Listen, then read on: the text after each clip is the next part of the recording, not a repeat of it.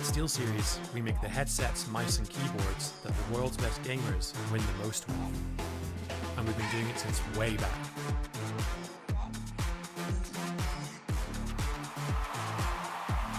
It's up to you how far you go, but whatever you do, go for glory. Hello, ladies and gentlemen, and welcome back to the NLC, the Northern League of Legends Championship. My name is Asheram, and I will be your host for today. We're sitting on week 5, day 1, which means it's day 9. 9-9, baby. Let's move on to the desk to understand who is going to follow us throughout the day. It is my boy Hiprain and the fox that drops. Foxdrop. He is a fox that drops. He's been known to do that, actually. On occasion, I dabble. We told you we just can waffle. started. We've already gone off. We've literally gone off topic immediately. It literally took 2 seconds, bro. I just need to sort my cam out so I'm looking fresh. You know for you guys. what? There you go. I know this is going to be madness, so I need to jump into the casters. I know both of them are really chill. They're comfortable. It is on the caster's desk. Initialize. And initialize. Are you okay, Initialize? I am here meditating on esports. I'm alone for the moment because Veteran's gone a step further. He's gone into the wilderness on a sabbatical to prepare himself for the day's games. We hope he returns in time. We hope he is fit and ready to go with functional equipment. But until then, it's just me here, happily, looking gorgeous as ever. Looking at you, Archer. I'm also looking pretty fire in your little outfit there. Looking good, dude. You're looking good. But I gotta ask you, do you prefer cheese or wine? Good question. Depends on the day. Wine. Let's toss it to the desk. Man, bro's dressed like a farmer.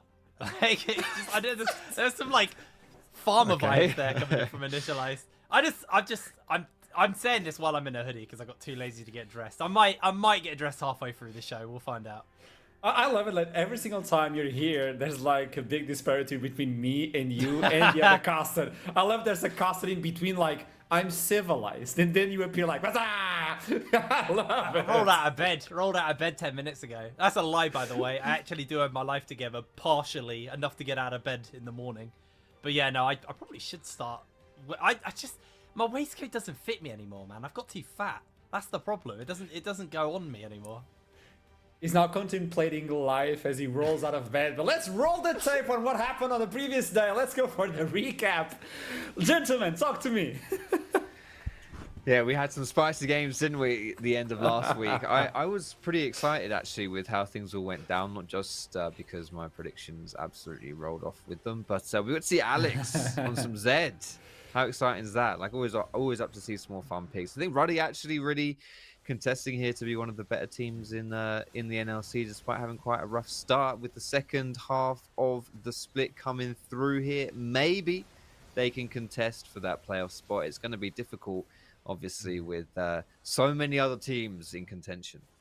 I mean, spicy's the perfect word for it, really. It's we should probably like just change our name to like the Vindaloo League, because everything is so tight, so heated. Like right now we still got 4 teams, tied at the top, then 2 teams tied right behind them in the standings. Like everything is so close, and I just feel like the power rankings are made up. Everything I know is a lie. It's all over the place. I'm super excited for what else we've got to come for the rest of the league, because we're now at the halfway mark, I believe, through the regular season. Just over, yeah. And it's at that point where like I still don't know who's the best. I still don't know who's winning it all, and I think that's a great thing. That's not a criticism on me just not knowing anything. I just think we got so many teams who are very capable, and I think also a bunch of teams are still kind of warming up. I genuinely have a hype that DMG are gonna have some really cool wins at some point. I don't think it will be enough at this point because they're 1-7 overall, but I've seen so much like just near greatness from DMG, but I've got some hopium here. I really do for these guys. Yeah, I think, honestly, from DMG's perspective here, like, yeah, it's definitely too late for them, I would say, as far as playoffs hopes go. But really, the parity that we've seen in the NLC in spring this split. Like it's been really, really high. Like it's crazy just how close every single team is, and the fact that you're talking about the bottom place team, a team that's only got one win across the entire split, and you're still saying you have hope for them and being able to pull out some victories. Like, and it's not even really a wild statement either. Like, I really do think it goes to show just how close all these teams are. And I think LLS is another great example here, Lightside, as you're seeing. A team who had a really crap start, and they really didn't look overly, great or anything along those lines. And then they've been able to put it back a little bit and actually be a pretty big contester for one of the better, well, I wouldn't say one of the better teams, but still able to compete alongside the better teams for sure, of which we still don't know who that is. You know, we've got 4 teams tied at 5 and 3. Lions, Creed, Nord, Venomcrest, and Verdant, with Natives and Lundqvist are just on the outside there. So still huge amounts to play for as far as these playoff spot implications go. I mean, just to put how close it is, especially using Lightside as an example for their recovery and for their kind of comeback later into the season, they are one good day or week, I guess, 2 wins off going 1st or 7th. That's honestly how close it is right now. Obviously, there'd be teams tied with them because we've got so many teams tied up right now in the standings, but it is unbelievably close. You can see right now, Lightside, they're in that tied 5th spot, but 2 wins, that puts them at like 6 and 4. Then depending on the performances of both Nord, Venomcrest, Verdant, Lions Creed, it could honestly bounce them just up and down these standings. And Ruddy as well, it looks doomed when you look at them just purely on the numbers and the fact they're in 7th, but then you look at actually the scores, they're 2 wins behind 1st place right now, and they're in 7th spot. Like, everything is unbelievably tight, and this is akin to me more to what we saw in Division 2 NLC for a couple of years, where it always came down to the wire, it always came down to that last week, and I think that's what's going to happen this time around. I really hope that's what happens, because I'm sure it's way more stressful for the teams. In fact, I know it's way more stressful for the teams, not knowing where you are until that last game. But for us, for the viewers and the people who get to enjoy these series, it just adds so much more excitement and so much more stakes. And I think we're in for a very, very close, close ending to this whole season. I love the fact that we always have a specific day where we say we might have a tiebreaker if we need to across the league, so across the split. So let's see if we have that tiebreaker day. At this point, I have 0 doubts in my mind that we're going to use the tiebreaker day, and it's going to be a massive one because calculators need to be pulled according to what we have right now in the standings to understand how we can actually do the tiebreaker to begin with. Like, just starting the tiebreaker day, I have no idea what we need to do. And the teams are so tied up, as you're both saying. And also, we need to look into the champions that people have been playing with, because there are specific champions that we should highlight. Some that are a little bit more scary than the other one. So let's pull out the best performing champions coming in from the first half of the split. And as you can see, there are a few that can tie up and whatnot. But then you look into Maokai, and that's a 8-1. 89% win rate. That is disgusting. Yeah, these are pretty sizable sample sizes as well, considering the amount of games we've had. So genuinely really, really interesting to see. I think the Viego's the one that's the most interesting. I feel like there's a few junglers who pull this out, and when they pull it out, it's like, oh, you've just lost the game because you gave them Viego. I don't think there's many other leagues where you're getting to see that, but like, I just think the reason Maokai's showing up so much is just down to like the team fighting capability, also the flexibility. You don't really know where that Maokai's going when it gets picked up early. It can flex between multiple roles, and it always has that same power in the sense where that ult can really decide objective control, a team fight. There's so many tools within the champ, and even with the changes to the items and not being quite so AP heavy and damage heavy on the Maokai, it's still just in a very oppressive wall that you've got to get through in a team fight. Yeah, and the two most winning champions there were Maokai and Jax. Says a lot about ease of execution being important, right? They're not hard champions to play. They're both point and click champions, and they're both very effective here in the NLC. And it kind of brings our own meta as well, just as you stated here, Brian. The fact that Zubak and even Shift pick up the Viego, and you're like, oh, it's going to be a massive one. We kind of have our own ecosystem of champions that we pick, and that's so funny to look into the NLC. Not only the chaos of we have no idea who's going to playoffs, but also What are we playing with? There's a champion though that has been picked the most, which is Varus. I kind of dislike this situation. Xin Zhao as well, like Sante, like we have those three, but then we kind of mix it a little bit, no? Yes. I like that Emilio showing up. I actually think that chap can make some fairly interesting kind of games. I absolutely loathe the Varus meta, especially the lethality variant, which is the more popular version of Varus. I think it's so boring to watch. I think Cassante also leads into quite a boring game to watch because it's just, oh, you can't kill the Cassante. I do actually quite enjoy Xin Zhao metas though. I feel like because he's quite, there's an emphasis on him to be proactive, and right now the jungle is very defined by early activity when you've got so many almost micro objectives and mini things to be doing alongside your ganking and your clearing. I think, you know, Xin Zhao leads very heavily into that, and also because of their ultimate, they're very good at soaking up some of this poke from the likes of Varus into the later parts of the game where, you know, the ult and the Q doesn't do anything because he's ulted and he's just standing in the you can't touch me zone. Yeah, the one that really jumps out to me from that list there is the Milio, actually. Not really a support champion that we see a huge amount of in the major regions too much. Not really that popular. In the LEC, he was picked like 3 times, I think it was. He wasn't even banned once.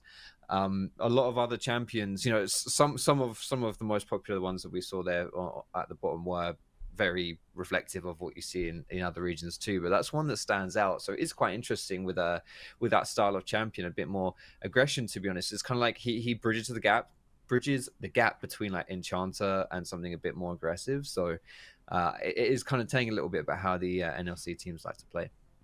And we're looking at these stats according to the first half of the split. These are not taking into account the first day that we had in the previous week. So this is all about the first half of the split, which leads us to the KDA leaderboard to understand the player who has been shining the most. And that's Ginger coming in from Lions Creed, and that's a massive KDA. Yeah, as we all expected, the ADC baiting everyone in the back. Stays alive the most. I mean, you can see Merbs in there as well in the top 3. I'm a bit surprised though, honestly, with how it looks. Just the diversity of roles that we have here, right? Like, there's a few junglers here, there's a few mid laners, even some supports and stuff. Like, you would have thought, to be honest, like there are certain roles that are just safer than others. Like, unironically, like ADC, you kind of just sit back and farm, and then in team fights, you sit back and try and put out the deeps as well. But yeah, it's nice to really see like a champion, like for Lions Creed specifically here, a player like Kasing who picks a lot of these aggressive champions, still having quite a high KDA. Like, it really goes to show just how Lions Creed play, how aggressive they play, and that it often, you know, they flip the coin a lot, but a lot of times it does come out on heads. I think staying on Lions Creed, I know we're kind of like, there's a lot of other players on there, but they had the most players on that list, and what that says is, it honestly, it kind of shows the recovery of Lions Creed, because if you kind of cast your minds back to the beginning of the season, they look pretty poo, man. Like, it didn't start quite so hot for them. Everyone was starting to go, ooh, maybe this super team's not it. And as the weeks have got on, it feels like they kind of figured themselves out. They've recovered, in that kind of veterancy of the roster, and the experience of that roster has allowed them to make a recovery. I don't think they're there yet. I don't think they are untouchable super team who everyone thought was going to go undefeated in the regular split. I think if we reset the points right now, they would still drop games. But there has been a tremendous recovery from Lions Creed, and that list, having 3 of their 5 players making it into that top 10, I think really shows the recovery of Lions Creed. But then I also need to highlight the fact that we saw a lot of players from a lot of teams. Mostly we got like 2 players from each team, but we didn't get to see a single player coming in from Ruddy, especially the mid laner. So that's why I want to invoke the player of the match leaderboard, because there's a small difference on that one. And the first one is Alex. I was expecting him to be on the top of the KDA, but apparently he dies a lot while getting the player of the match. Yeah, but that's just how Ruddy plays, isn't it? Like, I feel like, for me, I would say Alex is like, you know, like a top 2, if not the best mid that we have here in the NLC. But Ruddy really has just struggled, to be honest, as a whole. And this is another team that does tend to flip it quite a lot. Unfortunately for them, it doesn't always work out in their favor, but also his champion pool too. Like, you see a lot of these kind of more aggressive picks, like the Euronades who played Zed last week as well. These are champions that do go in, that do skirmish, they do fight. He's not picking the Azirs, he's not picking the Orianas. So to be honest, KDA wise, not really expecting a lot from him. He draws a lot of attention to himself, especially in the lane phase too. But that's honestly been a big driver for why Alex has been so effective on Ruddy. So it's for me not too surprising to see him get player of the matches without having too high of a KDA while doing it. So I let's also talk. think- Oh yeah. I also think that, the difference is when you look at like a KDA, I think KDA listings and charts and things can be a little deceptive because it can make certain players maybe look better than they are because they're just not dying. That doesn't necessarily mean you guarantee the victory, where Elix is, they're sacrificing their KDA, they're sacrificing those stats to have a positive impact for the wins when Ruddy do pull those wins out. So I think it's one of those things where, KDA is always very interesting because it's typically, I would say, it's typically a very ADC leaning stat, because ADCs are typically the ones who play at the back. They're the ones who try to play the safest when, your junglers, your top laners, your mid laners, especially ones like Alex who like to play brawlers and assassins and things that get into the mix. They're typically going to sacrifice that stat to have a positive impact in the game elsewhere. So yeah, it's no surprise it is that Alex is at the top of that chart, because while Ruddy haven't had the best showing in the league, I do think when they do find those wins, it is those kind of mad balls to the wall plays we get out from Alex, which kind of highlight the strength of this team and the chaos that they can capture in the fights. And he has a massive challenge to face today if we're going to schedule to understand who do I going to play today. We start off with Venom Crest coming in versus the MG, followed by Verdant versus Nord. That is the match of the day. And then, yet again, Ruddy versus Lions Creed. Another match we've seen before. This was the first time they failed. They didn't fail, but Rudy pulled them against the wall. Lightside versus Natives is going to end up the day. And now let's talk about what we predicted, because that's a really fun part of the show. It's the best part of the show, if you ask me. Wow. I didn't realize the Venom Crest bias here. I mean, let's be real. Everyone's on 5. Man, if DMG get this win out here, We're all done. that's pretty giga doomed, first of all. But I've called on DMG at the beginning of the show. I genuinely have some faith in them. This match, as you can see, I don't obviously particularly not. have too much. You vote 5 there's a points lot for of the other team. There's a lot of bias there. I feel like the last game is the only one, actually last and second game are the two where there's like the most contention on where people think this game is going to go. I honestly think, Archer, that 3-point bet on Nord is absolutely mad, and I can get behind it. I absolutely love that. As soon as I did predictions today, I was like, Wait. you know what? I'm going to throw hands. Hold on, did you even bet the full amount of points you could today? I believe I did. Yeah, it's And 12. Yeah, 6 yeah, plus okay. 6 is 12. Yeah. I got scared there, but yeah, math. I was, honestly, you can see my I failed maths 4 times in GCSE. It's got you there, man. That was ooh. But you back at home are not allowed to miss if you want to win a mouse, a wireless mouse as well. Head on to Twitter to get the weekly community predictions contest to win a Steel Cities Adox 5 wireless mouse. All you need to do is head on to the webpage, Twitter, NLC LOL, and put in your predictions in order to win this beautiful mouse. We get the opportunity to win once per week, and as soon as you get one, you're not allowed to participate anymore. Middlecott is still allowed to participate because he's renting one as we speak from Steel Cities. He still has the old mouse as well, but this is the one you can win right now if you're the best of the best, and probably better than us, because we have no idea where we're betting in, which leads us to the first match today, Venom Crest versus DMG. Everybody jumping on the Venom Crest, obviously, but I need to highlight Passy. Passy to me is one of those champions throughout the beginning of the split, brought in so much, and we actually have something to show about him, like stat-wise, about Passy. He has been amazing, also getting the MVPs. What we can talk about this game, I think this is an important one, and even though everybody's betting on Venom Crest, by the way, just letting you know, the first and the second is according to the roll. It's not overall in the league. Calm down. Okay. Calm down. I got you. Yeah, this guy's been pretty good. They've been pretty good. I mean, it's so hard because, part of me really wants to cheer for DMG, but at the same time, Venom Crest have been that team that kind of caught everyone off guard. Like, at the beginning of the split, no one had expectations on them, and right now they are soaking up bets from the casters. Everyone is super confident in them, and yes, this game is definitely one where it feels more Venom Crest favored. But I think even versus some of the other teams in the league, they would still have most of the roster of casters betting on them in this game because they're so good, man. They're so good to watch. Yeah, and what's great about Pashi is his setups. I would say as a support player, he's really just letting his whole team kind of feeds off of the plays that he makes around the map and the aggressive like movements and rotations that he does. He's been really solid on that. It reflects in his champion pool, like 3 games on Pike of all champions. Yeah, he doesn't pick enchanters, he doesn't pick tanks, he picks engages. You know, I mean, well, Heimerdinger he did play once, I suppose. I'm not really sure where we want to list that one, but either way, he doesn't really go with the standard, you know, the standard enchanters stuff. So yeah, a lot of it does come down to Venom Crest, like Pashi's movements and how he plays the map, and I've been very impressed with how he's done it so far. Now tell me something, gentlemen. The fact that we have such junglers that pair each other, like the fact that we have Shift and Zubak, they kind of share the same champion pool as well. Could that be a highlight as we jump into the champion select?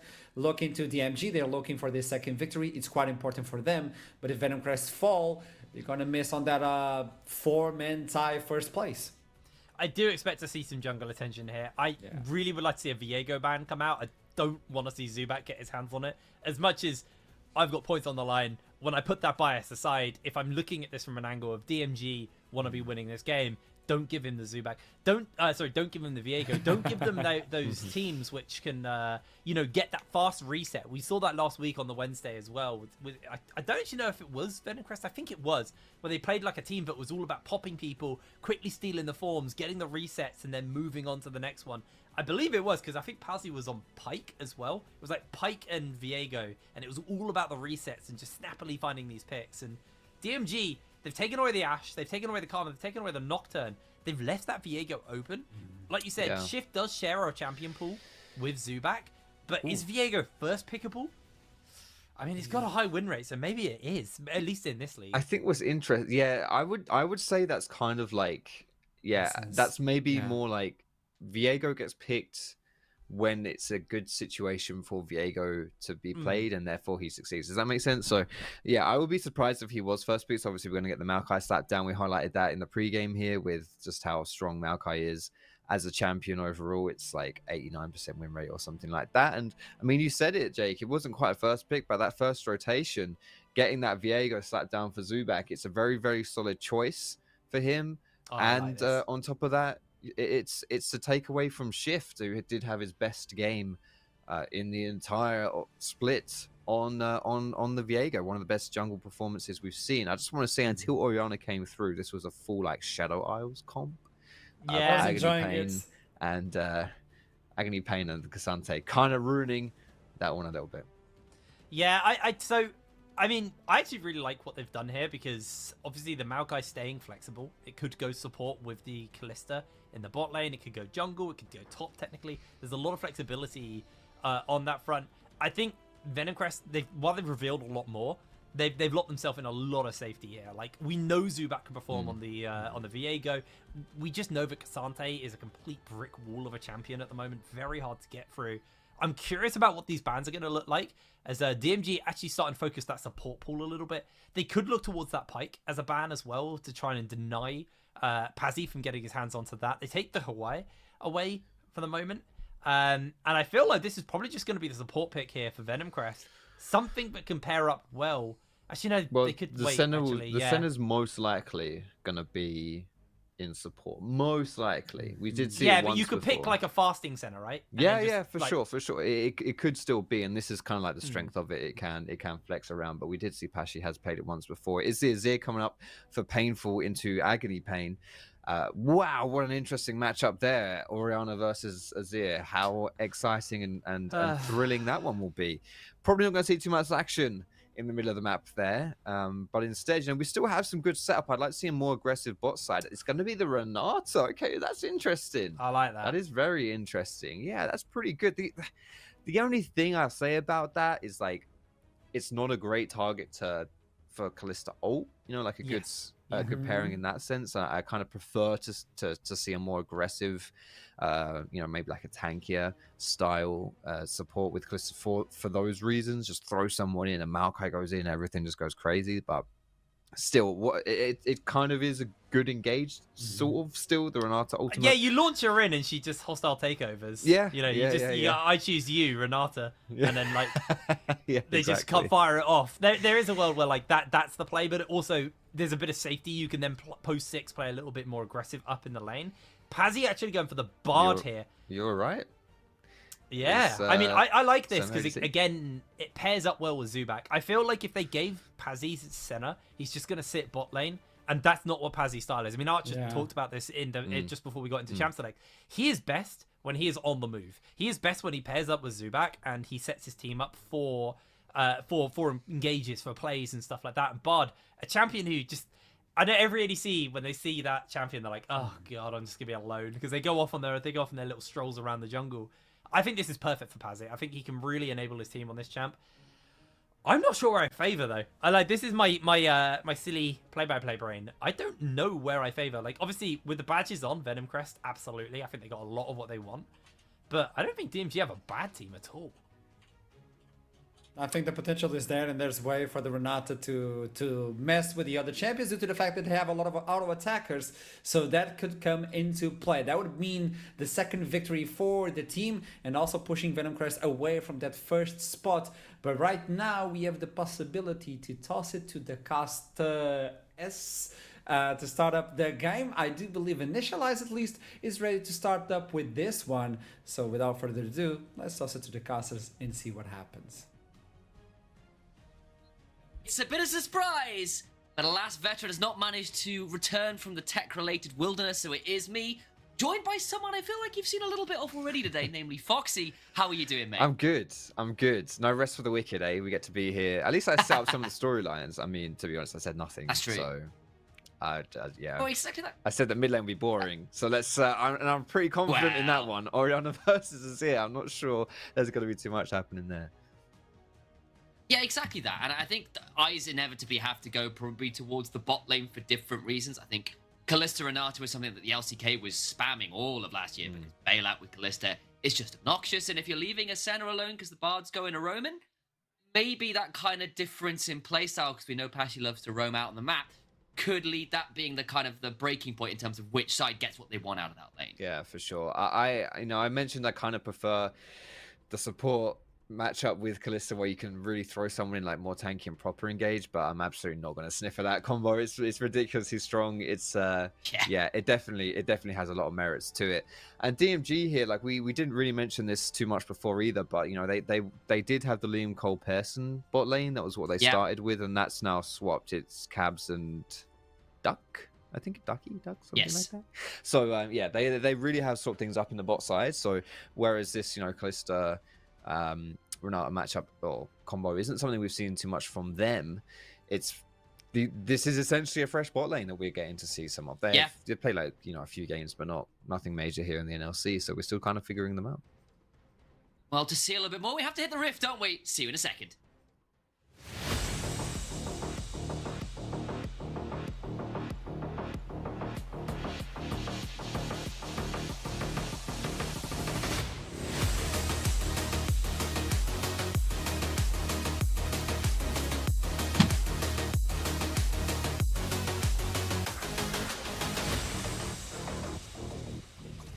Ooh, and we slide onto the rift there with a very slick transition. All right, production team, I see you. It is Liam. Is it Liam Cole play? It says Liam Cole in the server. It is Liam Cole. But... It's Liam Cole and Duck. So yep. So I think it looks Cabs like in the Liam Cole is it. Champ Select, so I'm not sure what's happening, to be honest. But production can maybe get back to us on that one, because that was a good point, right? That there has been a lot of uncertainty in the bot lane from DMG. Hell, we've just been caught off guard here with the fact that it is in fact Liam Cole still in here, and fabulous. Level 1 shenanigans, but not too much there. Pashy and Painful did just quickly look into the enemy jungle. Yes, just seeing what's happening, seeing where Shift is starting, get a little bit of information from that side. You would imagine Shift potentially going for the Grubblies clear, which you see a lot of here on the blue side, right? Which essentially just involves pathing a certain way to make you recall and then get back onto the map as the grubs spawn. Yeah. And yeah, it's been pretty common stuff here. And to be honest, with the way mid's going, that's pretty much a wash. Top side though, I can really see some things happening, especially for DMG with LVS. If you can get some attention there, top side, maybe you can punish Lenny and get something going there to begin with. That's sometimes easier said than done, because the last time we said that, Foxy, it was Lenny into Nille, right? And Nille was the top laner last year. He was the carry. No one could stand up to him. And Lenny got 2 solo kills on Cassante against him. Like, again, when it was Nille on the Udyr as well. And we have seen Lenny kind of quietly turn up as something of a powerhouse on the top side. Of course, the moment I say that, he takes a pretty ugly trade from LVS, landing all his Darkin Blades, but the point still stands. Yes, I mean, if you hadn't said it, then this would have been a very equal top lane. But who wants that? You know, we want to see action. that's not the point. Yes, so I appreciate it. I appreciate it, Initialize, for starting that out there. It is Liam Cole, yes. It is Liam Cole, Glycerin, spot side. Not seen too much of this this combination, this champion in the bot side at all here, but it is known for its early game, for its lane phase, for the pressure it can put down. So really, when you look at it, especially with the way this early lane has gone for the Aatrox top side, a lot of priority, a lot of options here for shift for DMG from that jungle perspective, and you can see he's just gone bot side. Now, I'm not really too sure of this play. Like, I'm not really with it, you know, like there's nothing for him to get in the bot side jungle. Yeah, they I know mean, he's credit here. over to Zubak for that as well, because Zubak started wrapped and then basically reverse cleared the other way, because he kind of had an idea that with the lane pressure they might look for the invade, and you know, just no opportunity that, because Zubak is kind of aware of it. Yeah, and Zubak might get a return invade of his own. The new terrain here on the map in season a million, whatever we're on now, has changed things. 14? 14, yeah, god, so old. I know. Yeah. Don't want to think about it. Makes it a lot easier for you to steal away this blue buff and just walk into the enemy jungle. So Maokai is kind of coming in, but I don't think he's going to get there in time. No, that blue buff will be lost. That is forfeit, and Shift 2 camps behind now at this point. Not a great spot for him to be in. No, and of course Maokai, relatively low economy, sure, but on the other hand, this is a Viego, and Zubak's Viego nonetheless, who has taken over game after game here in the NLC on that champion, giving him any extra edges early on. It's not what you want to be seeing if you're a DMG fan. Oh, for sure. There are certain champions in League of Legends where you think, we gave him some gold, it's okay. But we're behind this guy, it's okay. I don't think Viego is one of those champions. No. Not at all. Let's see how this game progresses from that here. It looks like it's just going to be a bot side crab being picked up from Zubak, though, instead. As Shift has gone back to his chickens, that second rotation. Bot side is also pushing in, so there'll be no contest. I don't think there'll be anything looking as far as like Dragon or anything like that goes, but Zubak actually has a good angle here for a gank. There's no vision. Does. They land the last embrace, which Liam Cole is going to get rooted. They can keep looking past. She's still got the Q. The Ignites have gone flying across on both hands. Deadhound very low. Will likely fall to first blood as the Kalista stands and delivers, but will still fall down, you think. The bailout comes on through, but to little avail. Now Dark's about to fall down as well, is fried up with some orange sauce, and it's a double kill to Zubak's Viego. Yeah, you thought maybe it was worth Liam Cole getting the first blood there, but 2 kills, 2 to Zubak. I'm not so sure about that one. That's actually a cheeky little route under the tower, but unfortunately the smash goes into the wrong direction there. But yeah, Zubak is now online officially. He is activated. Long have we waited. We'll see what he's able to do with this now. Zubak is... Hang on. It's a good recall denial, to be fair. I'll give him that, but yeah, that's a bit of a clencher, that one. A bit worried there, because you saw bot lane is returning to lane after the initial scuffle, and things went on for a little longer there. There could have been some drama, but yes, it was in the end just that interrupt denial. But now with Grub spawning as well, and Viego with a full noon quiver and an additional dagger on his first back. You feel like a clear towards the top side into some grubs is what's next on the card for Zubak. Yeah, he'll be hitting level 6 soon as well. I know he's on level 4 now, but within this clear, should be able to get enough XP for that one. LVS, does he fancy this one? Popping the ultimate, he's going in. Well done as in. Flash for the Q3. Lenny finally gets the ghost, but I think it's just going to be too little too late. LVS so close! Can't quite get in range! The last auto just not there. So close. If he'd had a bit more faith in himself and not taken a Dawn shield, maybe he'd have had a bit more damage, but Can't really blame him for that one. That was, yeah, exceptionally close there. No flash, obviously, on the Cassante. They tend to take Ghost down. Oh, hang on. Zubac, here we go. Return It's gang. just not. Piercing Darkness gets the slow last embraces there, and it's ducks in a row again. Is this just going to be another kill over to Zubac? It is. There's a little magical journey away as well, so Shift can't even get involved. And Venomcrest just returned to the scene of the crime and continue to punish this Kalista lane. Very good stuff here. 3 kills now for Zubac too.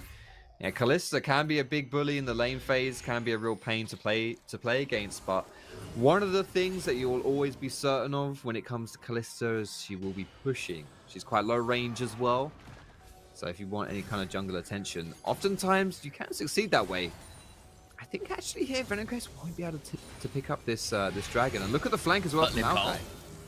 Flash from Liam Cole. What's on the other side of this? There's still a bailout available. Zubac very low. Remember, be a shoot shot down to give over. It's Renata that picks up, and that's not what you want to see. A shift now comes on down. The wraparound nearly here. Liam Cole has the bailout runner out. Deadhound does get the kill of the piercing darkness over the wall. Pashy still alive. Agony Pain has to flash out now. Ducks rooted up with the last embrace, and it does feel like it's going to be a quick embrace of death as the Emperor divides them from safety. A double kill to Deadhound, and DMG are just coming out second best in every single one of these skirmishes. It was a rotation from mid really that doomed DMG in that play. Painful getting the better side of Agony Pain. They both came down at relatively similar times, but because the Azir got all the damage down onto the Orianna, he was the one able to contribute to that fight. Orianna just had to run away, and as you saw at the end, that was the difference maker.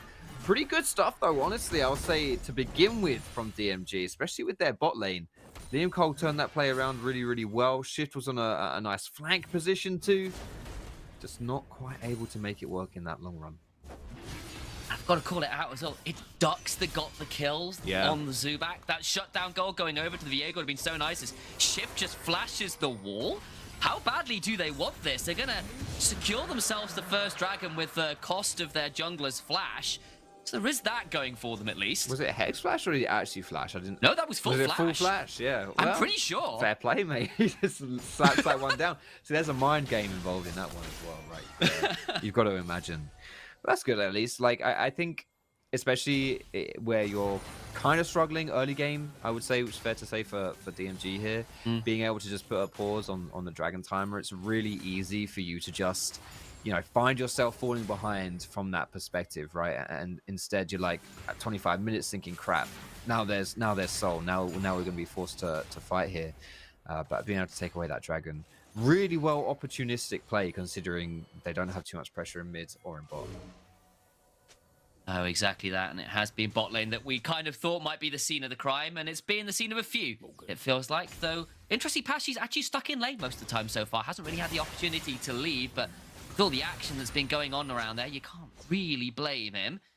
Gold lead between the two AD carries remains actually dead even, which is not what you want to see if you're a Kalista player. And that's probably because Deadhound, despite being down the CS, has picked up a couple of those kills. The problem is, you look towards that jungle, it's already over 1,000 gold in the lead for Zubac, because the amount of kills he's just picked up in that bot lane in particular. Yeah, he's looking pretty good. Not to mention as well, he's got 3 shoes in his runes, so that's essentially like another 300 gold, if you want to put it that way, that he doesn't have to spend. Yeah. So yeah, he's looking pretty hot in this one. The grubs haven't been contested in any way, however, which I am a bit surprised about. I would have thought maybe we'd see a little bit more here, because a lot of credit to LVS for really having a lot of pressure in this top side, being able to make some good things happen, put a lot of pain down to Lenny. But if there's no one else around here, like, this pressure from LVS really means nothing. And Zubac's just going to be able to take away these grubs. There is no shift in sight. No contest there. Although they're pinging it, so part maybe. Of that's just because, part of that is just because both junglers have just, like, not looked at their topside ganks in absolutely forever. Now LVS might be in a spot of bother as Zubac just pulls off the grubs, looking to get a hold of LVS. The Dawning Shadow comes along as well for a potential additional support. LVS will end up on the wrong side of a Heartbreaker, and the World Ender is quickly claimed as a bodysuit for Zubac. Oh, shift. Fight continues. And I don't think he's going to get anywhere to shift on out of here. It's painful. Magical journey through the wall. Zubac uses his R reset to get on top of the tree, cuts him down to size, and that's another kill towards Zubac, who's 5-1. Why do people keep giving Zubac Viego?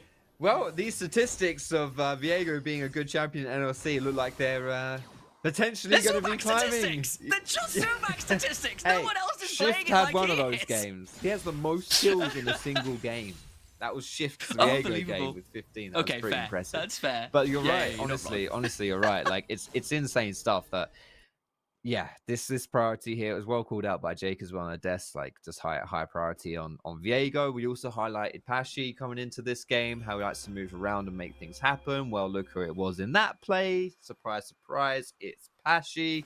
But also shout out to Painful once again. The mid priority, getting the roam into the side lane, being the first one there. He's honestly done a stellar job here in mid. Well, he's got the better side of Torment apparently between Agony, Pain, and Painful. It's the red side's version that is apparently the better, as Zubac is 2,000 gold ahead now and has a full Kraken Slayer to his name, and poor old Liam Cole and Ducks might be in a spot of bother here, Foxy. And they don't know. They are unaware. Nope. Shift is around, but it absolutely would not matter in the slightest if he were there. The worst case scenario is something like a hostile takeover from Ducks unengaged. Oh, he doesn't need it. He's face checked. Gets last embraced, will likely get thrown back in as the ultimates begin to fly. Fate's Call is Ellie and Cole taken pretty low, but the body is blocked pretty well. Good ultimate from Pashi, preventing turnaround damage. The teleport comes flying on through. Last embrace goes a little wild as Painful is actually teleported down to little result. Has actually given a little bit of time for Agony Pain now in the mid lane. We'll get to back away here, having burned pretty much every ult you care to name in the bot side. As flash forward from Shift will not get enraged to Twisted advance on to Deadhound. Pashi now engaged on. Zubac is still around. There's a route now on to Shift, and Shift, I think he's shifting down the gears this time around as the Dawning Shadow comes on through. Heartbreaker's in as well, and there's just Valentine's Day a week or two ago. They do get the shutdown. Bailout does its work. Deadhound does get a killing spree, however, and they make it a 2 for 2 as down roamed Agony Pain this time around, and somehow, some way, DMG make that one kind of work. Got that zombie form, that great health bar from Renata, keeping Shift alive for long enough that Zubac couldn't get the reset. That was crucial in that play. Something else, though, unfortunately, that's crucial.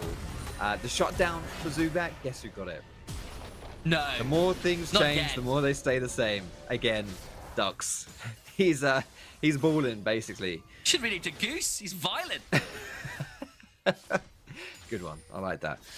Thank you. I was quite happy with that. He's yeah, it's not great. It's not great getting these shutdowns onto your Renata. He doesn't want all this gold, and that just honestly might be a relatively big deal as this game progresses here with the early game Kalista not being able to really capitalize on this pick too much by not getting those kills. Whereas otherwise, you know, it's not looked too terrible as far as these trades in the bot side have gone. But again, not picking up those kills, especially with the shutdown, definitely hurts.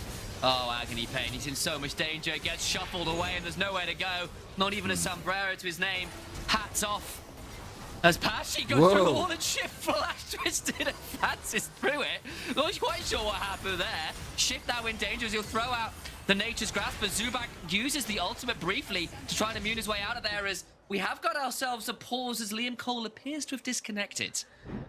Unfortunate timing for a pause there right in the middle of the team fight, but yeah, again, this one's not looking too hot for DMG either. Even if Liam Cole wasn't, yeah, if he was all there and able to make the fight happen, like, yeah, Shift is just he's in the wrong neighborhood. He's in the wrong place. Nothing's going to save him from this one, I don't think. And the dragon is available here too. Agony Pain has just died. A little bit disrespectful, I'd say, really, from DMG. Like this, that face check from Agony Pain into Fog of War when Dragon's up, especially, you kind of think, maybe the bad guys are around this area. It is Dragon time, and again, then starting the play for Shift in the mid lane. I guess because they saw Zubac bot side, they're like, okay, this is our chance. We'll try to pull the trigger.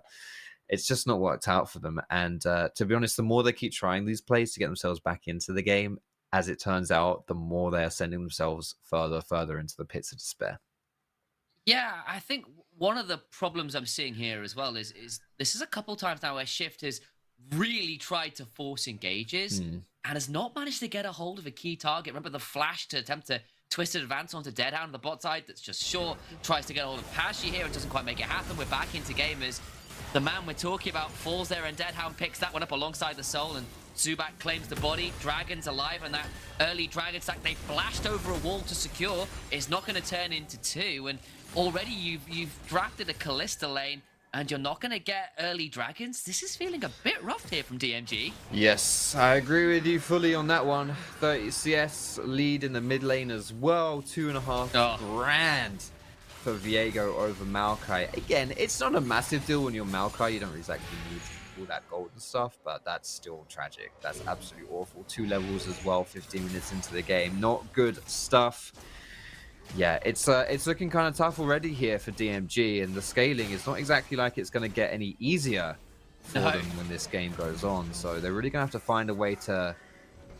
I don't really know. Like, obviously, you've got some good pick potential. Like, yeah, you can look for these plays. They've just definitely not been able to execute them particularly well. And the question is, like, where do you attack now? Like, lane phase is kind of over at this point. What is your point of, you know, of attack to try and get back into it? It's got to be some really good zone control ultimates. Like, you have got the Maokai and the Renata together. Those two big sweeping waves of ultimates can do quite a lot into, say, particularly Zubak if he dives a bit too aggressively forward. You know, you've got a Shockwave, you've got a Callista that's at least an item. You know, your Agony Paint's kind of there, but it needs to be some seriously coordinated plays. And already, it's gone a little bit wrong as the Dawning Shadow flies across. Maybe that's Lenny now in a spot to bother himself. Will all out and try and get himself out to safety, and will do so for now. Shockwave lands, though, and Lenny goes unstoppable, but surely falls down. Shift gets a hold of that. And DMG find a bright spark here as Venomcrest play without their top mid laner, I apologize, and lose their top.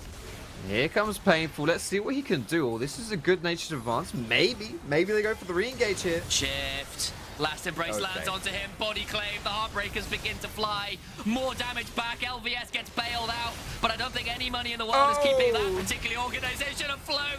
The Emperor's Divide slides, glides, and divides them all from their HP bars. A double kill to Zubak, of course it is. This man is trying to put himself down on the ballot for MVP, it feels like, at this point. How good has he been this split? He's been absolutely insane. And Venomcrest here, you know, they started off a little bit slow in this split, honestly, right? They weren't looking amazingly hot, but since then they've really ramped it up and looking like one of the best teams we have here in this league. And Zubak, the engine that drives Venomcrest towards success. This game has been no different. 7 kills to his name right here.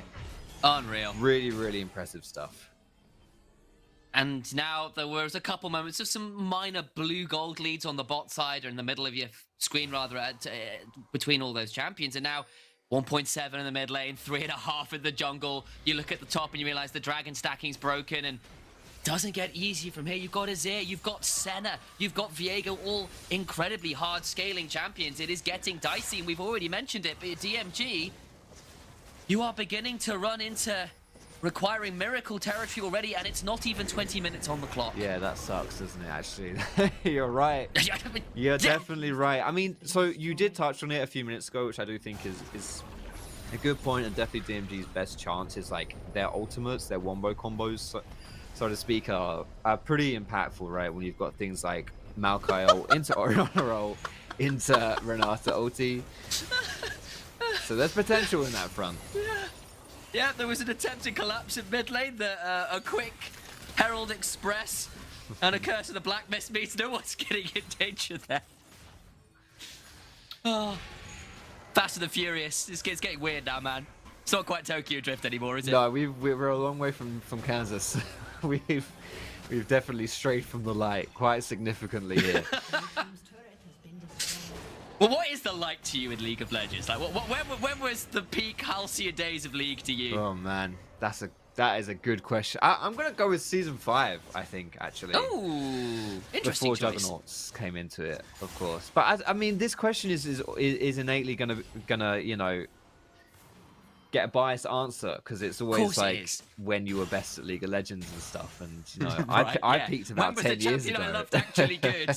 Yeah, so yeah, I don't know. It all kind of feels the same nowadays, to be honest, doesn't it? Like, I have to say, I feel like the game's felt balance-wise pretty okay for the last little bit. I mean, there are a couple champions who are huge outliers, but I've not gone, oh man, that sucks. I mean, the time to kill's been a little bit extreme recently, with some of the items going around that towards the beginning of the season were a little bit overtuned, but I think we're heading towards an okay game state right now. He says, perhaps more optimistically than it's allowed for a League of Legends fan, but here we are. Is Zubak looking for something, or can we continue to muse on League of Legends on a greater scale? Zubak's always looking for something, isn't he? This That's game. right. I think I agree with you though, honestly, as far as balance goes and you know, like champion diversity and that kind of thing. I think it's in a good spot for sure, but it's just yeah, you know, the good old nostalgia rose tinted glasses, all that Right. stuff. I was a big time Elise player, and she's way fallen off. Oh, she's the meta awful. these days. So Gosh, she's not been Don't- good for like I- 3 don't years. stop. She is Stop. bad. Lich Bane's kind of okay on her right now, Wow. but we basically missed Haunted Guys giving you Magic Pen as a Yeah. part complete. Yeah. That killed her. It was very sad. That's a very good point. Yeah, I haven't seen Elise in a hot minute. When she's not good in either solo queue or pro play, you know something's wrong there because she's always tends to be useful. You know, just with anything that can spam gank is a fairly good champ. But nowadays, just like I honestly feel like a champion like Maokai is what an Elise would Yeah. have been. You know, Maokai took Elise's job a little bit, I suppose, doing what Because Elise would do but better. you don't farm as well as the early gankers either. Like even someone like Elise Sin actually Yeah. farms a lot better than you do. Anyway, it makes me angry. Mm. One day Elise will come back. Boogie still plays it occasionally. My boy Boogie.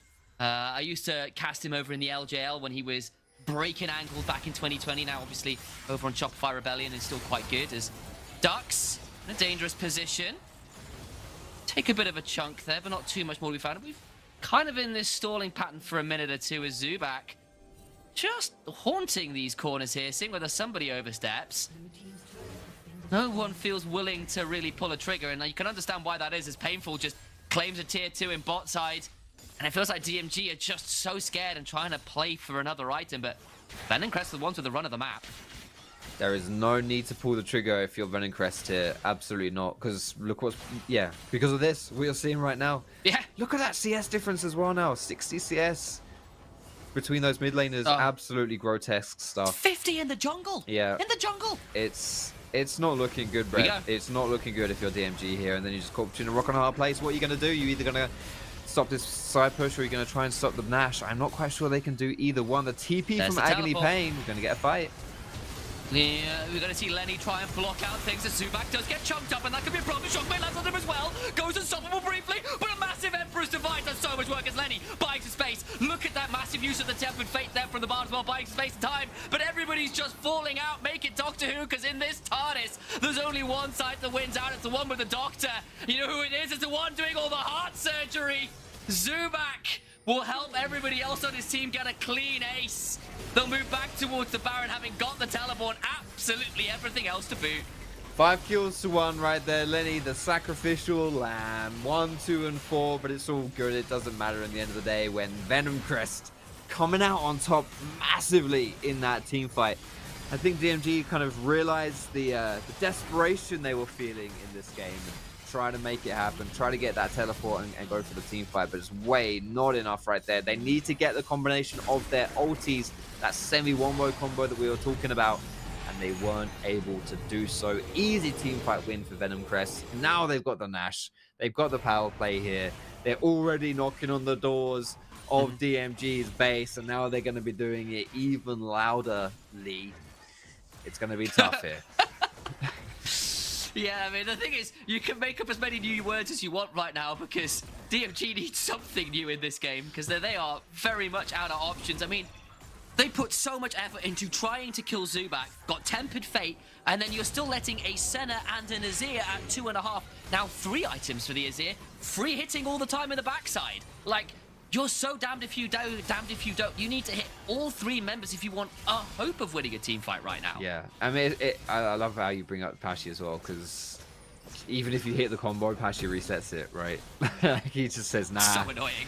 Nah, I'm just going to ult, and yeah, so, which happened in that fight as well. So just really tough here. Really, really tough situation for DMG. And I'm not, yeah, it's I don't know. I don't know how they find it here.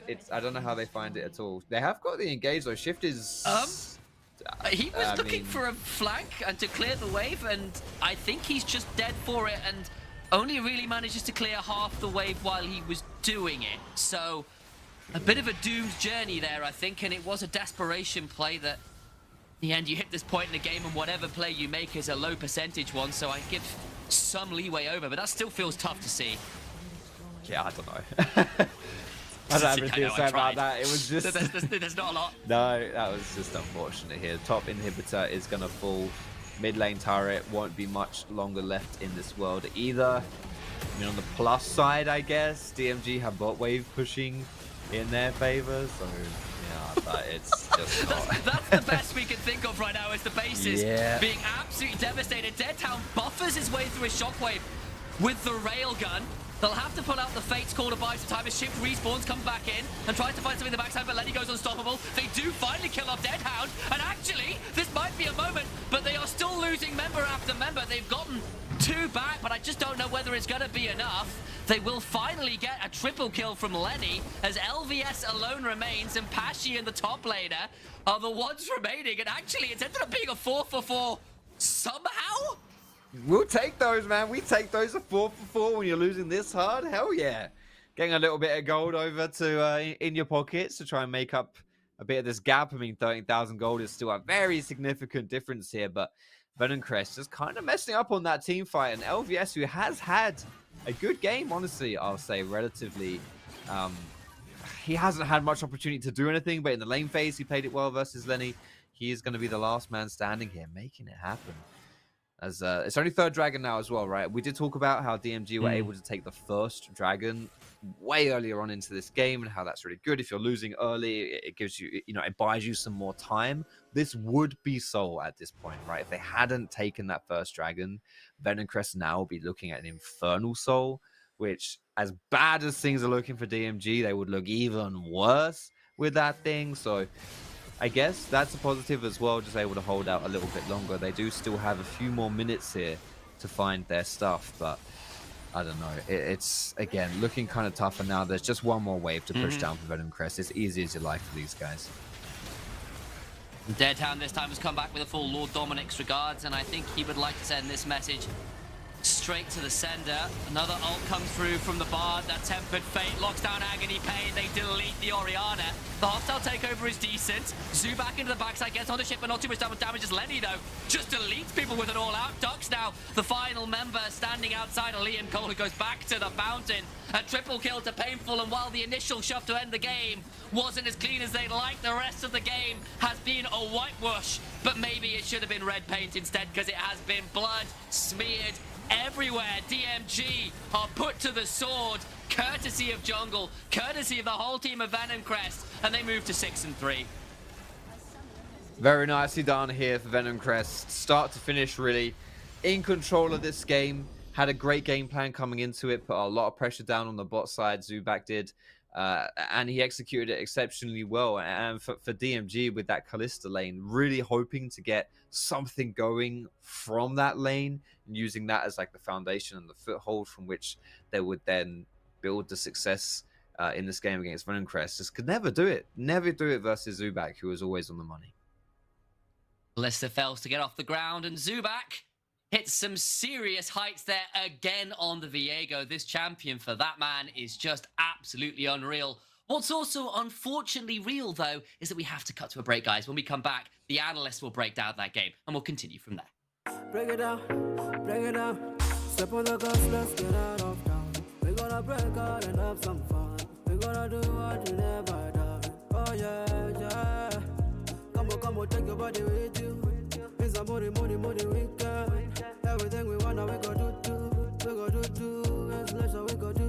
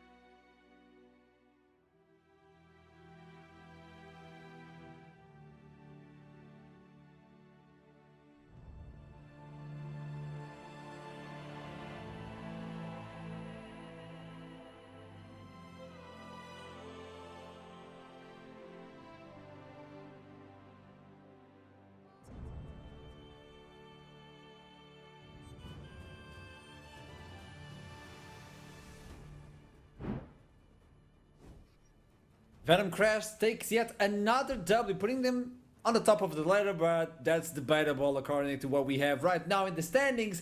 But that was an outstanding game, and why was that, gentlemen? I do believe, yet again, we highlighted Passy, and he succeeded in bringing a lot of action.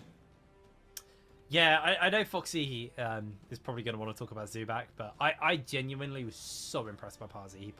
I mean, obviously, he just played so well. There was that one fight in the bot lane quite early on where they got hit by the hostile takeover and the Maokai ult, and he just ulted on top of him, and Deadhand just made sure that they couldn't get taken out. He just pinned them in place so they wouldn't go down. Once all those ults wore off, they then jump back into the fight. Deadhand gets a double kill, tied it up super well. Like, he was just on it this game, Pazzi. And I mean, Zubac and him intertwined with each other, just playing an absolutely fantastic game. I will say, while that was a DMG loss, I think I still saw those glimmers of hope that I was talking about with DMG. They're definitely the bottom team right now, and I think, you know, the numbers don't lie. I think the performances hasn't lied, but they don't look like a bad team necessarily. I just think they're being a little bit outclassed, and there's a few little mistakes that are kind of like adding up. I think, you know, the jungle support just turbo ganking bot lane was pretty rough for them, but like, honestly, DMG, I keep seeing this like spark of greatness, and it's so close to igniting into something special. Yeah, I agree. I think. Yeah, tell me. I think. Obviously, I want to talk about Zubac, but he did some really good stuff. But it wouldn't have been the same without Passy. So I think it's fair to bring him up too. And in those team fights, especially one right towards the end, you could see DMG had like a semi wombo combo type setup sort of deal. And yeah, the Bard ults, just resetting those and making it impossible was really, really good. So very solid stuff from him too. I will also echo your sentiment a bit about DMG's glimmers of hope. I think especially in this in the side lane. So I think LVS top side did really well that game, and their bot lane with Liam Cole and Dux was solid too. Despite the fact that they were getting permacamped and ganked all the time, you know, they needed like 2 or 3 different ganks to actually be put down. You know, like they were still very, very good and very effective. Unfortunately for me, Shift and Agni Pain just not quite performing as well in that one, and yeah, you know, things adding up and just game slipping away from them. Passy was one of the beasts in this game, so that's why we're going to toss it to him to talk a little bit with the support. The Bar, the one and only, welcome to the interview. How are you doing? Put that smile on your face. I know you want to. Yeah. Yeah, I'm doing great. Thank you. So bringing in the Bard, was that like a last minute decision, or were you planning on it? Well, actually, I think it wasn't. We surely wanted to get some roaming supports with the Senna and play around Zubac and the team fights and the skirmishes. So actually it was planned. So tell me something. Usually we talk about the junglers and the mid laners like a really good duo, because the junglers enable the mid laners because they can't do anything by themselves. But apparently you're doing it as a support. It's like the jungler and you. Where does this synergy come in with Zubac? How did you plan it? Like, are you guys good friends in real life? Did you hate each other? Just let me know. Yeah, we are actually really, really good friends, and Zubac likes the more aggressive play style in the jungle, so I need to play with him. Then he won't int the matches, and yeah, get the free kills in the jungle. So yeah, we like to play aggressive. Is that a day where we might be able to see Venom Crest without playing the reset city composition? Because there's always some sort of reset key for you guys. Is that something intertwined with your body and mental, or can you guys play something else and you're just saving it for the last? Well, I think we can play some things, but we really, really like to go on them, get the reset, and just smashing them. Looking into the last question is top of the leaderboard. Everybody's tied up. What is happening? What can you tell me? Like, this team is tied up, but they're not gonna make it. Is there any team right now at the top of the ladder that you're like, nah, they're not gonna make it? They may have the points, but they're not gonna make it. Actually, I think the top 4 teams are really, really rough, and they are really, really strong. So I would say that all of them have the chance to get to the playoffs. No, I don't have a specific team that won't do it. I think everyone can do that. So yeah. Okay, I like it. Thank you so much, and yet again, congratulations on the game. That was a disgusting gameplay coming in from Bard, which is a good thing. So thank you so much, and I'll see you soon. Yeah, see you later. I like the synergy between jungler and support. It's something different, you know? It's not the Varus and Xante pick, it's something different. A new flavor, I love it. It's a bit of a heartback, because for a while it definitely was about jungle mid. But there was also a period of time prior to that where we saw it was really about the jungle and the support roaming around together. I think the map changes and the way the state of the game's changed has kind of enabled supports to be able to do that, especially players like Pazzi who like to be more active on the map. You know, anyone who's willing to pick champions that can kind of leave their ADC alone and try and make stuff happen on the map. This time around, though, I have to give it to them. They didn't leave their ADC alone. They actually just duoed up and went bot lane the entire time. Like Zubak, he was on it, man. He's just like, don't give him Viego. How many times ban Viego versus Venom Crest? Zubak is too good at this champion. And I know this was a weaker team. I know this is, you know, arguably the weakest team in the league, but like that wasn't a shocking performance from him. That's just how he plays every time he gets his hands on this champion. So I feel like that's something that players need to respect going forwards, and also keep in mind that Pazzi as well, very, very proactive player. So you can't give both of those players champions that play off really well together. DMG are looking for the second victory, but we are looking for the interview with the actually good duck on our league. Not Duckling, it's actually Ducks. Happy birthday, my man! How you doing? Oh, thank you. Yeah, I'm doing good. How old are you right now? Leak. I need leaks. Yeah. Yeah, I'm turning 20 today. You're 20. You just hit the 2-0. Yeah. Okay. What's the plan? I don't care about the game. I want to know what's the plan today. Well, later, after we're done, I'm gonna go out and eat sushi with my girlfriend. Aw. You're actually blessed. You got a plan. W today. You got a W, man. You got a W. Yeah, I mean, the game was not Okay. completely lost. So Yes, we saw some light coming in from DMG, and that's my question, because your Renato was so clutch. Obviously, the Bard with the Tempered Fate was kind of annoying towards your plan, but there was some light. Can you tell me, identify the specific moment when everything went down south? Do you remember?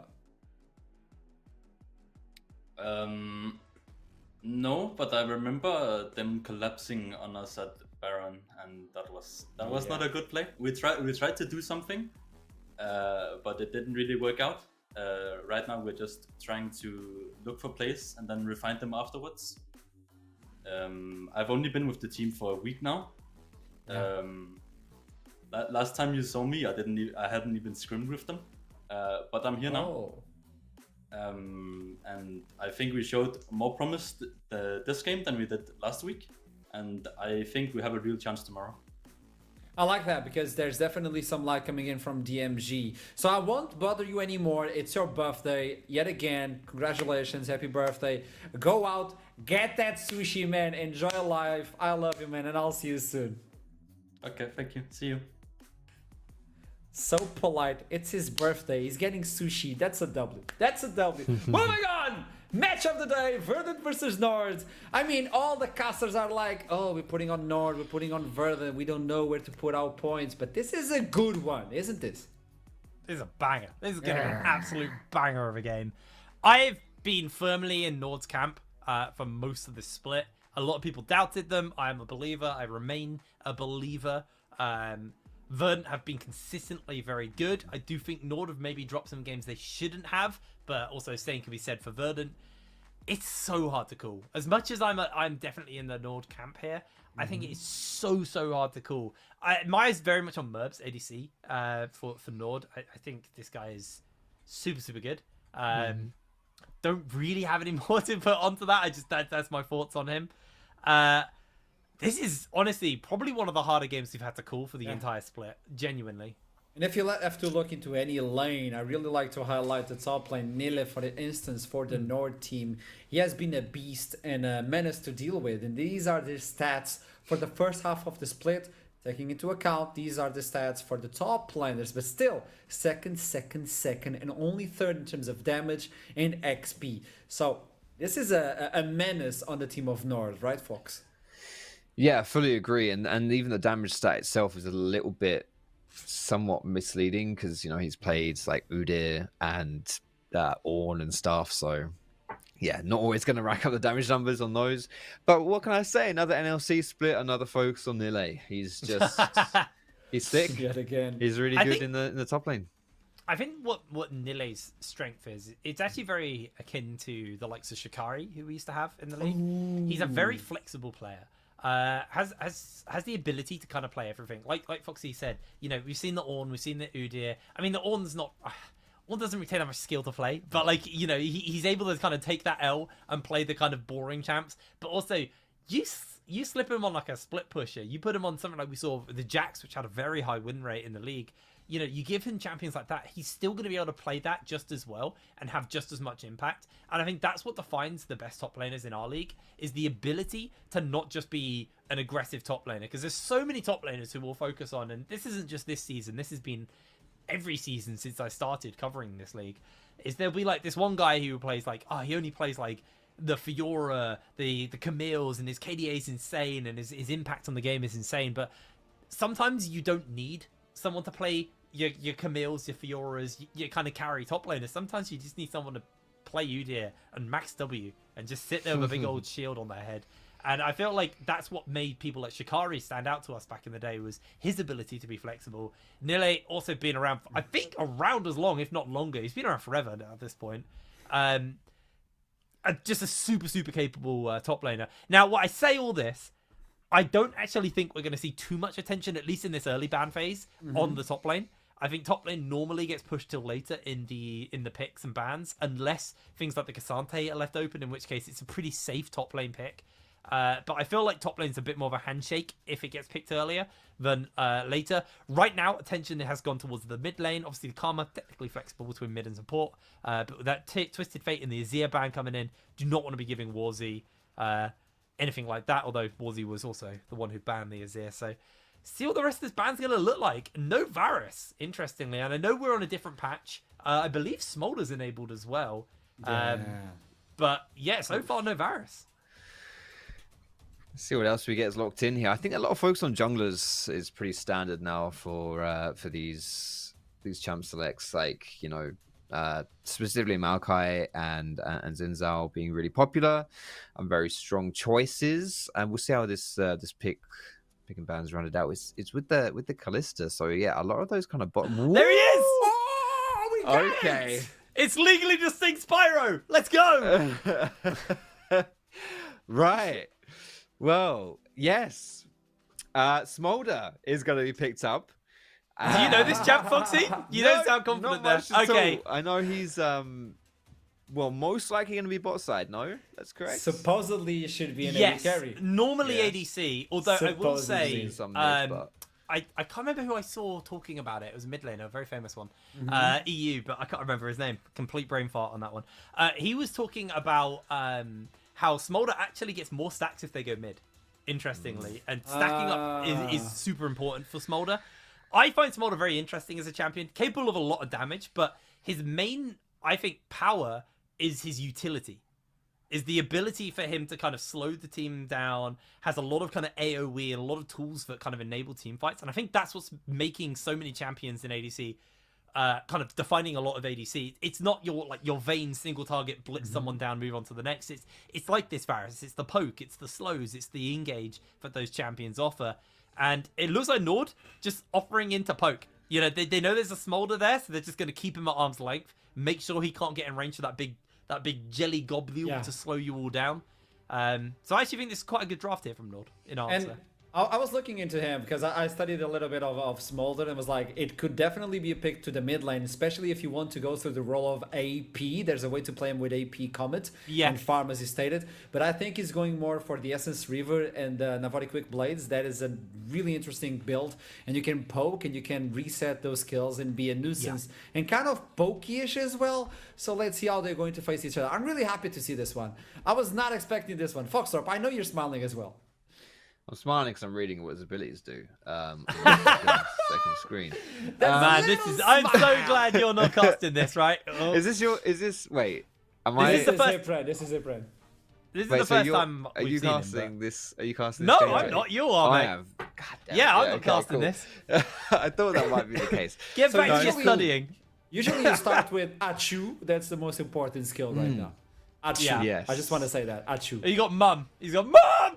So all. That's his ult. Actually, it's his ultimate. actually It's It mom. is his ult. He just It calls is, mum. yeah, Mum. God, it is, yeah. That's his ultimate. The person who gave the skills names, like, that guy needs a raise. Yeah. Oh, they made Caster's life so hard though, man. They made like Caster's They made life Mum. so hard. I Mum. mean, Who yelling Who mum. is Smolder's mum? Do Uh, we know? It's Cled's. It's obviously Cled. Because Cled charges and he's like, Mom! No, I'm kidding. Caster's dream. That's the one. There's the fan theories, aren't there? I like how we're talking about Smolder fan theories and not champ select. Udyr, Jax, Gwen, and Gnar banned away. A lot of top lane focus. There you go. Yeah, Cassante pretty much expected there. I mean, the Aatrox was the pick into it last time, and we did see some success on it. Mainly in the later stages. Aatrox is like Cassante's like a traditional tank. Aatrox is just a drain tank. That's basically what you get out of Aatrox at the moment. Like they're just immortal, both of them. One just heals up loads. The other one just has a massive health bar and a bunch of stats. So still thinking about it. Haven't locked it in, but I do expect it to be the lock-in. There it is. Now looking towards their jungle as their final pickup here. Xin Zhao's open, so I feel like that's probably the safe pick here. Oh my god, Rel. Yeah, I Rel. I get every time I do champ select, I Yeah. get baited by Rel as a champ, forgetting that they can be jungle. I mean, that's a lot of engage actually if they take something like a Rakan here. You Well, need you've got to. the I would like that. you've got the Rel, you've got the Orianna, then for the ball. That's a nasty team fight from Verdant actually. That's pretty scary. Yeah, so this is something you talked about. I'm gonna say it's like I actually know what I'm talking about, but you said Smolder's like good for his utility. I'm quite, having been an expert of Smolder's abilities for about 13 15 seconds, seconds, yeah. now. Yeah, like he can join in an initiation and throw down a bit of a red carpet, which slows people. No, so he works pretty well in these comps. But it is going to be a brand on the other side, by the way. Brand jungle, baby. for Roshan. Yeah, probably it's going to be that Maokai bot side. A lot of lockdown and CC for an otherwise kind of slippery bot lane that Verdant have drafted here with Smolder and Rakan. I think I that think one- ultimate, the smaller ultimate, is going to be quite important in the middle of the field, and people are not used to that one because Mom has 100% ability power and even more AD. So if he gets to farm, Mom is going to deal a lot of damage. Yes.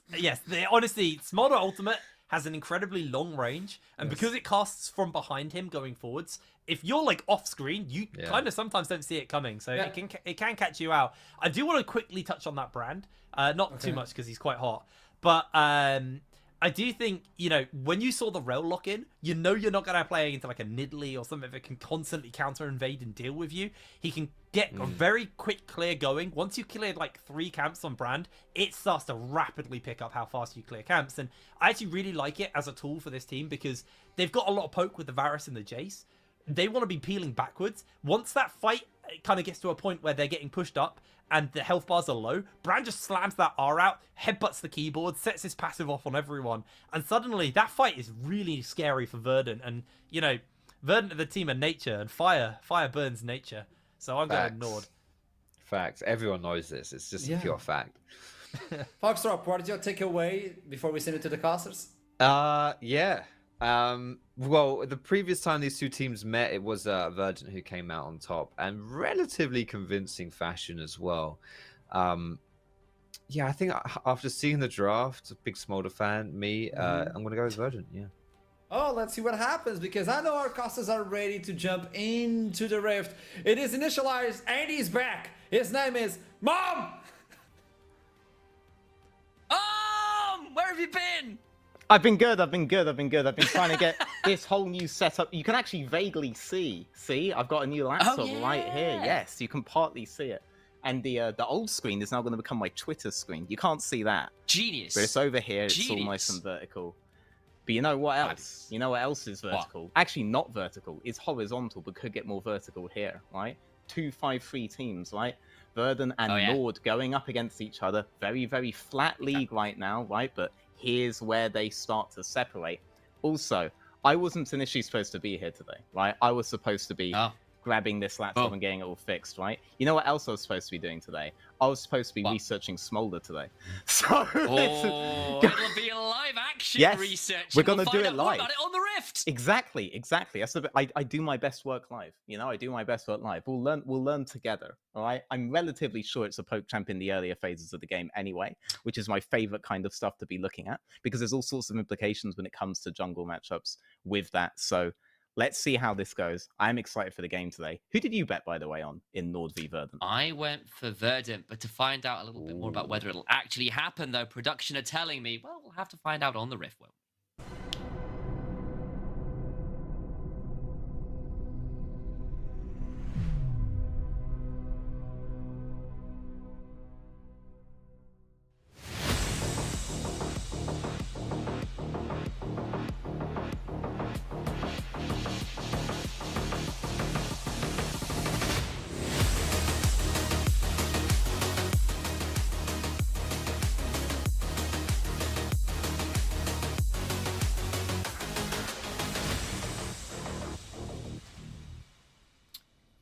Thank you, one and all, and some very spicy graphics as we head on to it with what has been a little bit of a spicy draft phase, veteran. We've got ourselves Jace mid, which has kind of fallen out of favor a little bit, but it's still paired up with a Maokai, just not in the jungle.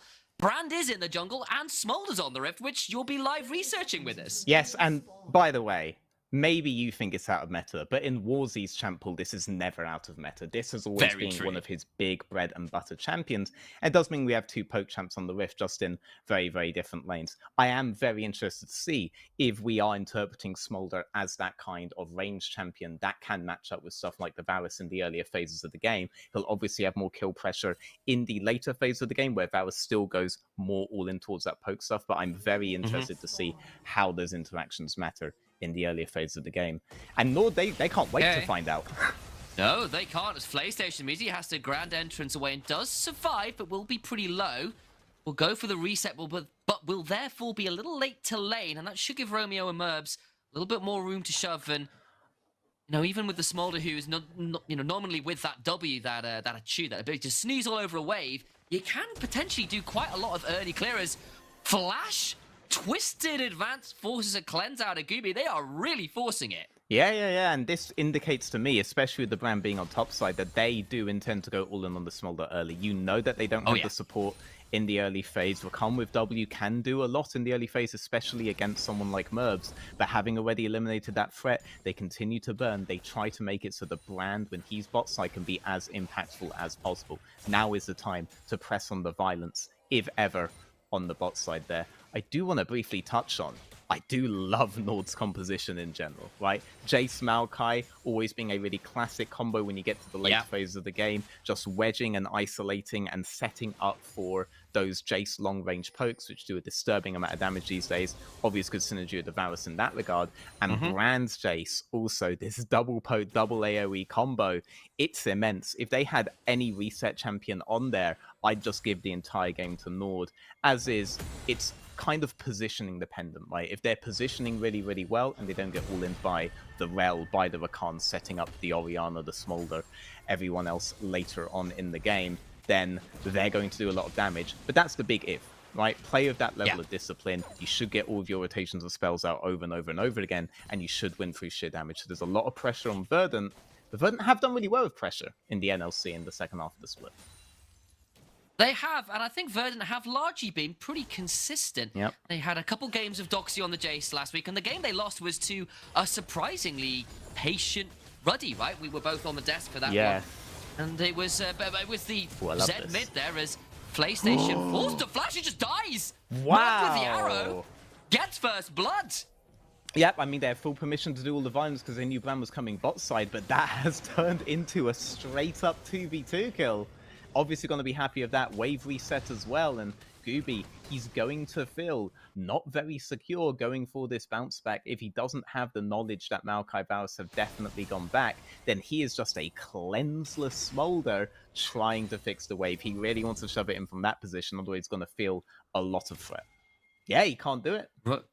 Roshan showing mid might have given a little bit more license, but I think you're right, because they just don't know where what laners were. It was a little bit nervous about shoving it out, and you're all really know what's going on either, and they're going to try and go for an engage, but Romeo's respawn, or rather reset, come mid, which puts Julbu in a difficult position. The damage back is pretty huge as the fire flies absolutely everywhere. Romeo's got a bit deep, though, and finds himself on the wrong end of a Montague plot.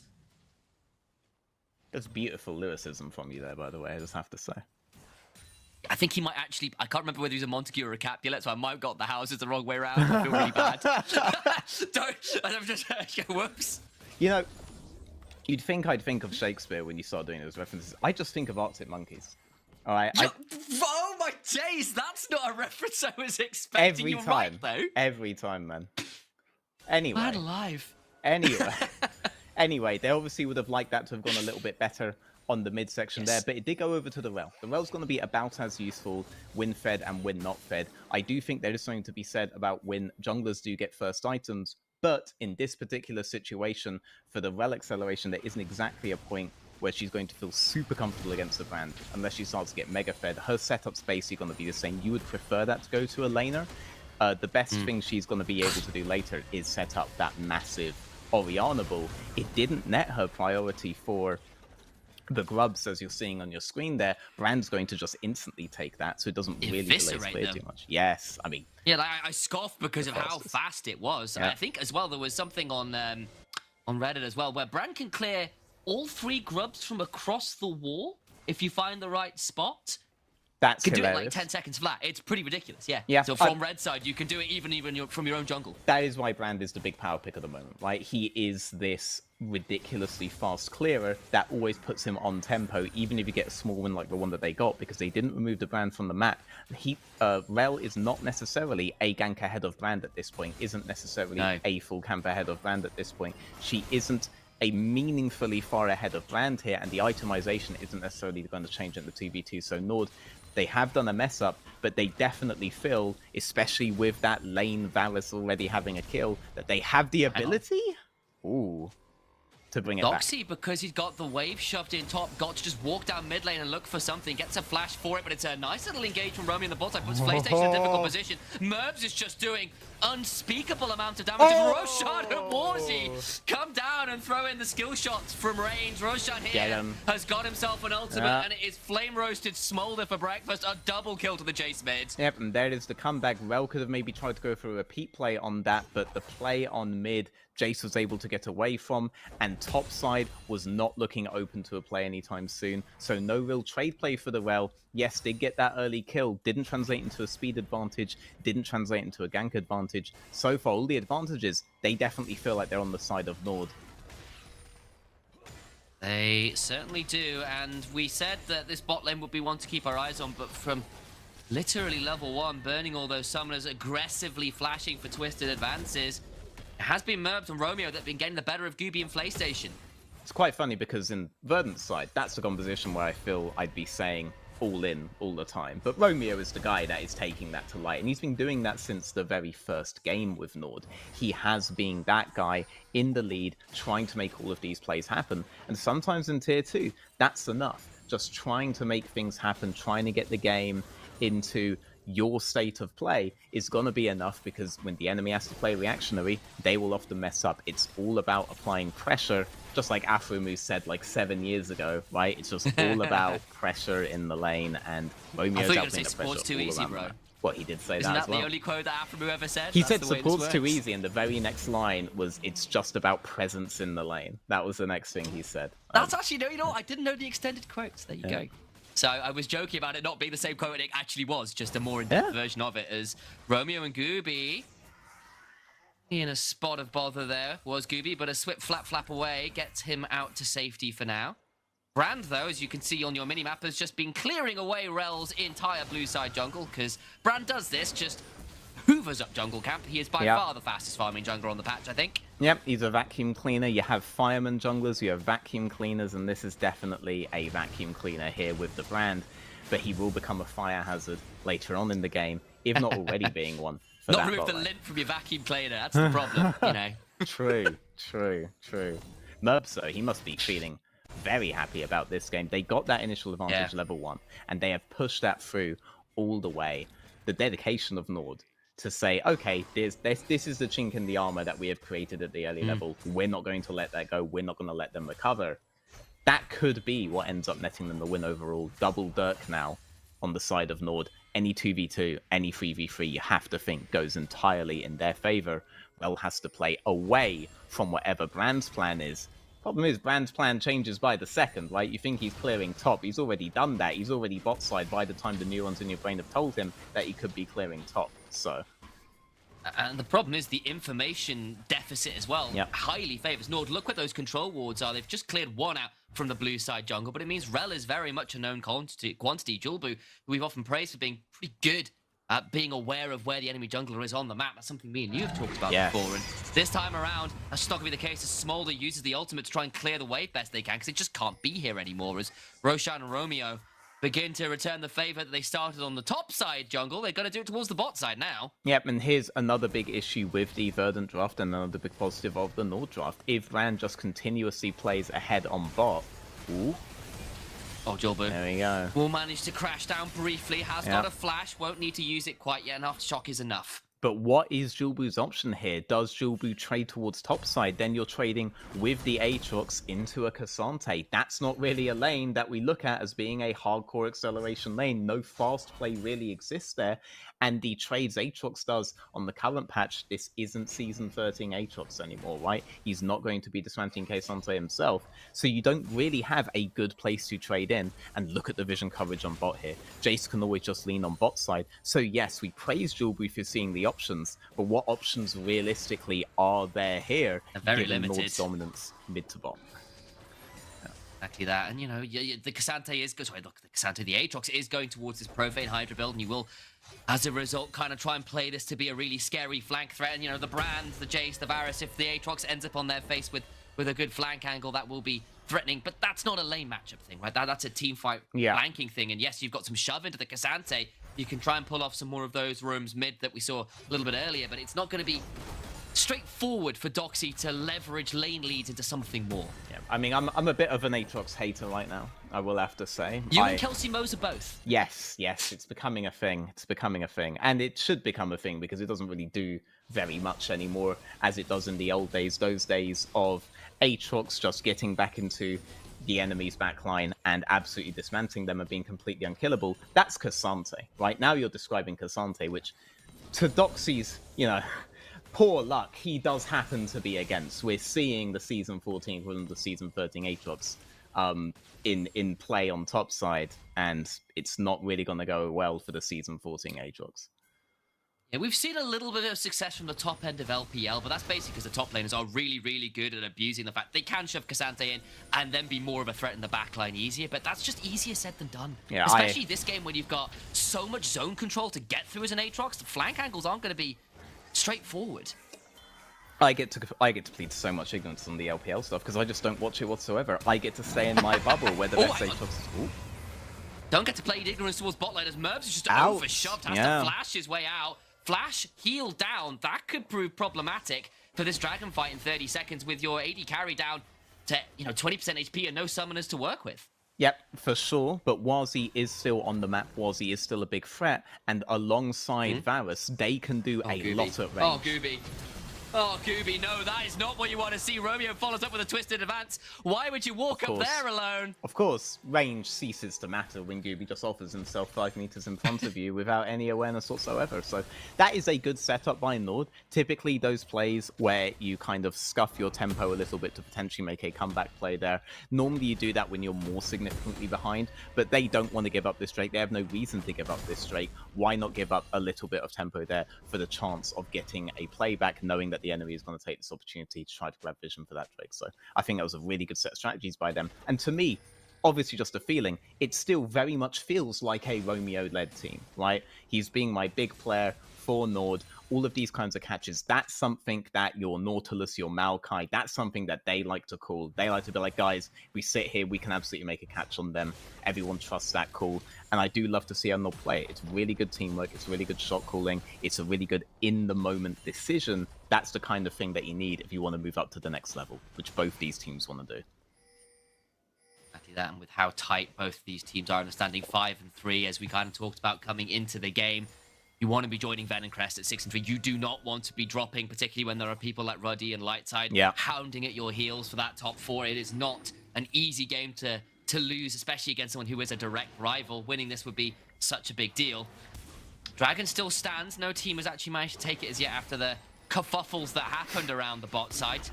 See, No this is out what here as well. Aatrox used to Jilbu do. stops us for doing. Like- Yeah, but now Nile actually might end up in a slightly difficult position. Just about gets out of the infernal chains. There's a wonder there about whether he get pulled back, but Unless you're a little bit of- dismounted Kled, you can walk through it. You're all good in the head. Yes. Dismounted Kled's move speed is your one like get out of jail free card. Like the one champion that can't walk out of Comet. The one champion that can't work out of Infernal Chains. Karma Q as well. Karma Q. Dismounted Kled can't get out of that. 325 move speed. My man is stuck. My man is just Look, stuck without I his feel speed. that's just the exception that proves the rule, dude. Just like it is. I feel like every single time I think I'm having a bad day, you know, I remember, you know, it could be worse. I could I'm be not Kled, I'm dismounted mounted. Kled. Exactly. Yeah, I could be dismounted Kled. Yeah, really, it's really what it is Kled is actually Skarl. You know? Kled without Skarl is just not the same, guys. Ooh, this could be very big though. Look at the angles that Jace Brand are Romeo. coming in from. Oh, Romeo dodges one, won't quite make anything else happen as the He has fiery R. breath begins to fly. This is Romeo enough. tries to get something out of it. Will W fall through? He rolled on the wrong side of this one side, but a good charm onto Gooby. Puts him in a dangerous position. Sorry, it's Merbs, I apologize. And he will likely fall here. Massive Magnusor gets a shutdown. 4, Smolder who claims that one.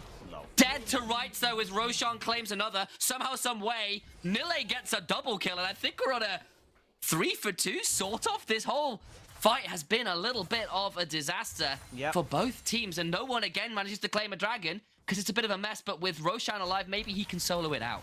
Yep, it was a 3 for 2 in favor of Nord Brand. Jace coming in on a little bit of a delay there, but Romeo, I want to say, when he W'd in there to die, that was the absolute correct move. He angled himself perfectly with his R, wedged himself in for his big AoE poke champions, the Jace and the Brand that were coming in, and set up beautifully. But also shout-outs to Errol there. If Errol didn't flash, this fight would have been even more of a disaster. He flashed perfectly when Warzy jumped over in melee range, ready to slam the hammer down, and he was able to disengage Warzy really, really well. But maybe you've been building against Double Dirk, but the Brand comes in really, really hot in this kind of setup in a jungle fight, massive AoE, and is able to absolutely eliminate them. So the hats off to everyone involved there. With Roshan, I do feel your champion is absolutely busted, baby, but good plays by Errol, brilliant plays by Romeo, good attempt by Warzy.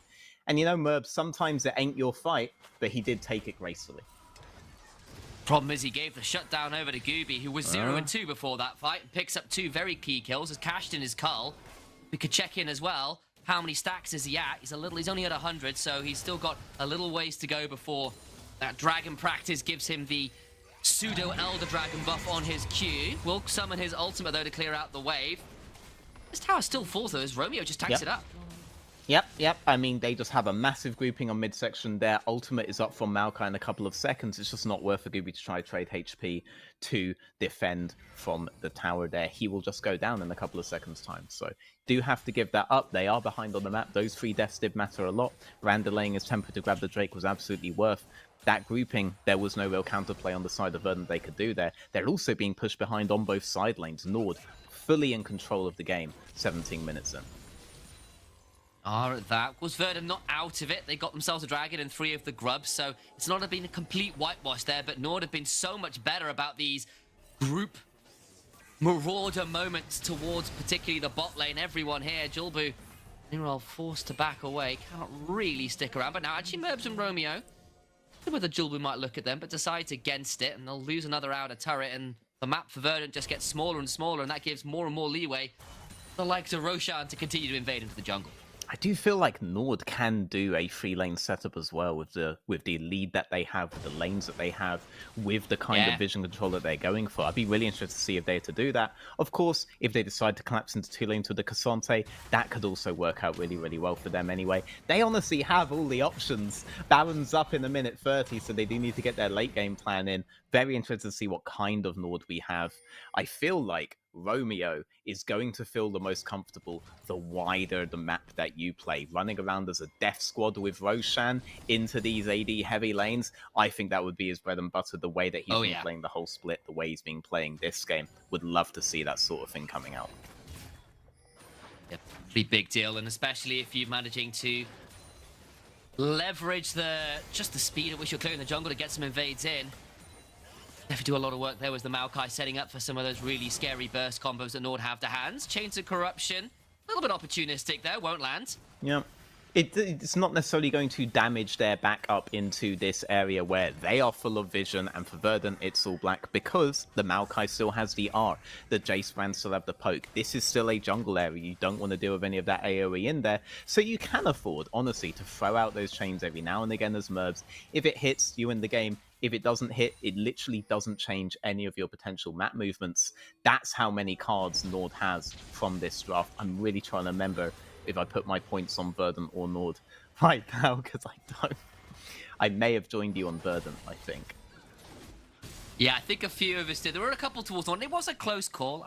For me, I felt Verdant with that a little bit more consistent, but Nord, this game have come up with a killer draft. Have been playing it super, super well, and I'll be losing some points on this one, unfortunately, as Shojin now completed for Gooby. I know the builds from Smolders have been a little bit volatile in terms of what they go towards, but Shojin for more of those abilities, more ability to get those flaps to get away to safety, I think makes some sense this game with the amount you're going to need to dodge and position well. Yep, execution's absolutely everything here on the side of Nord. They do technically have the harder job to be able to execute. I do make fun of how Jace doesn't really take that much skill these days, but the way that Warzy did play out lane, the way that he was very, very consistently leaning into his vision, into his team's strong side, that does need to be lauded, and pivoting straight off of that into that four-man grouping on bot side did net him the 2-0. These decisions, absent of champion, are really disciplined sets of decisions that he's doing. He could have been an abusable factor this game, but he was not. Roshan same, right? Roshan can do anything else around, but the decisions he made was good. The discipline he had to keep pushing on that bot side advantage was good. Their positioning, their discipline playing this wider map state and collapsing into the two lanes that you see here with Cassante, that is all good. It's very good gameplay by them. It's not just a draft advantage. A little moment there as Nord were just looking at whether this Smolder was someone they could engage on a little bit like that. Still getting away for now. Has managed to get a fairly significant distance. Smolder's mom is called in, but I don't know how much parental guidance is going to help her as Nilla goes all out and says, your mum means nothing to me. Julbu crashes down over the wall, and this Cassante continues to go for family members on Verdant's front. The horse falls down that iron horse, dead to rights. See, it just reminds you of Aatrox, no? It reminds you of last season Aatrox. The way that Cassante plays now. I'm telling you, that's the equivalent. Nowadays, Aatrox can only get to that point if he has, like, Carmen Senna on his team. And even then, like, we actually had that exact setup in LEC at one point. Was a little bit of a banger there. Aatrox doesn't have this kind of staying power. I think so long as you get these champions that I like to say don't count every split, Aatrox is going to struggle to get back to that kind of S tier area that he used to be in. As much as we all like Doxy, especially the fond memories, they're going to stay the memories, especially as Nyla is chasing down the rest of his team to make sure that this memory sticks. Exactly that. And honestly, I thought with the flap, the cleanse, with the flash, with the ult from Gooby coming on over, the healing that gives him, I thought that Smolder might just be able to get far enough away, but Nille just said no. Just chased absolute miles. Yeah, no, I mean, he can do that though, no? And even if he was to die there, he'd already made it completely worth. At that point, worst case, you're basically zoning more than half of the enemy team, while your own team is able to take objectives. Brutal champion, doesn't count. I really was proud when Marin recently just straight up said in-game XDDD when he had a similar moment on the champ, because it is just that busted. And it's not even the most impressive part of Nord's composition that they drafted, right? The Brand, Jace, Varus, Maokai 4-man has so much good synergy and have been played so well. And Romeo, for me, right, considering they close, is also the MVP for me for this game, with the amount of plays he set up. That play on bot side was, again, Romeo very being like, clean, yeah. Yep, we go in now. I'm going in, baby. I'm closing my eyes and spamming W, and let's see what will be, will be. And what will be is another set of advantages for Nord. You need a player willing to have that go button. Least so safe. Difficult now. No vision anywhere, and Nord are just setting up sniper alleys absolutely everywhere. Anywhere you walk, there's a Jace, there's a Varus, there's a Brand waiting to chunk you out to half HP from the darkness that exists within your own jungle. Maybe this engage on the other side will be what they need. As Nille, though, will buy so much space as PlayStation is burning out alive. Brand passive does so much work alongside a Pyroclasm, and it is flame roasted bot lane. alongside Doxy falling, and suddenly Nord have got a 3-man advantage. They could turn straight to Baron out of nowhere.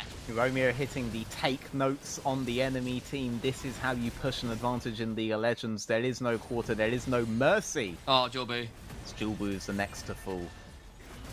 A blast cone and a dream gets Q3'd regardless. The Atofo strikes buffered very well. And Nile and Romeo will likely claim the life of this particular horsewoman. Julbu, but I suspect he's going to try and down note this over to Warzy or Roshan. Is Warzy that picks that one up? Another death, a delayed death timer. And now this shove can continue with this wave that was prepped earlier, Blue Peter style. I wonder how many people are going to get that reference. But I do... And we're the NLC. If I was going to make a UK-specific reference, I've got like a significant chance of people understanding that one. You have the most chance of any broadcast, I will say. But bear in mind, the UK is like 1/7 of the nations that this glorious region represents initialized. And most of them, unfortunately, to their great detriment, do not have access to Blue Visa. They could have had so much. They could have like Thunderbirds and Captain Scarlet as a part of their childhood's care. Oh, Thunderbirds! Oh my lord! Right? Yeah. I think I've still got those toys from my childhood somewhere in the attic of my parents' house. I remember. I think the happiest day of my life, actually. I wonder if I age myself here, or if you will also share the joy. Was when I got this big, bright orange Action Man car. That was one of the happiest Christmases ever of all time. I think I had an Action Man car. I was a bit young to remember it properly, though, but I think my grandma got me one, so maybe that's not a bad shout. It might be somewhere. I'm aging myself. Along with a... I'm sorry about that. It's all good. Action Man goes all in all the time, just like Romeo does with Nord. Their own Action Man. Every game, consistently. For me, like, the MVP question is almost always just, okay, was Romeo on an engaged champ? It probably goes to him. Errol. Romeo gets the edge of the route. And right I mean there, that with showing it absolutely again. every version of that word. I mean, I can just keep praising him, and he will just keep proving it over and over again. I absolutely love to see this kind of thing. Yes, it could end your career in like a Hylissang-esque way, where you're just known to be going all in all the time. But think of all the success that has brought Hylissang thus far. It isn't just a slightly viable thing. I think this is a necessary characteristic if you're going to be a player in this kind of a role. In League of Legends. Necessarily, you have to be able to do this with zero hesitation. Romeo fits that bill entirely. Joins the league, such a young player, and he is coming in with such style. The rest of Nord as well, so coordinated with it. This shove onto the base looking pretty deadly as Scooby down with 3rd HP already. Pyroclasms begin to fly once more. Smolder calls Force Mum, but I just don't think the PTA are listening, mate. Your parents' evening report card just isn't enough because Merbs has beaten you absolutely everywhere he counts. He takes him back to school. Yeah. Another kill onto the dragon. Merbs heard all the praise going to his support, and he wanted some for himself. Finally, the ultimate lands, leads to potentially the final play. Oh, it's a desperation moment as PlayStation fights an engage, but you've already lost 2 members. There's just not enough. They get Romeo, yes, but what about the rest? Can they halt this shove? It looks like Nord have had enough for now, and Nord do what Nord do, and I'm not sure they're ending before 30 minutes quite yet, somehow, some way. Yep, Romeo's true loves aren't going to die upon seeing his death this time around. They're going to retreat, they're going to come back for more, and they're going to give this story a happy ending. No. Another Infernal Dragon to a double lethality poke mid-bot and a Brand. You know what that sounds like? Absolute disaster for Verdant. Yeah, I don't see any firemen on the side of Verdant, so disaster after disaster here, but you know, I am a hopeless romantic. Romeo's carrying this game. The fires of the heart are burning very, very strongly on the side of Nord.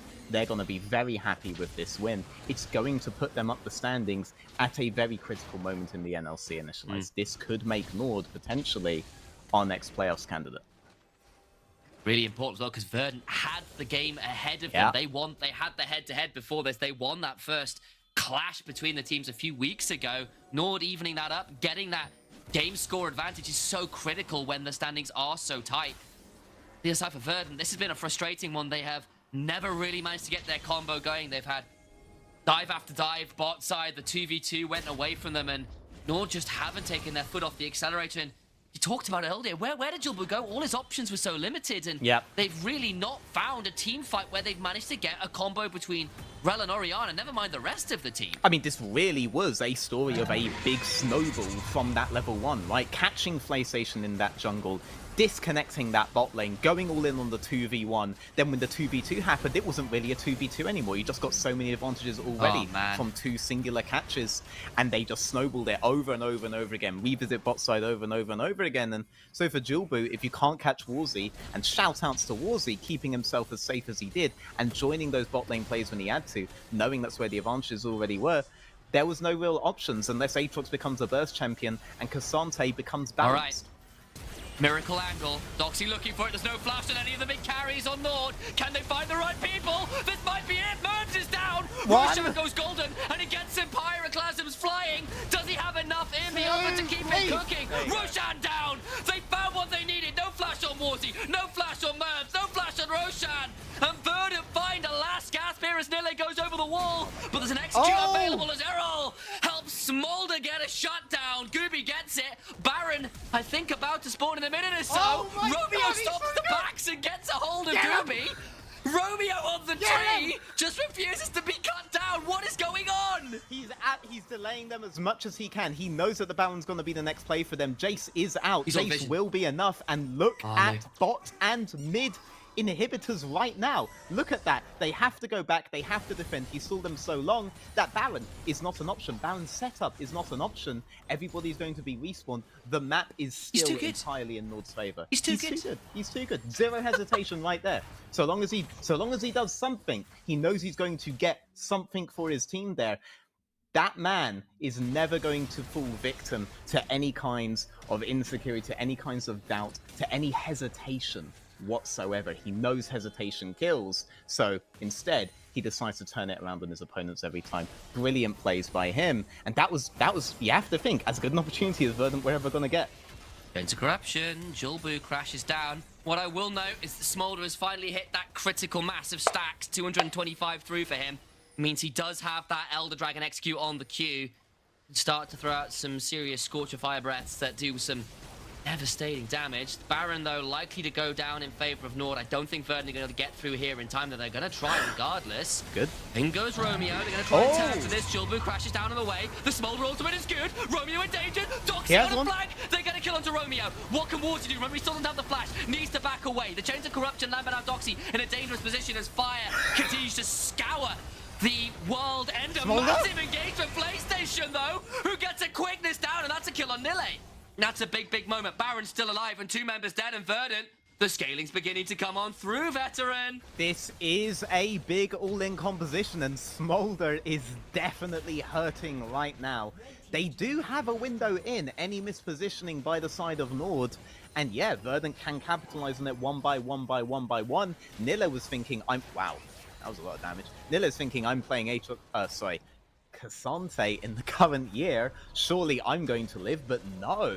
Smolder's in the game now, baby, and combined with the Oriana, combined with the all-in composition, they do have the ability to take them down one by one by one. That positioning stuff we were talking about earlier on in the game, that matters so much for Nord now, because whereas they had what felt like an insurmountable lead, it has been quite evened up. Yes, the gold isn't there, but the stats absolutely are, so now it becomes a true skill-on-skill test. But Nord just have to win one fight. Verdant have to keep doing this over and over again, because on one fight by Nord, they will end the game.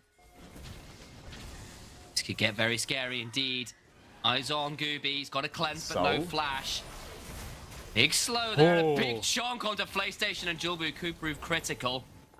A little bit of healing back courtesy of Guardian. Of course, there is a honey fruit available.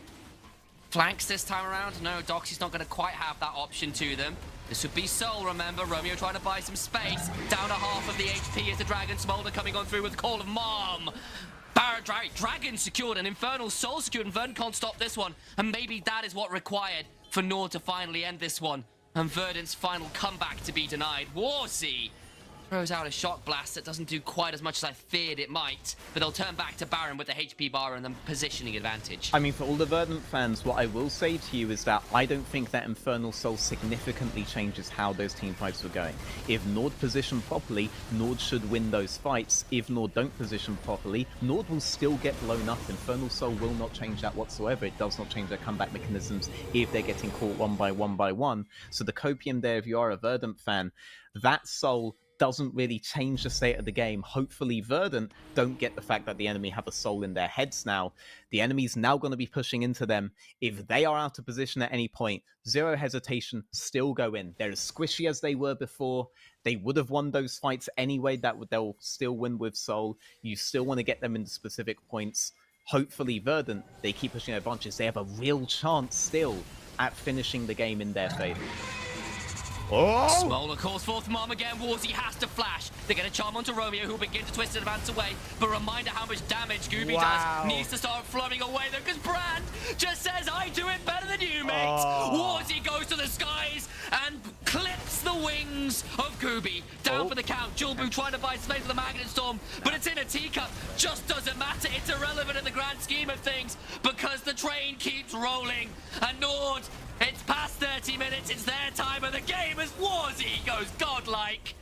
Those shock blasts are doing so much damage at this point, and Erol alone survives to try and do something, a flash on forwards, and a conflagration will show the cremation of the whole of Verdant. They burn to the ground, and it's a funeral that Nord are so grateful to attend. They move to 6-3, and Verdant fall to 5-4.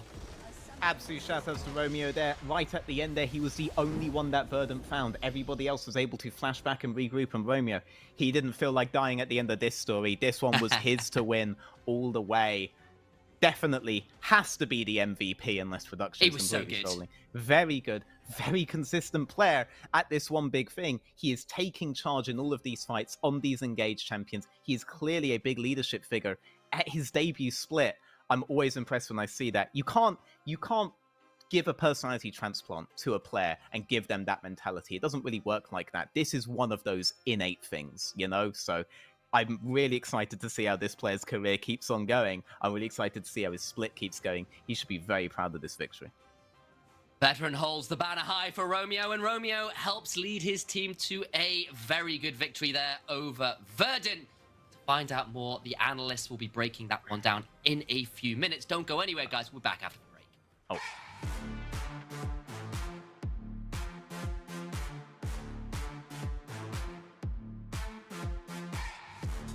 At SteelSeries, we make the headsets, mice and keyboards that the world's best gamers win the most with. And we've been doing it since way back.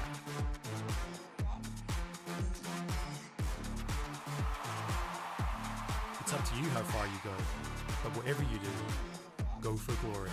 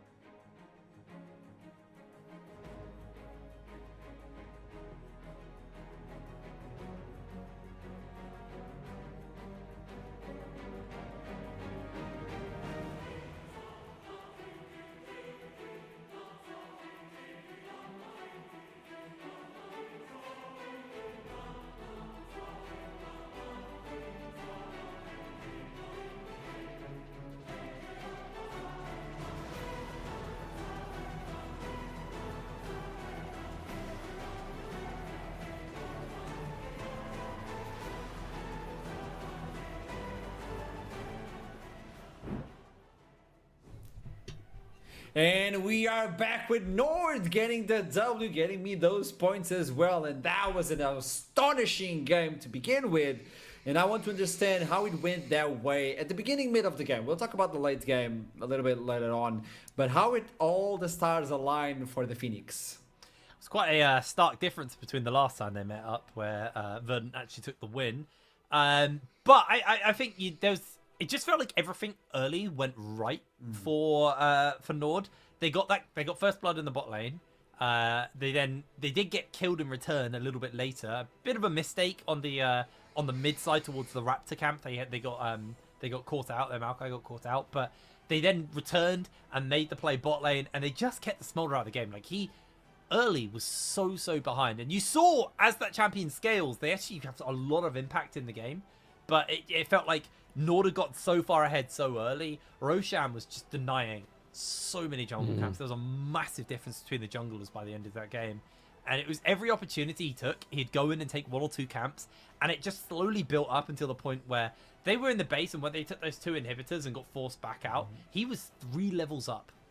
It was just an absolutely monumental lead. And I don't think it was like one thing that defined that game. I just think Nord won everything they could. Like everything went right for them. There were mistakes, don't get me wrong. They got absolutely slammed in the base when they were trying to end. But outside of, a few little minor mistakes, they had done everything right early, but they just set themselves up such a safety cushion for those mistakes where it didn't really cost them too much. The safety net was way too big, but I want to understand how it went from so good to so bad and then good as well. As we talk with Roshan, who's waiting for us at the interview. Welcome to the show. Hello. Again, I love those curtains. How are you doing? Yeah, I'm doing great. It feels great putting on such a clean game, to be honest. Roshan, come on, tell me. Is there like a better taste right now as you got the revenge on the second half of the split versus them? Yeah, there definitely is a bit of revenge in that win. Were you guys like a little bit triggered, like, oh, we lost last time, it was not even pretty, let's make it like a bloodbath? Was there something before the game started? I mean, not that much before. I think the last loss against Verdant was all more on us than on them. We didn't really get our tools, the things we wanted, but in this game we did, and yeah, it definitely showed a difference. But tell me something, because not only I was the caster putting all the points on you guys, because I believe just pointing that out, but also there was a point in the game where my blood pressure just went above the legal limit. What happened? I'm guessing you're referring to the inif on top? Yeah, where you guys were like, yeah, we can end the game or we can end all hopes. Yeah, we were calling it about the only way they can win the fight is with the wombo combo, right? At the end they did get it off. It was getting a little scary as well with the smaller scaling, but I mean, no objective was up yet. They use all their flashes, so after that fight, then the next fight is going to be even better, right? That was like the Bow's death, where you die for the purpose of they lost the flashes, so that means next fight we win. That was the objective, right? Yeah, in a way. That's what we're going for. Now, there's something I'm asking everybody on the top 4 because I love this question. Everybody's tied up, yada, yada, yada. I don't care. I want to know if you see any of those top teams not making it. If you see a specific name right there at the top of the standings and you're like, yeah, they got the points, but they're not going to make it.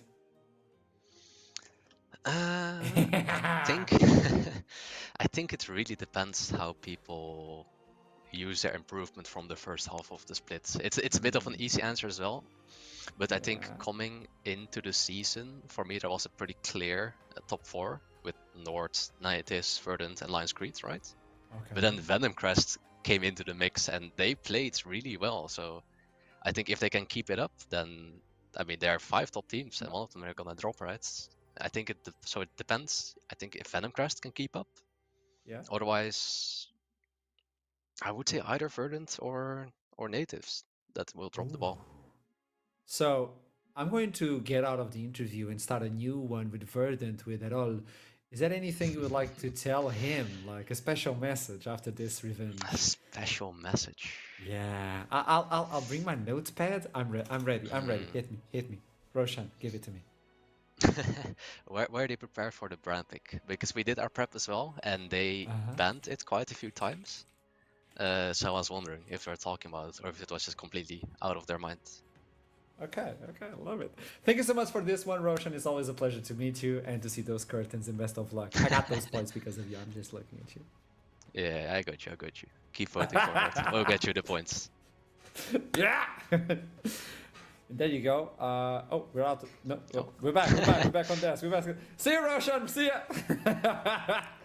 I love where they prepare for the brand pick, but also a team will fall and Venom Crest will take their place. Ooh. Yeah, he said maybe Natives or Verdant might be the ones to fall. They just beat Verdant, so it's not looking too hot for them, but it is so hard to call, isn't it? Just when you look at all the teams, that's not even giving any thought to like Lightside to an now 4-4, Ruddy as well. Like these teams aren't out of the playoff race by any means, so it could still happen for them. I'm just waiting for a specific information because if it turns out to be true, we can just skip it and talk about the next game, which is going to be Ruddy and Alliance Creed. And before we do so, can we get the predictions from the casters? I just want to see it. I just want to see that beautiful predictions coming in from the casters, because everybody's like, nah, Alliance Creed, look at this. Alliance Creed all over the board, and there's two madmen. Initialize and that weird guy with the long hair, I don't know who that guy is. 3 points on Ruddy. It's not even 1 point. It's 3. Mental. Yes, and I'm not quite sure these stonks are going to pay off, honestly. Ruddy have been about as coin flip and hit and miss as possible, to be honest. I had some more faith in them last week, and they did reward me, actually. So, yeah. I don't know. I don't think it's the craziest thing. Jake was saying right at the beginning of the show, like with Lions Creed, even if you started from scratch, like fresh slate 0-0, it's not like they found their form. They're still just completely all over the shop. So, yeah. I will say, though, Lions Creed have at least been on a better upward trajectory as of late, where I think both these teams started with a very shaky start to the split. I think the coin flip is the perfect way to describe Ruddy. They've been so on and off. Where Lions Creed, these guys, while they're not perfect, they definitely seem to have found their form, and Johan has been a driving factor for this. You know, obviously, KD, I think, is a pretty loaded stat. I don't think it really tells you too much, but things like KP, damage per minute, you know, these are the ones that you really actually get to see what they're offering. Like, Johan is first in kill participation in their role, mind you. They're the highest damage per minute in their role as well. Like, their KD's great, but like it's also backed up by all the other good stats as well. So they are playing tremendously well.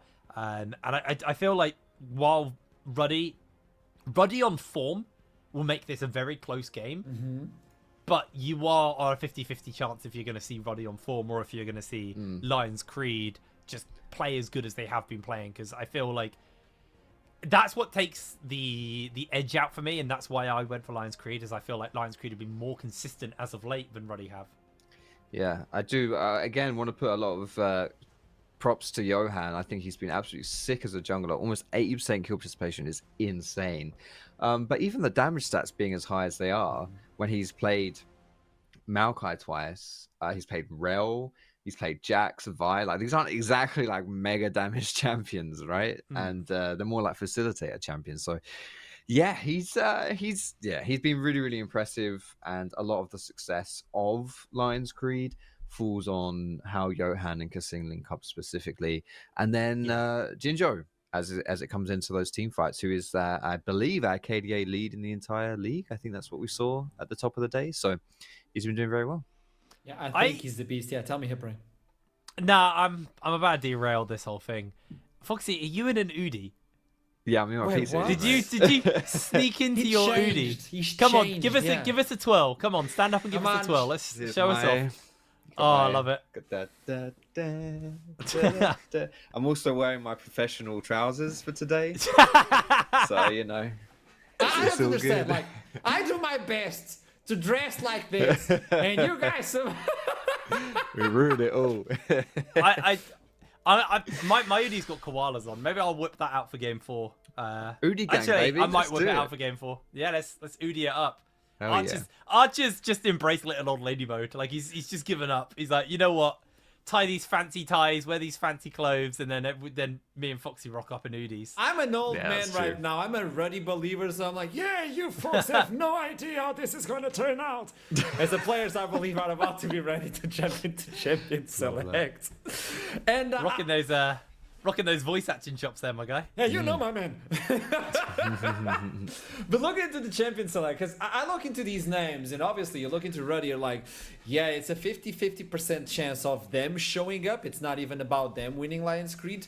But remember the last interview we had, as they kept talking like, scrims are looking way too good. The players are finally on point. Everything is aligned, and it was the manager, I believe she's listening to me, and I'm looking at you. You're not, I kind of want to look at you, but there's, online. But she told me, like, there's no way you're a good analyst and you're not putting points on Ruddy. You have to believe me. I'm believing in her. It's one of those things, though, where, like, scrims are a metric, but I don't think they're the metric to judge a team's capabilities off. We've seen teams who have been killing it in scrims and absolutely sprinting it in actual play. I'm not saying Ruddy are that team, by the way, but I do think, scrims only say so much, because there's a massive difference between whipping out some quick scrims, because sometimes it's you play the first 15 minutes and then you restart and go into the next scrim, versus sitting down and you're playing for real. This is a game where the point matters, those nerves come in, and I don't think Ruddy really been struggling with nerves. I think they've probably been struggling with Nerds. Brilliant. They got 5 nerds on their team, but They do. no, I don't think they've been struggling with nerves. I just think it has been the consistency issues. And like I was saying, it's a 50-50 chance if they're going to show up. But then that doesn't mean they win the game. That means they get there to play the game versus Lions Creed. We'll have to see. I think Alex has been a standout performer. We brought him up at the beginning of the day. He has been super fun to watch. The Yones, the Zeds, the really, really exciting and fun to watch mid lanes always get me cheering on for Ruddy, even if I don't have points on them.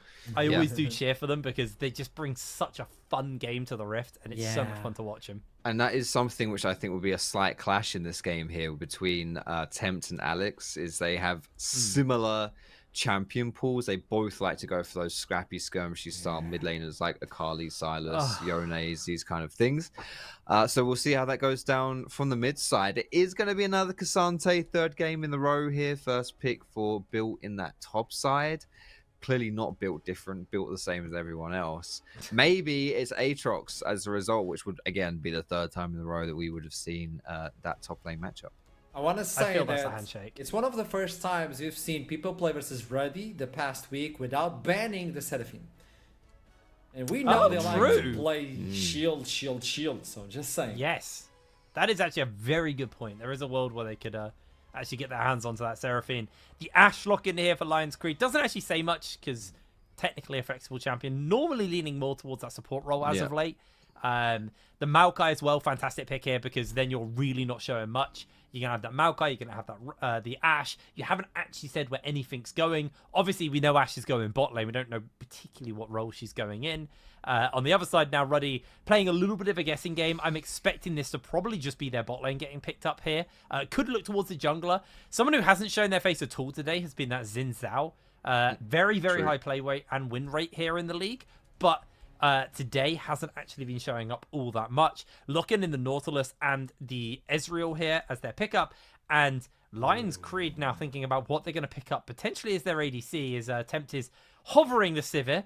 I'd be surprised if they do lock that in. I mean, it's not the actually worst pick in the world, and it looks like we're having the Braum. We're having the Braum. Last second. I was about to say, I was like, I'm not sure how I feel about the Sivir, but the Braum obviously now reveals that the Ashe is going to be going in the ADC role, and that's a real wall. You got the Braum, you've got the Maokai to get past, and they got a lot of engage, a lot of non-committal engage as well as the main thing for Lions Creed. They don't have to throw their bodies into the mix unless they're absolutely sure they want to.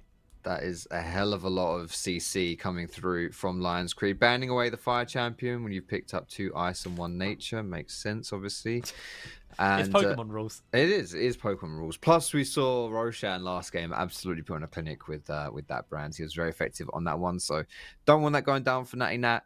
Instead, just going to take it away. The Tristana as well here. Not too surprising, actually. I would say getting more like a AD style focused bans, because even like as far as your mid laners go, because I do think like when you've got the Ashe, sometimes you do want a little bit more coming through because she can be seen as a bit of like a facilitator rather than one of those hyper carry, hard carry ADCs. A lot of jungle bans here though from the side of Lions Creed, really wanting to pinch Natty Nat's pool. He is going to have to dig deep here. Obviously, as you said, Xin Zhao's always open. It is his most played champion, and there's a lot of options, not a lot of options otherwise. But yeah, that's just that's going to be the Fiora for Banderas. He loves. Wait, that was an Fiora. Insta Z. That was an Insta Z. Okay, and the Carthus. Last time he did it. Remember. What is going on? Bro, the Carthus is sick. I'm such a big fan of that.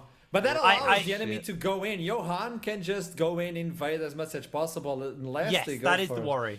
That is the worry. You are susceptible for invades depending on the lanes here. So if they get a good mid lane matchup, suddenly Johan is unlocked to constantly keep Natty from actually being able to get anything. And okay, so they're locking the Akali. So this is assassin v assassin. This is a fun mid. We'll get onto that briefly. But depending on how this mid lane goes, that really is the difference maker for Johan, because Natty is going to be a very fast clearer eventually, but initially quite a slow clearer and very item dependent as that Carthus. You really want to get those levels so you can get to level 11 and get 2 points in your ult. You want to get all your items built so you can just do as much work as possible with that ultimate.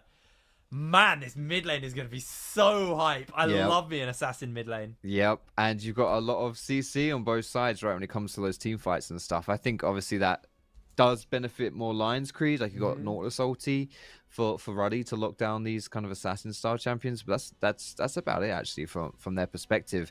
But the Maokai, I think, is going to get huge value in this game. Like, you know, versus Zed versus Ezreal, a point-and-click CC.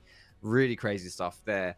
And yeah, that Carthus, you know, he can put on, you know, a bit of a jungle clearing clinic if he wants to early. If he's left undisturbed, and you'd think, yeah, I mean, it's a Maokai mid, probably not going to be that aggressive against me. But you're right, he needs time. He needs time to scale and to build things up. So question is, will Lions Creed give them that time? I just want to point out that even though Ruddy is almost at the bottom of the standings, if they win today, they will tie up with Lions Creed, which is a team that is looking for that spot at playoffs. So everything can change at the standings, and it's going to start right now. Like the game is going to start as soon as I toss it to the casters. Is it initialized? And Veteran are ready for this.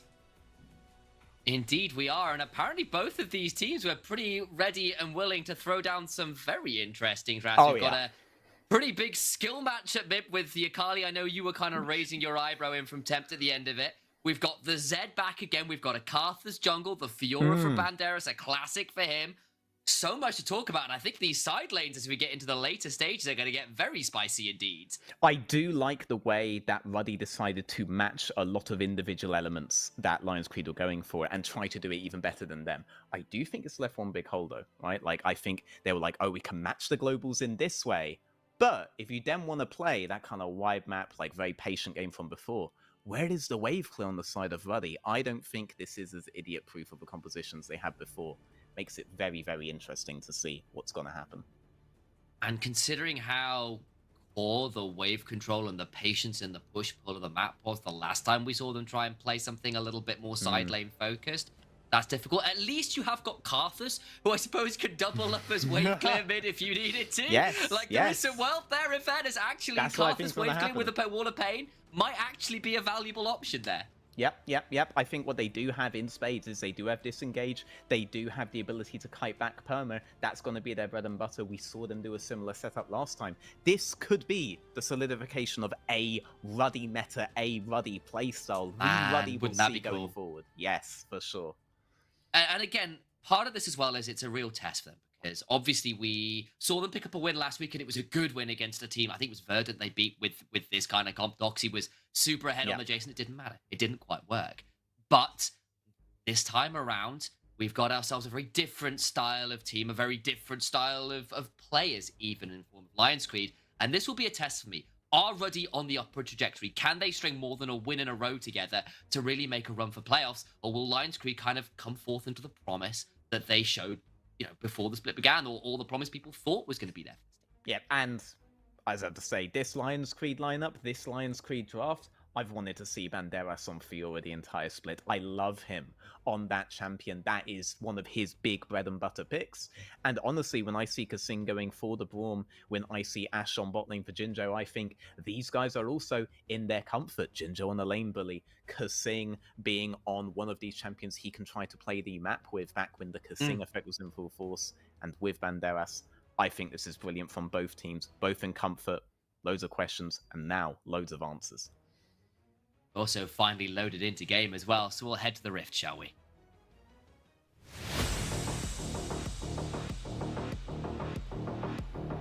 Okay, are these videos new?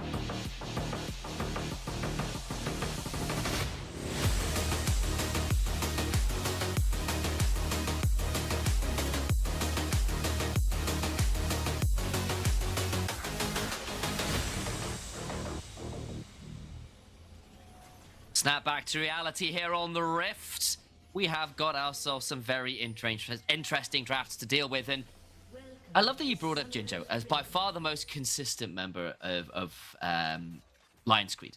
But I also want to call out, he's by far been the most consistent AD carry across the board. So, Jinjo is the #1 CSD at 15 player in the for AD carries in the league. He's 19 CS up on average at 15. What do you think is the second place CSD at 15 for an AD carry? Probably about 5-6. 2. 2. That is the Rusty Sniper and Merbs are tied at second with 2. Yeah. But basically, because so many of the AD carries have been so inconsistent in terms of whether they're winning or losing lanes, and Jinjo's just been the one who's been consistently getting advantages. I mean, for Rusty, he was one of these big Draven players, right? But if he doesn't get these kinds of picks, Aphelios isn't in the same lane bully position, the current meta that he was before, whereas all of Jinjo's lane bully picks, they are still meta right now. The Kallistas, the Ashes, as you're seeing on your screen here, all of them are in meta. This is where he is in vogue. He's not being reliant on these classic champs like the Draven to be getting that kind of stuff going. So it does feel to me like Jinjo would be the most consistent in general. I'm not going to say that he's changing the meta in the same way, but in my head, his place is like Forgiven was back in the day, right? It's the very similar kind of champ. bold analogies in terms of pool, very, very similar, with very similar demands and very similar playstyle across all of his teams. When I think Jinjo, I still think Caitlyn. Right? That is. I see the archetype. I see the only thing I'll say is Jinjo has played Callista and didn't get salty about it. Look, man, I was on that team when yes, Forgiven played Callista. He was not salty about playing Callista the one time we were able to manipulate him into playing Callista.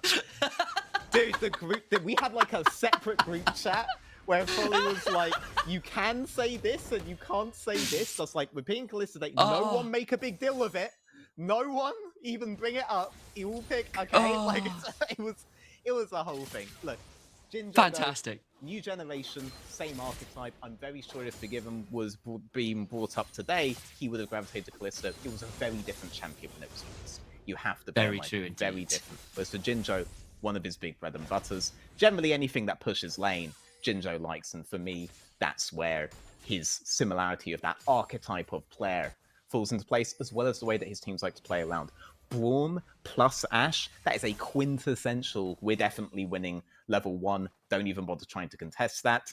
So level 2, she's a Nautilus, poor guy. That's a miserable time. And on the bounce back as well, they're going to have re-engage options. And instead of resetting like so many people would do on the first 3 waves crash, they want to go back into lane. They want to thin out the wave because they do want that contest coming back in.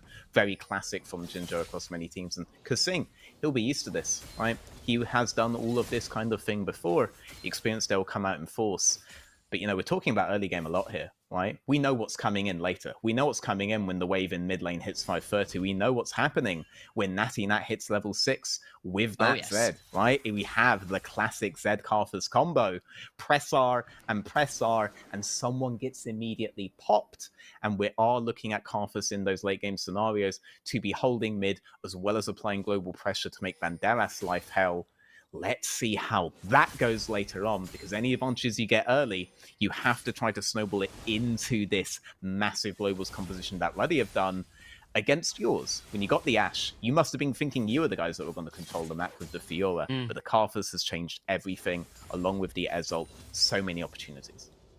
And it's not a Rengar, but it is a farming carry lethal jungle. I know in the Karthus, it's a similar sort of archetype, even if of course with Rengar it's much more about like the one person assassination, but it's that similar kind of aggressive carnivorous mindset in terms of I want gold, I want resources, I am going to be a threat, get me to level 6 and I will do damage here. Even if of course, you know, Rengar and Karthus do play very differently as champions, obviously. No, but it's very understandable what you mean, right? If Rengar is not on the map, you do have to play like Rengar can be anywhere, because he can be anywhere, and suddenly a lot of your vision is pointless. Your vision is also pointless against Karthus, because even if you see him mid, if you press his eye, he's hitting you anyway. Right? It doesn't, these concepts have abandoned League of Legends in this game, which is very good if you are a young team like Ruddy that still needs to develop on those concepts. That's been the big thing. Ever since Wolverine has been added to the lineup, he's found ways around these concepts to simplify the game and make it more of a disciplined game rather than, I mean, it hurts me to ever call League this, rather than an intellectual game. Sometimes hands matter, and sometimes it's just, have you thought this through properly? And I think there is some truth that is. Mid lane, we've been hovering around it a lot for a reason. It's a bit of a Kinko showdown here between the OG assassin in the mid lane in Zed, and of course, that deadly reworked Akali that's been so prominent across pro play over the recent years. Did get level 6 first, and has largely had Alex shoved under tower for the majority of it, and really had the opportunity to back here. I think he's probably waiting on a Dirk back if he can make it happen. Also have a DMAT to his name, so might be trying to wait for a cannon wave and then using that as his opportunity to get back home. I mean, it is somewhat of a fake level 6 anyway for Zed. The real power comes when Karthus is also 1-6, and Alex is fully aware that he could end up being pushed in on this lane. Akali, very good lane bully features. The thing about Zed that really helps him pre-6 is his ability to farm the wave safely with WQ, with WE, out of range of these short trades that Akali is so strong about. You really don't want to get hit by Akali's passive auto, but Alex does know, like, maybe this is going to happen. That's why I teleport, right? I'm going to be backing in this bad wave state, but that's fine, because I'm going to teleport in, I'm going to catch the wave. I have diminished all of that. I don't need a combat sum. I don't need the advantages early. Once Karthus is 6, the game honestly starts to play itself.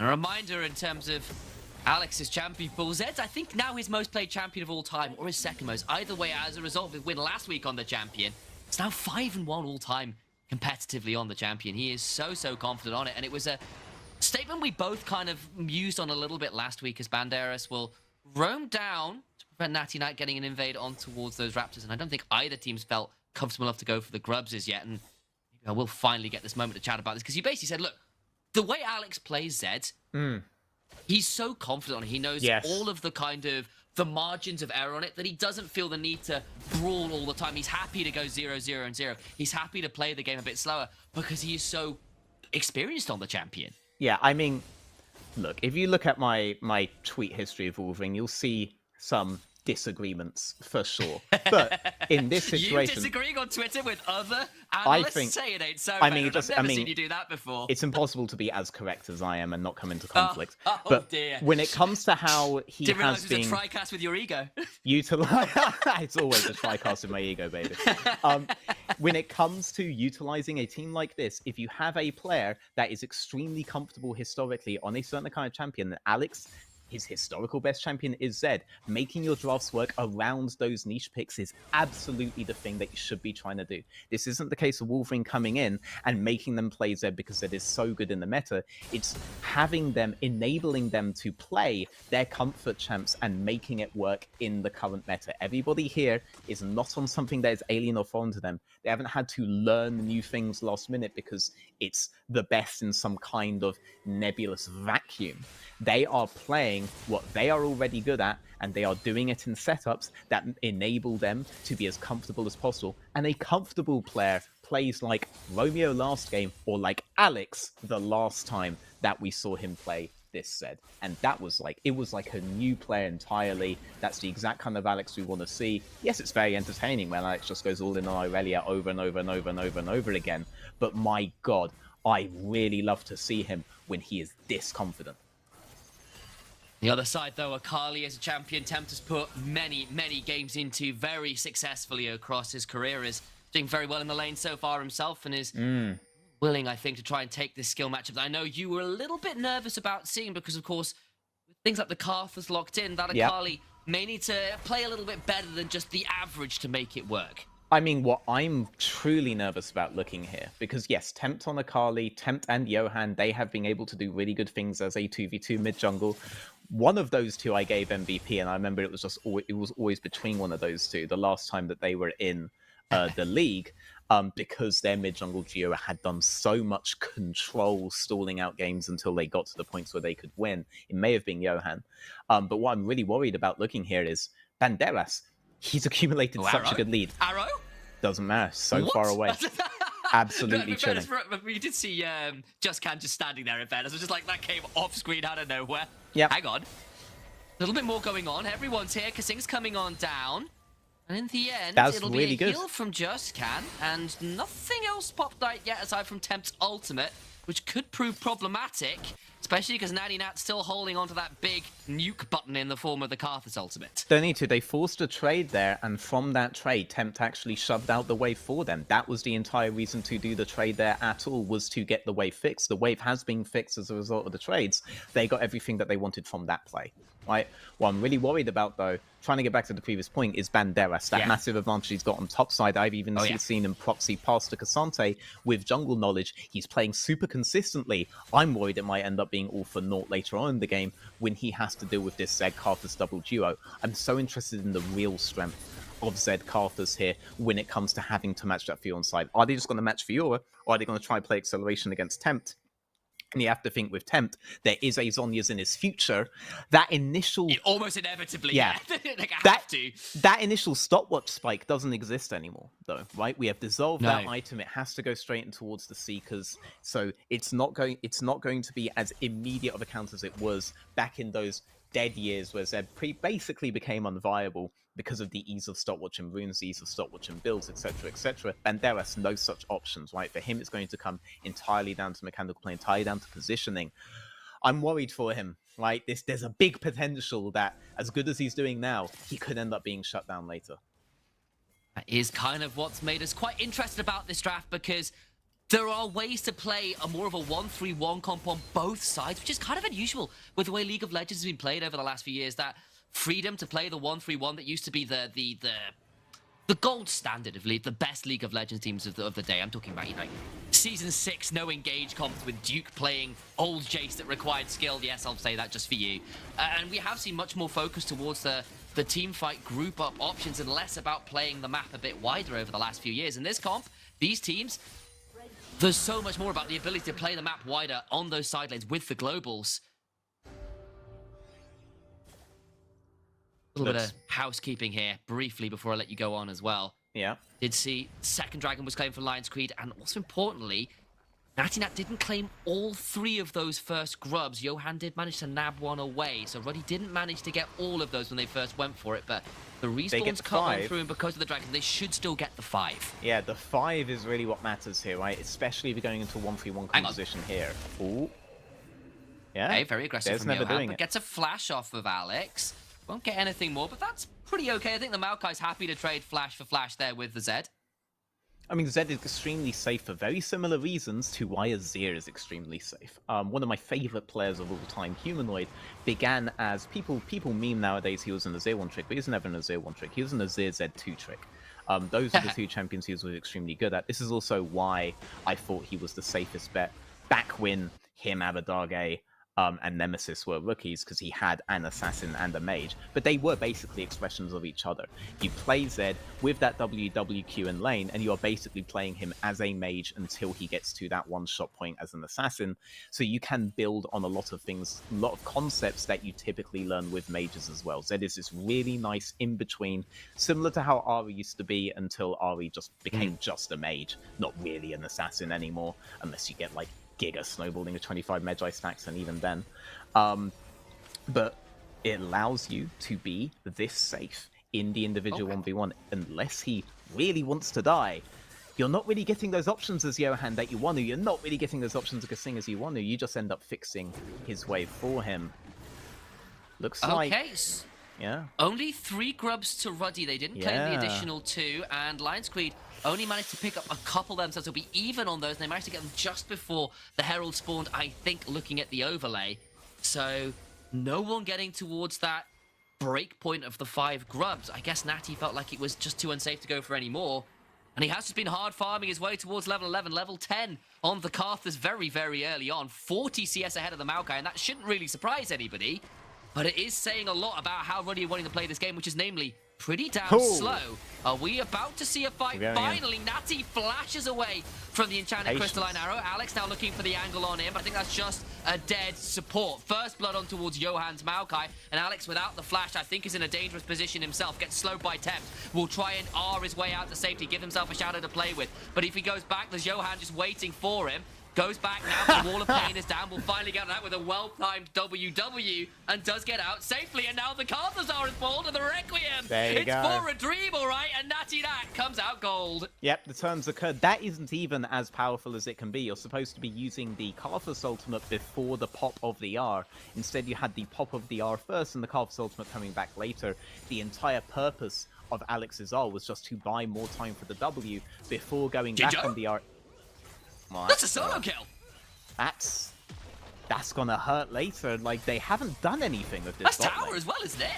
Oh no, Kasing will do enough. Yeah, Kasing's done enough to defend for maybe one wave. That tower is essentially dead. Kasing does have to reset now. He's just delayed Silky Smith's wait, how do I say this? Silky's maths reset by 1 additional wave, and there is no objective up on the bot side right now. The next time they have to be thinking about resetting is potentially in 1 wave's time. Doesn't change too much, but this could. Alex? He's dead. Solo kill. Tempt. Finds his angle. Now that is very big, because Alex is not going to be up for another 30 seconds. All of the vision in Drake's side is going to be taken by that point, so they are going to have to be face-checking in towards Lion Speed, and it is the sole point. You can have the discipline to say, we don't necessarily need that. Our composition wants to pop them anyway rather than go for long fights. Soul Point isn't technically the same thing as Soul. We could maybe try to trade that for tempo on the map. That should be Ruddy's play, but it's not a spot that you would have preferred to be in anyway. Realistically, if you don't get the pop, the Ocean Soul is going to allow Lion's Creed to win their scenarios far harder than they already were. So you would prefer to be able to be on the map for that. Yeah, Banderas did claim first turret. They both used the ultimates, did the top laners. Built that came out a little bit worse for wear there, but no one died importantly. It's Swifties on the Fiora as well, rather than anything defensive, really valuing that just move speed and the ability to deal with the slows and space out some of the potentially very dangerous all-in and chase potential that Ruddy have across a lot of their members. Very big chase potential, for sure. And when it comes to the side of Ruddy, they have really big kite back potential and runaway potential, I guess you could say, because if you want to chase into them, you're going to be going through that big Karthus wall into a gigantic Karthus E, unless you catch Karthus out on his own, in which case you could try to make a play on the rest of his teammates then, but then he just presses R and can still join the fight. This one champion has so much potential, which is why we still think of him as this big beastly hyper carry. It's not that many players do it. It does look like Ruddy are trading the Drake for tempo here. Little update as well. Looks like the overlay was a little bit confused, and it is only the 1 grub that Lions Creed did get up. So there you go. A little bit of a heads up on that one. But It's been a pretty slow game again, but it is a very early soul point here from Lions Creed. That has been a lot of the trade for individual lead from Natty Nat, who is up over 1,000 gold themselves, but that's what Karthus often does. 50 CS up, looking towards a second item. Pretty sharp order. I feel like Ruddy want to start trying to break the map open a little bit if they can, because otherwise they're going to be forced to team fight around a soul point or a soul. It could be a bit difficult on first blush. At a foundational level, you are thinking you do have blue side Ezreal. They are going to have 2 points of pressure on the map, but blue side Ezreal can definitely go some way to poke them out of a Drake if need be, while you try to grab tempo on the other side of the map, and Karthus is technically a part of all these fights. Ezreal wouldn't even be solo, Ezreal Naught wouldn't even be a 2-man. You have to add a 0.5 in your head every single time that you see something like the Karthus there. There are options, but you would have preferred this to be happening later on, when Ezreal is much closer to his big 3-item spikes. Ezreal is stronger now than he would have been 2 years ago on 2 items, but this is definitely not the ideal situation, because the Lion Creed do get that. Suddenly, this blue side Ezreal thing does not matter for the incoming Elder contests, and you could be looking at a very fast game before the Karthus, before the Ezreal can get to those points. Very precarious position for Ruddy. they're now somewhat pressured to make something happen, and yet they're on a composition that wants to be patient. So Lions Creed, they've definitely flipped the script a bit there. They're forcing Ruddy to have to consider decisions that they didn't want to be considering at this point. That is something that's been a little unusual for both teams. I think Lions Creed at their best have been a team that has been all about the early aggressive snowball, the Lucian snowball games, for example. This time around, both teams playing a little bit unlike their earlier weeks, a little bit of evolution, it feels like, as Ruddy doing this once again, as there is a flash there, I think. I just missed... No, it was Kasing that flashed there. I am correct to see that one, and now back off cooldown. Got baited by the overlay is what happened there, I think. Yeah, I'm not sure what's going on there. I think I heard a flash noise and went looking for it, and then I saw the cooldown. It was just coming off cooldown, so it was just me getting baited, guys. Don't worry about it. That happens occasionally. But we have got ourselves 2.5 minutes until Ocean Dragon, which would be sold for Lions Creed if they can secure it. Banderas has got the shove into Alex here, who's trying to clear the wave against the Fiora, who is still going to be a real threat. We've not seen a lot of the Fiora, but has just been free farming, claim first turret, is pretty happy in this game as Banderas, I think. Yep, and hasn't crucially being able to burn any part of that W yet. There are a lot of fake tricks Zed can do to try to bait out that W. What he really wants to do is get that done before he goes for his double all-in with the Karthus. Banderas, though, he's pretty much looking to always be on full HP on any one of these plays. The poke that Alex is able to do before the execute range, not really such a big factor. He's dead! Well... Blinking, you miss it. Banderas throws down a grand challenge, and Zed really didn't have time to pick up the gauntlet before he was skewered on a rapier. Yep, he actually died mid-ultimate there. The ultimate is now on cooldown, and no real damage was done on towards the Fiora. Banderas completely snowballing. Looks like we're getting our answer to the question. It seems like Lions Creed, yes, they had the Ashe on bot lane, but it's been Banderas that has been accelerating out of control. Yeah, that tier 2's gone on the next wave if they don't do anything about it. That's why Karthus is moving in expeditiously to try to clear. But look how fast Banderas is doing this. Look how fast this is going. I think he's happy to die for this. I think he probably is. I don't know whether he even dies this. He gets to run away. Can he just trade this one out? He's got a riposte left anyway. I think Natty has to flash away. Built now here. Throws down a ghost. Will look to chase down Banderas, who burnt the ghost earlier. Karthus ultimate now coming through. Will force a riposte if they want to use it. Gets the slow onto Built as well. They tried to bait it. Still a bit more time on the ghost remaining. Banderas now in a dangerous position. Will get pulled all out and will likely die for the temerity of shoving onto the tier 2. But that is still very much a win for Lions Creed, who get multiple summoners and the tier 1 and 2 and a kill on Alex. Yep, and there you see every reason why the Zed Karthus wasn't going to be an automatic win on side there. So long as Banderas is patient with that W, he can counter the big significant moments in that double combo. It's not as plug and play in towards Banderas. It was a very, very good response to it, but only if they're able to bait that out, and Zed unable to do so. I respect it from Jinjo, but he may be out the map here. Oh, the block. There's a Braum door. There's a Braum door at the very least. I got a little bit nervous because Sing is fast enough with that one. Tier 1 in mid lane does fall though. Yep. And we've kind of seen a little bit of this quietly. People like Silkspath, people like Banderas, who we didn't have a lot of camera time on in the early game, just pulling out solo kills now that the mid game's rolling on through, and Sezreal's still very much a threat. Banderas might be face checking some people he doesn't want to. Yeah, I mean, Banderas, he extended really hard on bot side, and what Ruddy did in that chase on bot side was push out bot, and then they drop the Herald on midsection. They have mid-bot pushed out, means they have full pole position on the Drake. Glacial Fissure. I think we've got ourselves a bit of a fight. As Johan will throw down the Nature's Grasp. Tempt goes golden into the backside. He goes. So has to flash away, but Tempt still had the E remaining. Gets to Shuriken flip his way into the backside. And Lions Creed just eviscerate everybody. Tempt dances on all of them. Built goes all out in the backside. It just doesn't matter. Has nothing to do with anything left anymore. Yep. Everybody dead on Ruddy, and Lions Creed claims soul as well. Silky Smath was wiped out at the start of the fight. Almost all your damage is on the Zed, and then the triple Qs just do not even land on anybody whatsoever. The damage is not there. Karthus didn't even have ultimate for that fight. Yes, they got good positioning. They didn't have their tools. They didn't have their carries very, very fast with Temp's dive into the backline there. And as a result, they don't have the Drake. They don't have the soul. And now you might be thinking they don't necessarily have a way back into the game as Ruddy. This is something we were praising for them last week. Playing the game slow, playing it patient. But they've done that this time, and they didn't get all the grubs. They got a Herald on the mid lane turret, that's nice. But Lions Creed were happy to do the same, because they kind of matched styles and comps in a lot of way, but they teamfight that a little bit better. They have got themselves the Ocean Soul early as well. Yeah. This is feeling very good for Lions Creed. I mean, for Lions Creed, I would somewhat disagree. I think Ruddy wanted to play a slow script, and Lions Creed looked at the script and were like, you know what? I feel like farming between tier 2, tier 1 as Fiora on repeat. I feel like playing Ashbrom on bot lane and then going for every Drake until we're looking at soul points at 17 minutes. They played a very fast game. Ruddy's script didn't account for having to play that fast of a game, and shoutouts to Temp. That solo kill on Zed in the mid section that netted them that 17-minute soul point. That was a big play. Alex, he misstepped once. He got punished for it. The team got punished for it, and that put them in this impossible match state. And Lions Creed, they did not give up on that Drake when they saw they had to face check second. I'm not even sure if they had the timing on Calf Assault, but they knew if they forced Ruddy to play fast, they're going to be as powerful now as they're going to be. Look at this. This is... They're not waiting for Nord time here, baby, right? They want to fight now. No, they want to go now.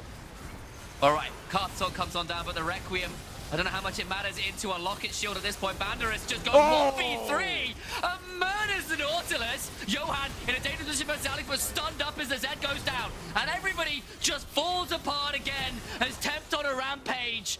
No one dies on the side of Lions Creed. They turn back to the Baron. And while they might have played reserved, they weren't playing slow. And now they get to start fighting as well. They get Baron, they get Soul, they get absolutely all the blood they could ask for. And now Ruddy backs against the wall and it feels like they're bleeding out. I mean, Lions Creed's solo lane is stepping up huge this game. Tempt had one of the most important plays of the game, but consistently overall, Banderas is so big a threat. What is this? As Just is learning, yeah, this guy is basically the map at this point. No matter what question he's the God, what was that guy's name in The Simpsons? The red dog. What was Homer playing? What do you remember? You know what I'm talking about, right? I think so.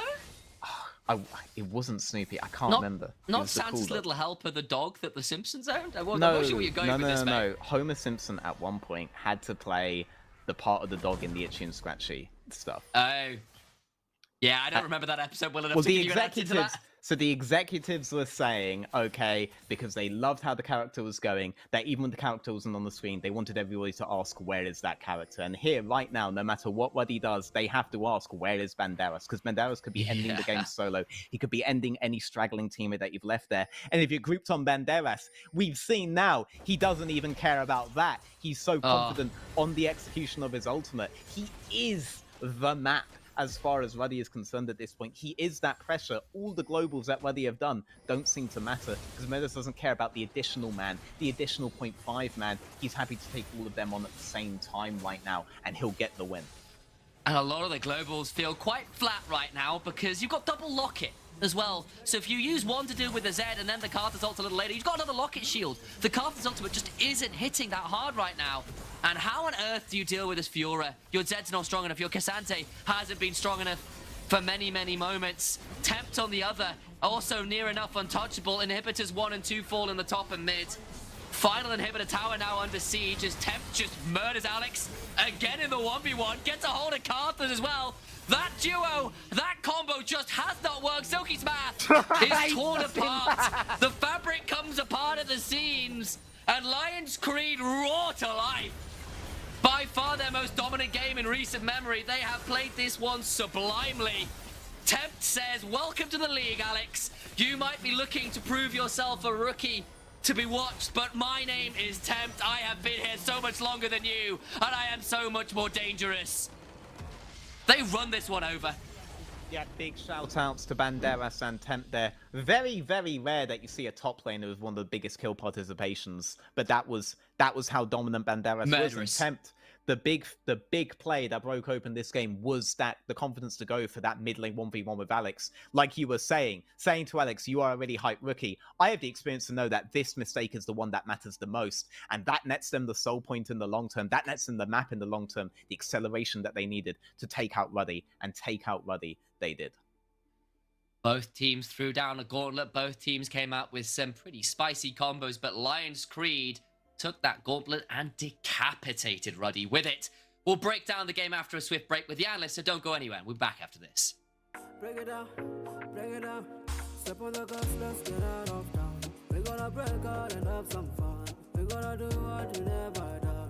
Oh yeah, yeah. body with you.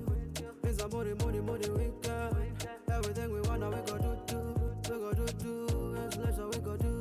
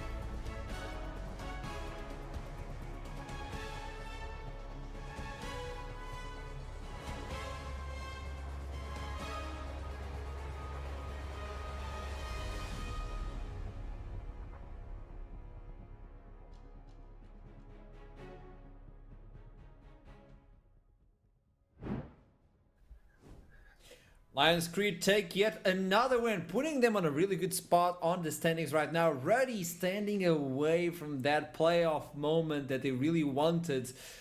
I mean, we got to talk about what happened, and I would like to start with the mid lane, because even though we got to see the Zed, it seemed like Tempt was able to just say, stop, not on my watch. He was sick, was he not? Like, honestly, this matchup, Akali Zed, we knew it would be exciting. Yeah. It was really throwing down the gauntlet as well, because that Zed was a blind pick. You can easily just pick something safe into it to neutralize it, and Tempt was like, nah, I'm not doing that. I'm also going balls deep, and we're making it happen. And he was ridiculous. He was incredibly strong throughout this whole game. He got solo kills onto Alex in that mid lane, who didn't look too hot this game, but let's be real, he is one of our better mid laners here in the NLC. Yeah, his team fighting was awesome, like around that dragon pit as well, which he did some really sick plays too. The stats speak for themselves. Like, it was just an absolutely clinic of an Akali game from Tempt, and he was huge mega turbo smurfing this game. Let me say a sentence. Like, before you start, I would like to say a sentence, and maybe you can dive on that one, because I was watching on Veteran what he said. Not only like we are highlighting the Tempt, because there was a fight between Tempt and Banderas, and I like this. Tempt broke open the game, like stopped Alex, but Banderas made the game impossible. I think these are really two keystones for what happened in the game, but let me know, hey Brian, what are you going to say? No, I totally agree, but I was just kind of quickly just wanted to bounce and springboard off what Foxy was saying about the Tempt mid lane. Is the thing about Alex is, like, he is good at Zed.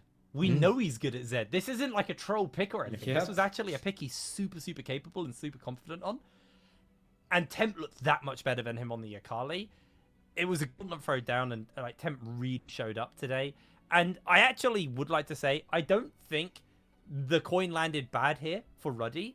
I just think Lion's Creed have really started to find that form. They've really started to slowly pick up that pace and show up as the team who everyone had the expectation they were going to be at the beginning of the season. I think that was the main thing, was at the beginning of the season we expected them to be the best team. They weren't. Questions are raised. They've taken a while to warm up. They're not there yet. I think there's still places to go. I think there's still improvements to be made before playoffs. But I do think this is a playoffs team, and I think this is a bloody scary playoffs team as well. This is a good segue to toss it to the one who's waiting for the interview. It's not Mom, it's Kaseng! I don't know, he's ready for us. He's back! He's back! Hello, guys. Yo! I'm mad at you! I'm mad! Wait, Because what? I've seen your name on the interview list for a long time and you never show up. Yeah, I'm sorry. I've been busy in it. We've had You're a lot teasing of me, things to do. naughty. Welcome back. Are you guys finally like on point? Like, is everybody on the same page? For sure, we've definitely improved. You've probably seen it yourself. Like our cohesion as a team has gotten better. I mean, the fact that I think this game was quite clean, I would say, in terms of our behalf. Maybe some solo bolos maybe shouldn't have happened, but obviously it also happened positively for us too. But it's just, as I said, when everyone had this expectation that we were this like team that's gonna smash everyone, that kind of stuff, it's like obviously that's what we aim to be, but it's obviously we're still technically 5 players that haven't really played together. We started quite late actually in terms of scrimming and stuff, but as you can see, we've actually started deciding, you know what, we're gonna play more and more on the same page, and yeah, this game was an easy example. And it seems like you guys are really keen to fight over the early game, not allowing the enemy team to get the late game. You guys get really high KDAs. I don't know if you know, but you're on the left part of the KDA. I don't know if you saw that one. You're killing a lot of people even as a support with your picks. But it looked like the synergy was not there, and it seems like you guys are fixing that, just as you stated. We didn't work a lot together, and we're finally getting the hang of it. How are scrims looking? Honestly, scrims have been much better. I mean, obviously compared to the week that we went to 0-2, let me just tell you that was not the greatest week. But in terms of like scrim progression, like as a team, for me, it was always like gonna be within 1 month to 2 months that our teams, that's when we're gonna basically come online and become actually, like an actual powerhouse for the NLC to represent the EU Masters, obviously. Touch wood that we don't, we don't fail and not get there, whatever. But it's just more like trajectory wise is looking good. So, Lions Creed stocks are going up. I look at you as a really smart individual because of all I've got to know you, and from what everybody says about you. So I want to get your point of view from the first half of the split from Lions Creed to how you guys started on the second one. What is your point of view from what happened on the first half of the split to what you believe is going to happen on the second half? Well, the first half of the split, we basically had a lot of different ideas, like game philosophies, I would say. It's kind of like, if you were to ask the top laner, hey, would you like to play for top? And then the bot laner, would you like to play for top? Or jungler, would you like to play for jungle? Or whatever. It's like everyone has their own ideas, right? It's all about just getting everyone on the same page. That's when I come in. That's kind of my job as a support. Guys, we're doing this, and we're going to actually stick to it. Whether it's our draft plan, whether it's our game plan, or whatever it is. It's like, you just have to fucking... Also, sorry. You said it. Oh, no. I'm sorry. Okay, wait, so 3,000 fine? Okay, oh, yeah, continue. sorry. Oh, sorry. Okay, but anyway, sorry, I'm just that passionate about winning, so it just came out of nowhere. But basically, we just have to win in it on the same page. Simple I love it. Okay. Last question for you. When you look into your team, there's a lot of players that can shine in every single game. You look into the top, mid, jungle, even AD carry right now. Everybody can shine. I'm not saying you can't shine. I'm just saying you get the role to shine. And it seems like economy could be an issue for your team. Is there a way you guys define what sort of economy each lane is going to get before the game? Is it during the game according to how the lanes are going? Because there's a finite amount of money inside of the game. And obviously all of you are looking to get that. I'm going to power spike. I'm going to be the carry. I mean, personally, it all depends on drafts. because nowadays in season 14, it's like a lot of drafts are viable. It's not just like, oh, everyone has to pick engage, everyone has to pick disengage, everyone has to pick flip push or whatever. Basically, everything can work as long as your team understands what their role is in the comp. And I feel like we've gotten much better over the course of these last 2 weeks, especially in how we play through certain lanes or how we play for each other. And obviously, as you've seen, Tempt has obviously gotten really insane. Like you can just say, like, I think this game he was playing really well. And yeah, it's just sort of like, as long as we have this kind of like confidence going into our future games in terms of like knowing our plan, what we're playing for, and just just calmly playing the game, I feel like it's only gonna go up from here. Okay, final question for you. If you could say anything to the enemies that are looking at you for your downfall, saying, I mean, Lion's Creed looks good on paper, but they're not that, yada yada. Everybody keeps throwing darts at you guys. If you could say anything to your enemies, spice it up. Well, I'm 30 years Don't old. get fined again, okay? Don't get fined. That's what I'm saying. Guys, you're getting beat by a 30-year-old. You know what I mean? No, I'm kidding. I shouldn't use this age thing. Look, if anything, right, I've played this game long enough. There are a lot of promising rookies that I'm actually pleasantly surprised at. Like, I feel rookies are generally good. And when I say good, it's like, especially the motivated ones, you can kind of tell in how they play and then kind of their approach in the game. And for me, it's like, in the NLC, usually people would think, you know what, NLC, not good if you compare it to like LVP, LFL, and all the other leagues, right? But I think NLC is coming back one day, and that'll be the day when I show up and I show everyone that age shouldn't matter, that you should be able to win whether you're 50 or 15 years old. Doesn't matter. You should be able to win, and I think it's gonna only go up for NLC. I believe everyone can keep trying. I love it. That was inspiring as well. Thank you so much for the interview, Kasing. I missed you. Best of luck, my man. Thank you. You too. Take care. NLC's coming back, baby. It's not a Kasing league without him hovering Zillion and Yes. dropping an F-bomb in an interview. Exactly. Like they're the two criteria for it to be a Kasing league. I love his positivity. I mean, he's always been a positive guy. Like he's been playing in this league for quite a while now, or the variations of the league for a long time, and he's always so positive and optimistic about it. It's nice because there's so many people who I don't think are optimistic enough, and I think you need that optimism to kind of ensure that people actually do bother. They do try. If you feel like it's all doom, why bother? But I love it. I think his positivity is beautiful. You know what I feel when I talk with Kasing and I look at him and he's bringing NLC hype back? If possible, can you put the camera only on me so I can cosplay Kasing just for the second production? Give me that one, if possible. Give me that one. Because to me, it's like, hey, young gentlemen, I'm 30 years old and I believe NLC is coming back for EMA. Let me sit down because I just got beat up by rookies. But I think we're good to go. I really believe like Kasing is the grandfather of NLC. And yeah, we can toss it to the desk. And the stonks for Lion's Creed is getting up there. I don't know if you have anything to say. The real grandfather of NLC retired. He's got 2 kids now, and he's off living a lovely life. Isn't That's he? a good one. Scoundrel. Yeah. That's our old man. That's our old man. That's a grandfather. Oh, bless him. He's not watching, but if he ever saw this, it'd be Maybe the kids are watching probably right heartbroken. Hey, last game of the day is going to be Lightside versus Natives. And before we jump into that one, Rusty Sniper got an amazing first half of the split. And you can't wait to see what his stats are right now. I'm just going to say to you, it looks promising. And when you look into Lightside versus Natives, you clearly can pick Natives as the winner as soon as we jump into this one. Just look at this. Oh, I love it. This is why I put a lot of points on these guys. First.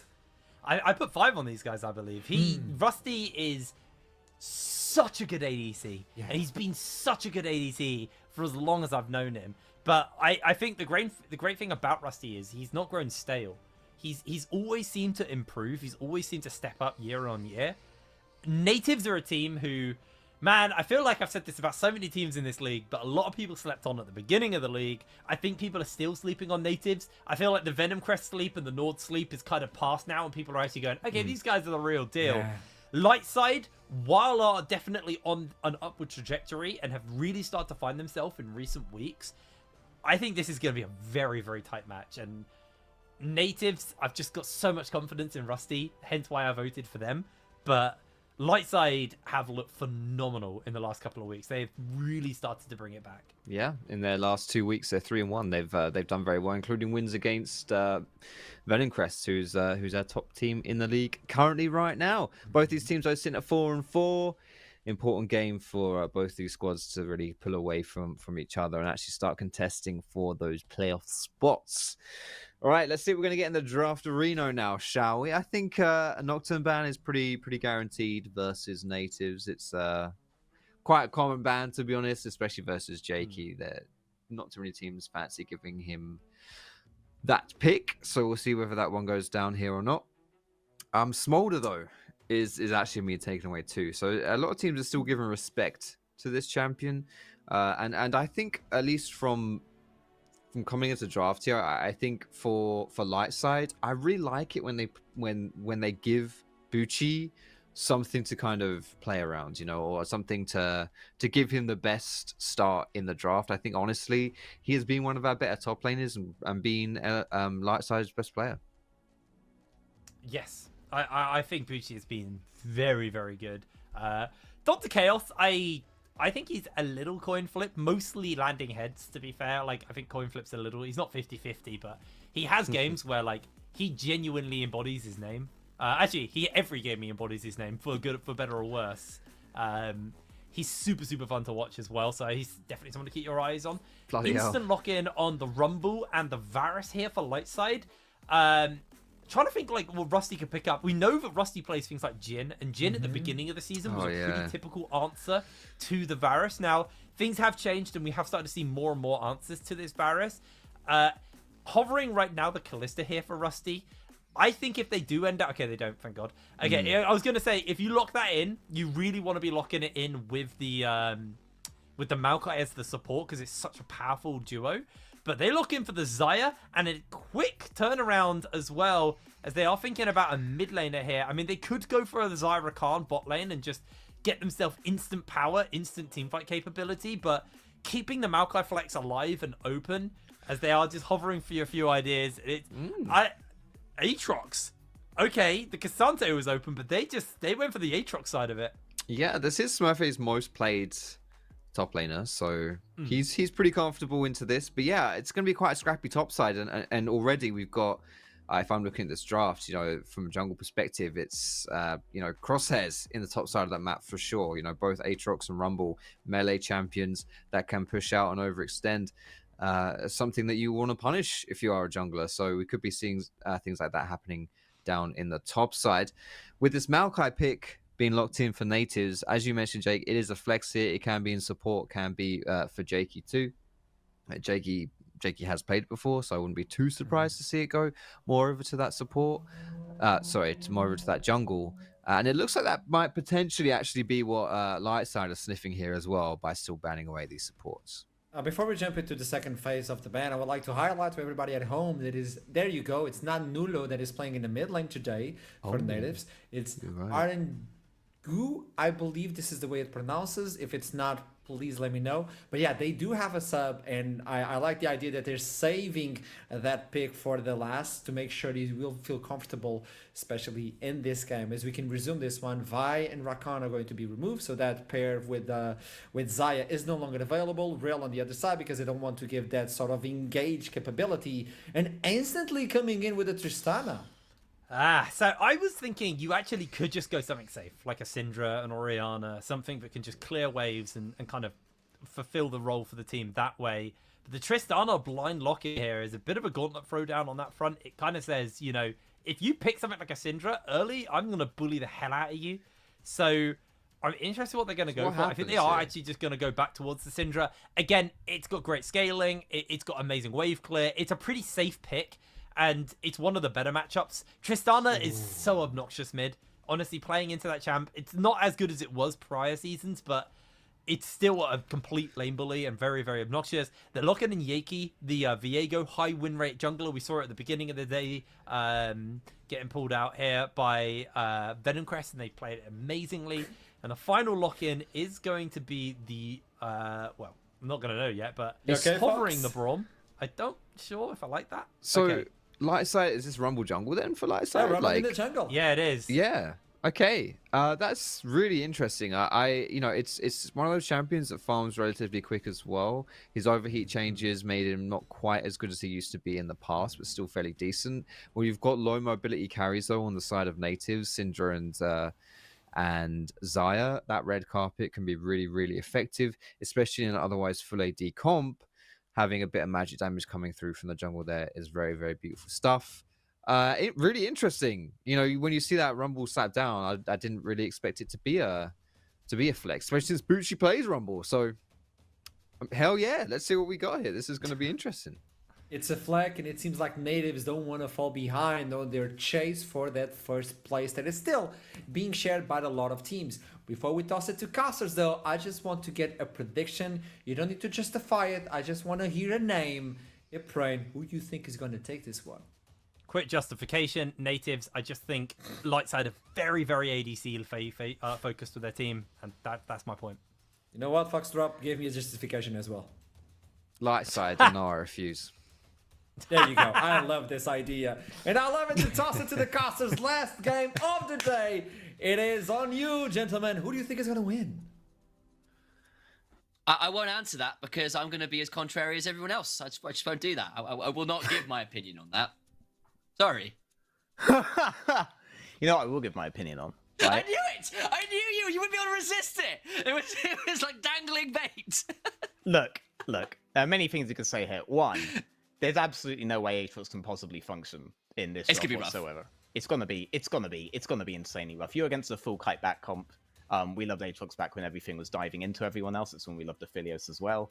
But you're into Jace, you're into Varus, you're into Rumble, you're into so much stuff. I'd also hate to be Syndra here, right? You're into so much stuff that can abuse you there as well.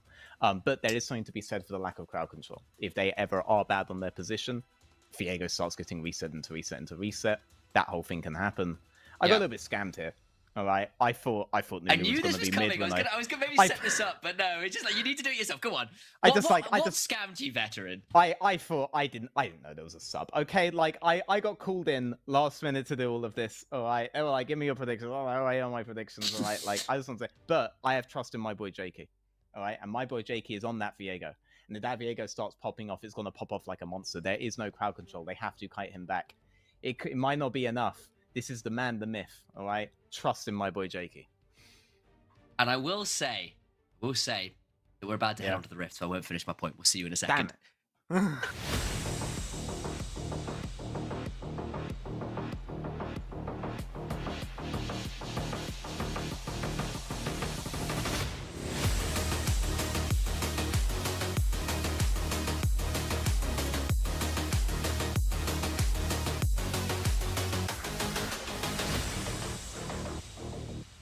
And on to the Rift we go for what will be our final game of the day here in Week 5, Day 1.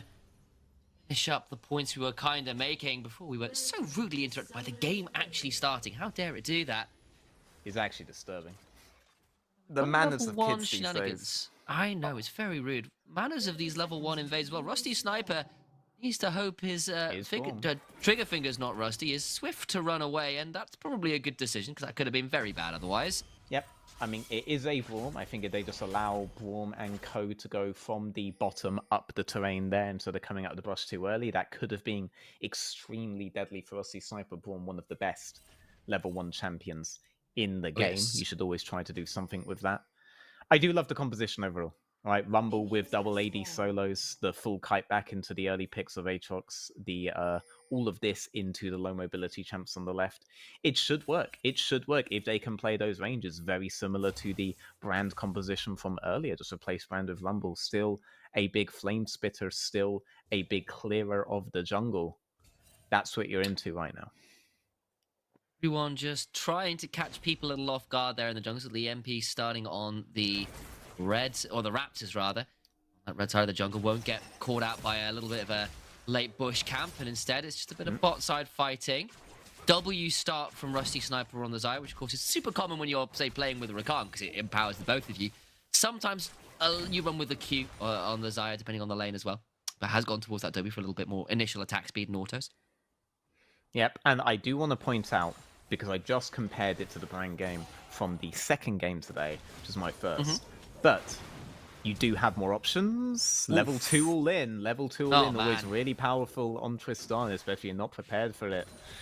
Feeling the pressure in his substitution here. How do I pronounce this? RNGU? I think it's RNGU is probably the way I'm going to pronounce it, unless I am told otherwise. Again, it's a late substitution. It would make sense considering we're in esports and talking about winning RNG feels like a pretty normal thing and a regular statement for players to make. Yeah, their coach is also RNG. It's just RNG all the way.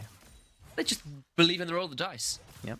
I mean, what I wanted to say is that you do have options if Rumble decides to play super hard to bot side. Say that level 1 worked and suddenly you had that pressure point on bot to go in over and over again, and now Brand is like, in the last game, just diagonal jungling you and getting really far ahead off of all that pressure. This game, you would actually have something to play around top side. It's not Cassante, it's Jace. You can do an all-in there. You get a good flank off on that Jace. That Jace will fall. Just ask Martin in the LEC finals. So even if a side trade is adopted, you do have options as JP here. So it's not like when Julbu was getting really easily shut out because that 1 point went so badly on level 1. Natives have options consistently at every point in the game.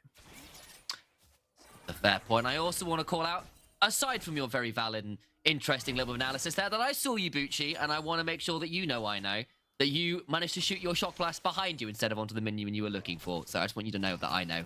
And that's a -1.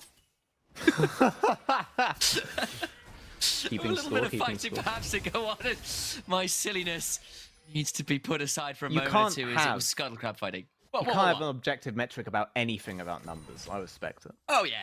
Yeah, exactly. It's a -1. It's how it works.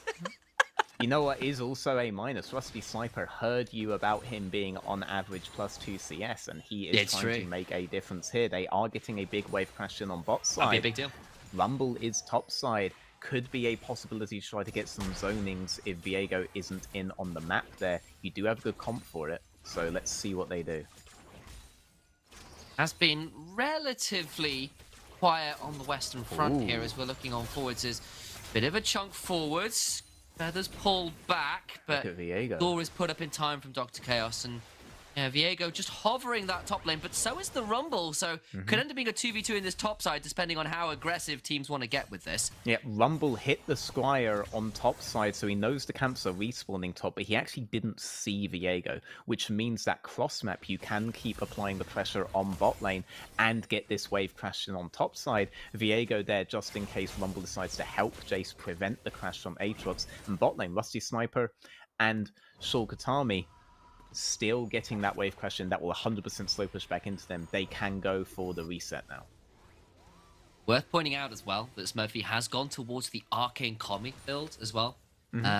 So he's looking for a little bit more of those initial poke trades. Going to be probably going towards the lethality because that's what a lot of these Aatroxes do these days. And in fairness, when you're into such a squishy comp, for all that you are going to struggle if you mistime your engage, if you can find a flank, there are so many delicious targets for you to hit if you can get there. Yep, I also just want to say, really good reset states on top and bot right now for natives. They have a really good map state early, even though they are the ones outranged. They are the ones into this heavy range, and they are theoretically into a faster clearing jungle. So good play by Jakey. It was the vision that the enemy didn't have that was being utilized to keep up the pressure, and good competence from his team to capitalize on that to get into this. But when push comes to shove, they do have to fight at some point, and it's on natives to have that flank angle to be able to close the gap, because if you're not closing the gap at the start of the fight, ooh, that's nice damage, then you're never going to close the gap in the middle of the fight. LLS can play it slow, natives cannot.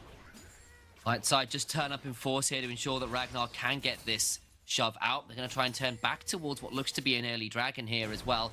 I want to see whether natives feel like they're in a position to contest. Yep, it looks like, though, with LLS, with the amount of poke, the amount of disengage, and no flank angle really on the side of natives, this looks very flippy. I feel like LLS, they do have a pretty big advantage here. Obviously, no 6 yet on the Braum and no 6 yet on the Rumble is making natives feel bold, but will that turn into anything? Yeah, the range is pretty good. Torok buffers on out of Shoei Katami's attempted engage down to 1200 HP. It's going to come down to a smite fight at this point. The 50-50 is won by the Viego. But now the fight afterwards can continue. Flashes away from natives. The scout of the week lands onto 3, and that might be the disengage they need as Yaki gets over the wall.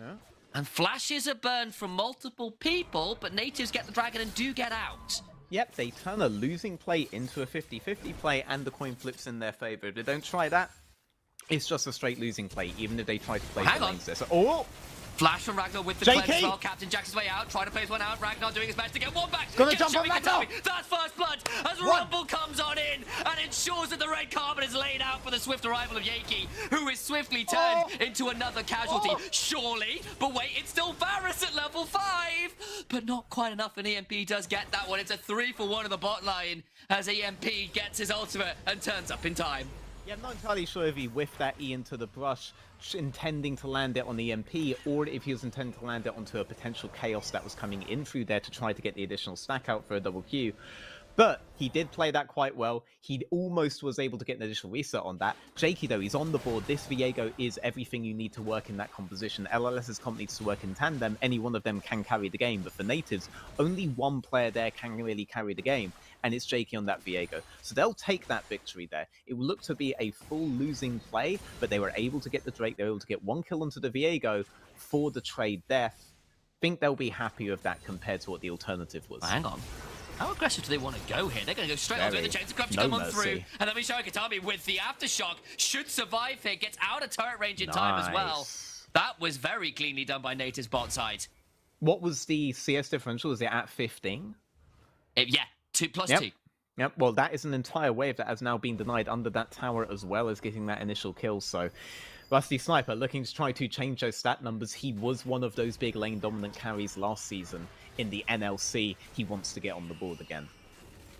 Exactly that, and I think those stats towards the bot lane in particular speak to the volatility we've seen down there. One game you're doing super well, another game Ragnar here is like, I've been playing this lane just fine, how has this happened again? Unless you're Jinjo, in which case the only way is forward. Yeah, somehow, some way. Jinjo is the one guy who has just been done, like, every game has been pretty good. It. Yeah, I respect it, man. It's to commit to such a specific pool and to commit to such a specific style, irrespective of the meta, I fully respect it. Made it work, that's for sure. Lions Creed beginning to look a little bit more alive, and that last game in particular was a pretty refreshing look at the team as back towards bot lane we go. Yaki is here. Rumble up by the blue buff does have the ultimate available, so any engage will likely have a quick fiery return fire. Perhaps I should have picked a different word there with the repeat.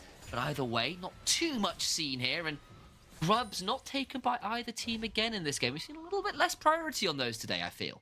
I mean, there could be an opportunity there with the wave going in, with Rusty Sniper thinning out the wave, where LLS would have to fight to try to break a freeze, and on that fight, Jake could be trying to go in, but good call by the Braum there to make sure that they have the vision to potentially take that fight. Once Jake is spotted there, Varus knows to just burn everything on the wave. Varus knows he has an exit angle. Varus knows that Jakey can't be there without going through the rumble, and so they're able to reset the wave. No opportunity here, but if an opportunity was going to happen, it was going to be on that wave. So good calls by both teams there.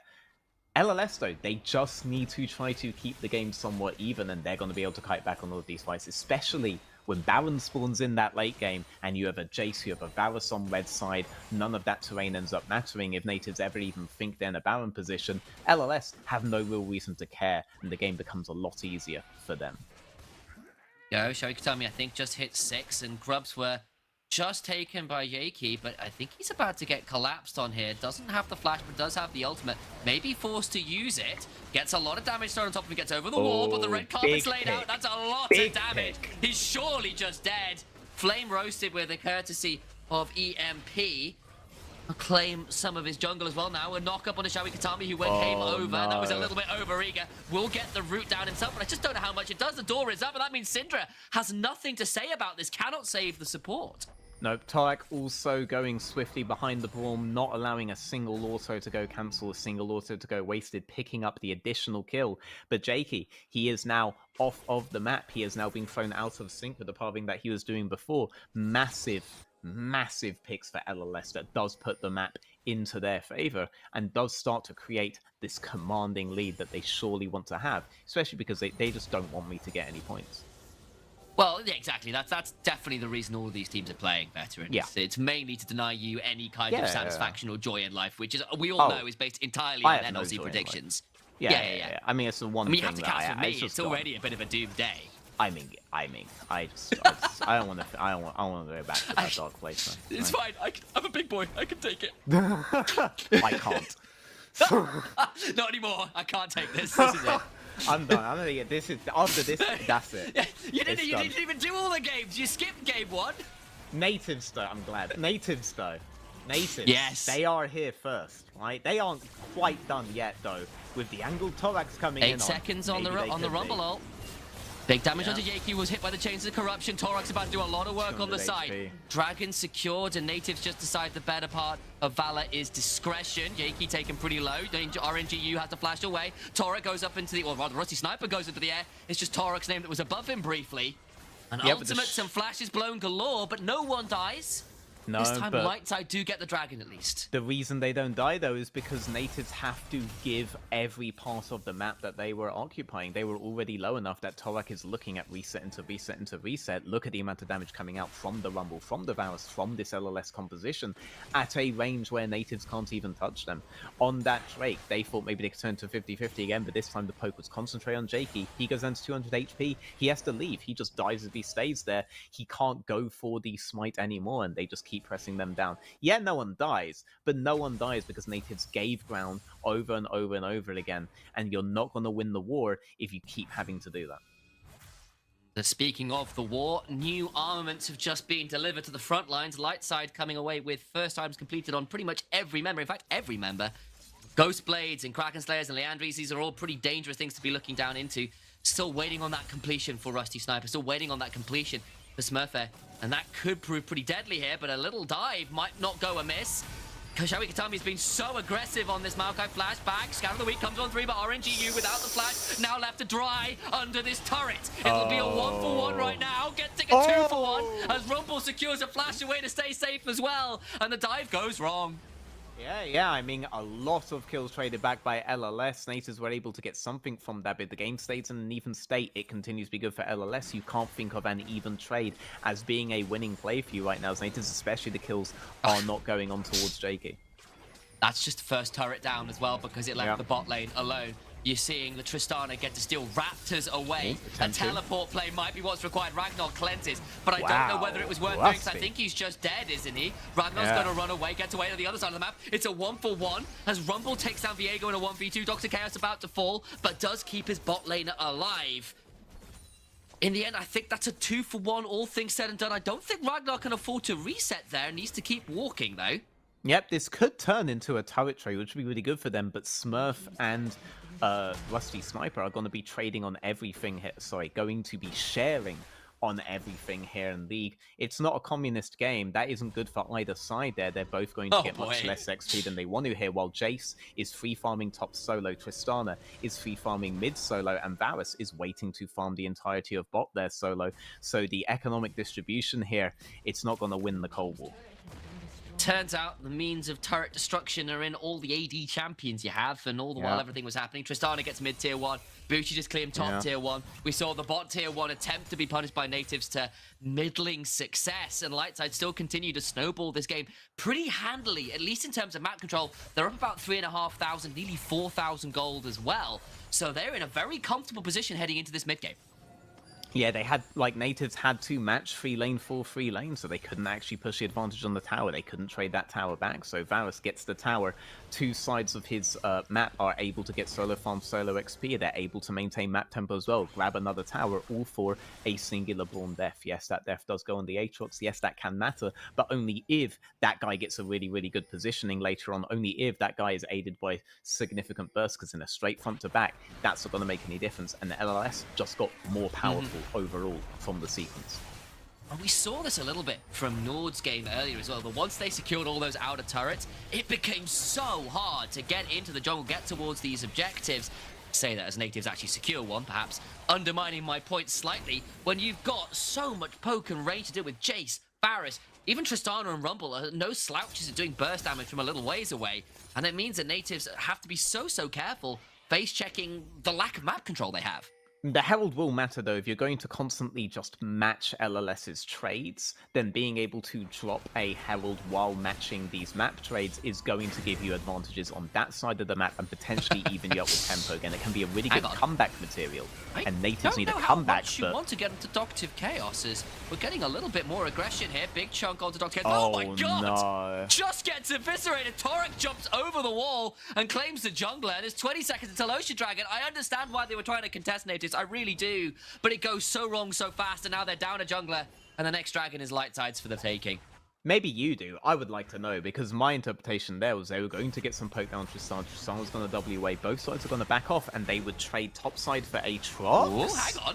What the heck? Torek now in a dangerous position, needs to consider flashing. Where does he go? This way? I don't know. I guess he was looking to secure top wave, but Smurfette gets a shutdown, and that's a big moment. And Xiao Katami on this Maokai has been an absolute psychopath, for better or worse, and does get a hold of the Tristana. I mean, if Jakey wasn't dead, he could now be dropping Herald on top side, while LLS do Drake on towards the bot side, and they could actually be getting a tier 2 crash on top and evening the map state in terms of tempo. That's honestly what I thought they were going to do off that play. I was very surprised when Jakey moves in and they go all in on that play with the Aatrox as well. I thought just constantly trading lanes here is what you want to do when you get the Herald. You know, but what do I know? You know, you could be ahead on the map right now. Maybe there's an advantage in continuing to be behind on the map. At least they got that kill on Triss, though, right? When Aatrox does get the position, considering he does get the position that he wants, he needs to make his damage count. In fairness, this Aatrox, as we've been kind of saying, has got some squishy targets to try and get some value. Was gone towards the Sundered Sky build rather than the Profine Hydra build to have a little bit more staying power, I guess is the way to put it. And maybe in a side lane, maybe if they can find an angle for some of these flanks, can maybe leverage some of the slight lead. They've helped the only individual lead on the map right now. I just don't know how easy that's going to be when you're looking everywhere else on the map is a pretty significant lead against natives. Yeah, for sure. I mean, this does look to me to be a significantly light side favored game. Not just on draft, but with the manner in which they have been playing it. They don't seem to be showing the kind of huge cracks that you need to show to allow natives to close the massive range discrepancy that they have. And this Braum is the final nail in the coffin. Aatrox does have an angle. Could be a big one. EMP flashes away, still has the Rumble ultimate. The Equalizer comes on down, trying to turn around these health buns. Smurfette dead. That's a shutdown. One reset. Guys get a hold of that one, but now the resets can start to begin. As Jakey steals the Rumble. That's a huge steal. That's what they needed. Welcome to Reset City, courtesy of the Ruined King. Yet the Aatrox was not able to do what he wanted to do there. He did die, but in that time, Shokatami, he got in, he wedged himself in, he split them apart, he got them their initial reset onto Jakey, and then he went even further, fully happy even, to potentially give his life there. But that got them, like you're saying, the reset into reset into reset that they needed. There was no range discrepancy there. They were in there in full melee force. Very, very good play from natives. Exactly what they needed. That's the first big significant advantage that they've had at any point in the game. And it proves to them that they can win these fights. That was despite EMP having a fairly okay ultimate. The problem is, you give a 5-kill Rumble over to a Viego and he goes, thank you very much. That's my items now. That's so difficult. It's just like, your items are my items, exactly. Yeah, there you go. A communist transfer by another means. I knew you were going to go back to that. It was inevitable. I thought you were setting me up for that, but now we're stuck talking about it. You know, now it's like, now it's all meta. Now it's awkward. I'm sorry. I know. I love you. Maybe we should talk about the game. It's never awkward. It's never awkward. All right. I appreciate the setup. I appreciate. You know what? You're so welcome. Thank you, veteran. That was a nice little moment here. That might be a nice little moment for natives. Is this little push into mid lane? They've struggled with map control, but they've claimed all to the other outer turrets. They'll get the mid lane one as well. The Equalizer begins to come on through, and finally Lightside looking to fight back again. Smurfette throws down the World Ender, but it's not actually amounted to all that much yet. Braum in a dangerous position. The lock-hit, though, is pretty good now. Smurfette in a dangerous position. They're going to try and get something, but down goes the Aatrox. Sterex will not keep them alive, and they can begin to look for a shove into mid lane, and maybe even the Baron here with how much was burned. A brief moment there where Braum had no R, where Braum had no shield, but the moment Aatrox tries to get in, LLS do kite back. They don't split themselves the terrain. They don't close the gap to the extent that is needed. And yeah, I mean, you have a Rumble, you have a Twist, you have a Varus, you have a Jace. It's one of the fastest comps. Natives, they have to show some balls here. Shokatami, this is a good opening to try to clear the Baron. Comes up. Gonna try and make something up there. The Baron's still aggro, chunking now onto Natives, but they will get an ultimate, but not too little more. It's good. It's about a minute until the Ocean Dragon. I wonder whether that puts Lightside in a slightly awkward position in terms of the map, because Natives will get this tier 1, and I think we'll have first roam into the river here. Yep, but they could be resets behind here, right? Tristana has already pressed B, none of Natives have, so currently that spent gold is absolutely in favor of LLS. Remember, gold discrepancy doesn't matter as anywhere near as much as spent gold, especially when total gold discrepancy is this close. It only matters when that stuff in your bank account gets spent on real assets, in real life and in League, those assets are these items. So the resets do get matched, they don't get to pivot off of the mid control straight in towards Drake control because they're already behind on those recalls. So good call by Tristana to press B the nanosecond that she could. It does give LLS this advantage into Drake despite them being forced into the top side of the map. Uchi and Torok quick on the teleport keys to be here in time for this dragon spawn. All the while, though, Natives say, well, screw that. We're just going to shove up mid and see what we can get happening there. They have the mid control, but this dragon just disappears. So I don't actually know how much time they're going to have to try and force something out of Lightside. Vivid language. Shokatami just gone. I know what he was looking for, but this time he doesn't get any chance to get the aftershock off because he dies before it comes into active. Now RNGU might be on the wrong side of the roll of the dice. Needs to run away. Will flash, but Torok flashes after. There's a passive from Dr. Chaos. Those concussive blows manage to stack up finally. They get 2. They get to get some midway pressure, and now they can turn to Baron again with the 2-man advantage. Yep, I mean, Shokatami trying to get the perfect W finds no W at all. You do not have room to think when you're in. You have to make your range matter. Yeah, they can just kite back from there. Rusty Sniper has got the R, but that's just it. You've got to try and find your way in it, but it's going to be so hard to do, Veteran. I'm not sure whether this contest is worthwhile. No, I mean, you do not have R's on Varus and on Braum. That's the one big advantage that you have here. Those are the big turnaround engages. Oh, you can just walk at them. The damage is pretty huge. Dr. Chaos stays alive. Torok pretty low dies. Wait! The feather pull! Now Yaki can begin to run rampant in the back end of it. Those feathers were glorious from Rusty Sniper, who is looking pretty golden here to me. No rust to be found. He manages to oxidize the entirety of the enemy team with a little bit of assistance. And Lightside, they get plucked out of the sky. There's like a theoretical wow. Oh god, I don't know whether they can stay and keep doing that. That's a lot of damage from EMP. Wow. Hang on. Shokatami found the angle. Oh no, change the corruption lad, he's dead. No engage, they've got to back away. He's just dead. Yeah, if ever LLS get that front to back kind of setup, suddenly the game becomes the hardest thing in the world for Natives. But on the initial Baron setup there, LLS like, sure, we do not have our turn tools of the Varus ult, of the Braum ult, but I guess we can still walk into them. No, you can't. That is the moment Natives have to try to get those resets, and they were able to get them out in full force there. JK able to get several, and Rusty Sniper, have to say, has been a very consistent DPS maker for Natives so far. He's been present in every single one of these fights, being a big reason they're able to do this. And, you know, yes, Shokatami has had some moments where it's looked very, very awkward, but at least he's willing to go in there and create those opportunities for his team. But LLS do still have to be the ones to give them that advantage. That was really LLS's choice to close the range gap there. They didn't necessarily have to do it. They could have left that opportunity towards Natives and go for the big kite back. Perfect. Oh, Smurf may have That's the flank. The flank angle. Gets a flash and the heal off Ragnar. No, now the front to turnaround back. is pretty huge. Remember, there's still no flash on that Shokatami? The damage back is huge. Into a huge ult for Shokatami. They get the Varus, but the turn back is decent. Syndra goes down. EMP goes gold. But now the damage back at the feathers come tearing through everybody. Bucci finally turns up, but only to witness the graves of his team. They lose 3. Yeah, I mean, Shokatami's gigantic ball sack, Jakey and Rusty Sniper are doing so much work right now for Natives. It does feel like Smurfy is trying his best to find these angles, but it's very difficult for him to smurf this particular game. These three, though, they're giving it everything they have. They're putting full trust in their own abilities, and it may have just netted them a Baron. And could you imagine coming into the late game here thinking Natives would be the one to get the first Baron of the game? They were down 4,000 gold at 15 minutes. It was looking pretty dire. And Natives went 0-2 last week, I think. After losing 2 monumental leads themselves, they were up 10k multiple times and fell apart at the last moments. Could all still go wrong for them, but this has felt a little bit more alive in the late game, despite the fact they're in without their superstar in the mid lane. Nulu, of course, the artist formerly known as Selfie. Great work for them. The artist for... Do you remember what his initial name was? Corey? No? I thought it was Selfie into Corey, I think. This Selfie into Corey, he renamed back to Corey, Selfie? or was it Corey Selfie Corey? I honestly can't remember. We'll have to ask him himself. Yeah. Maybe he remembers. I would ask Wikipedia, because I would be very surprised if he That's himself actually probably a hadn't good gotten idea. lost It's in the for source. EMP. Yeah.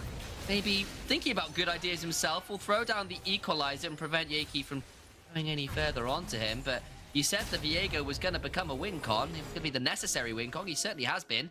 First person to die to the feathers has become a grateful receptacle of Yaki's passive. Yaki 300 gold bounty, Rusty Sniper 500 gold bounty. They're being very important pieces of their team, and that is being reflected in the economy here. Smurfy, he can't move up here. He will just get kited back. He does have to just absorb these waves. And Natives, they're hoping LLS give them another opportunity. We've seen they're fully willing to capitalize on it if given. Horok has teleport and will actually have the ability to shove onto this tier 3. I think Lightside, with the fact they've got the Jace over here and the Varus, can probably just look to poke or give up this dragon and just say Triss is going to go, I will take this inhibitor turret, and there's nothing you can do to stop this, I don't think, despite having the Baron. Yeah, Maokai resetting out of vision there to try to help Smurf if he does end up getting dived by the Tristana. But that does look like a mid-tower with the split setup that they have. It's not soul point for Natives, so as LLS you absolutely can. Feel free to trade this back and just play out those two lanes. They've netted a tower off it, they'll be fine with it because they're not giving up anything. The Baron is being delayed massively. Natives have not had any impact with Have this they gotten Baron. any turrets with it? No. They set up for the Drake. They got pushed in on 2 lanes via that. That delays them even further on the Baron. This is the first real chance they've had to get something with that Baron. They should get the tier 2. The Glacial Fissure is used by Dr. Chaos, but I'm not big sure cooldown. to what real avail. Yeah. Throws the door backwards to deal with the Feather Pull, which of course has been a bit of a problem from the side of Lightside to deal with. Those feathers have been eviscerating all the squishy members from Lightside, and that is difficult to deal with. It's going to be the Fire Cannon third, actually, from Rusty to try and stay away from the damage dealers, knowing that with everyone being so squishy, he isn't so gated into getting something like a Lord Doms in the third place. Yeah, I mean, the Varus R and the Brawl Mars are the big ultimates that you want to be considering. The Rumble comes secondary to that because the Rumble ultimate is going to be very skill based and you actually want to be approaching Natives from multiple angles, not in a straight up front to back. So the usage of the Rumble ult gets somewhat diminished there. But Varus, he can delay an entire flank. Brawl, he can delay 2 sides of the flank. So those are the big ones that you are looking at. If you burn everything on Rumble, you should have a pretty good opportunity to be able to move in on top of LLS there. Of course, as we've seen, EMP as being able to make that Rumble ultimate count, but these are the big things you're looking at. These are the big things Natives are looking at. They're trying to take them out. If Dr. Chaos continues to be too liberal with his ultimates, then the Communist Party of LLS will probably kick him out fast.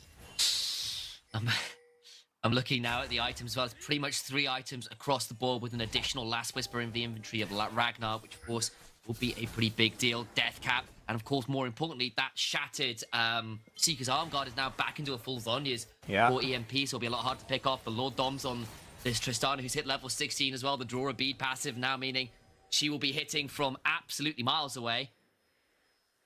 On the other side of Natives, they have managed to weather the storm. They've come back into this game. They've got a 3-item Syndra with a Shadow Flame as well to really hit hard on these squishy members. You've got 3.5 items on Rusty Sniper, who's already been doing a lot of DPS. This is looking pretty playable from them now as well, let's be real. I mean, I want to say that Natives having this much jungle control is good for them because they will be able to close the distance via the terrain, but at the same time, do you want to fight a Rumble, a Tristana, a Jace, a Varus inside the jungle in these very enclosed spaces? It feels like the perfect scenario for them in that straight-up team fight. So, whereas you have catch potential here, whereas you could diminish their range advantage here, this is also a massive AoE composition, so you really want to translate this into flanks on lane rather than the fighting, or a Rumble, I should say, in the jungle. That should have come to me earlier. Yeah. Veteran, quick technical question. technical. Do you know okay. if Jace, with because obviously we've had a lot of item reworks coming into this season. Do you know if Jace late game can still get 2 shock blasts through 1 acceleration gate in late game? Does he get enough ability haste still? I don't know. I want to say yes, but I can't say that I know that for a fact. That is a good question that I should know. Because that was such a big late game break point for him. Knowing. Yes, I should know the answer to that. I do apologize to you and to the audience, a little bit to Bucci. I did put you on the spot a little bit there, in fairness. So that's you know, it wasn't exactly a fair question. Yeah.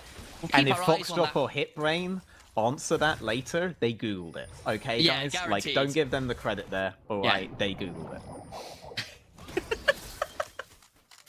I think I know Hitbrain will actually know that for sure. Like he's someone who knows all of the item breakpoints and knows all of the build paths. You can ask him about that, guys. Just DM him on Twitter. He'll he Googled.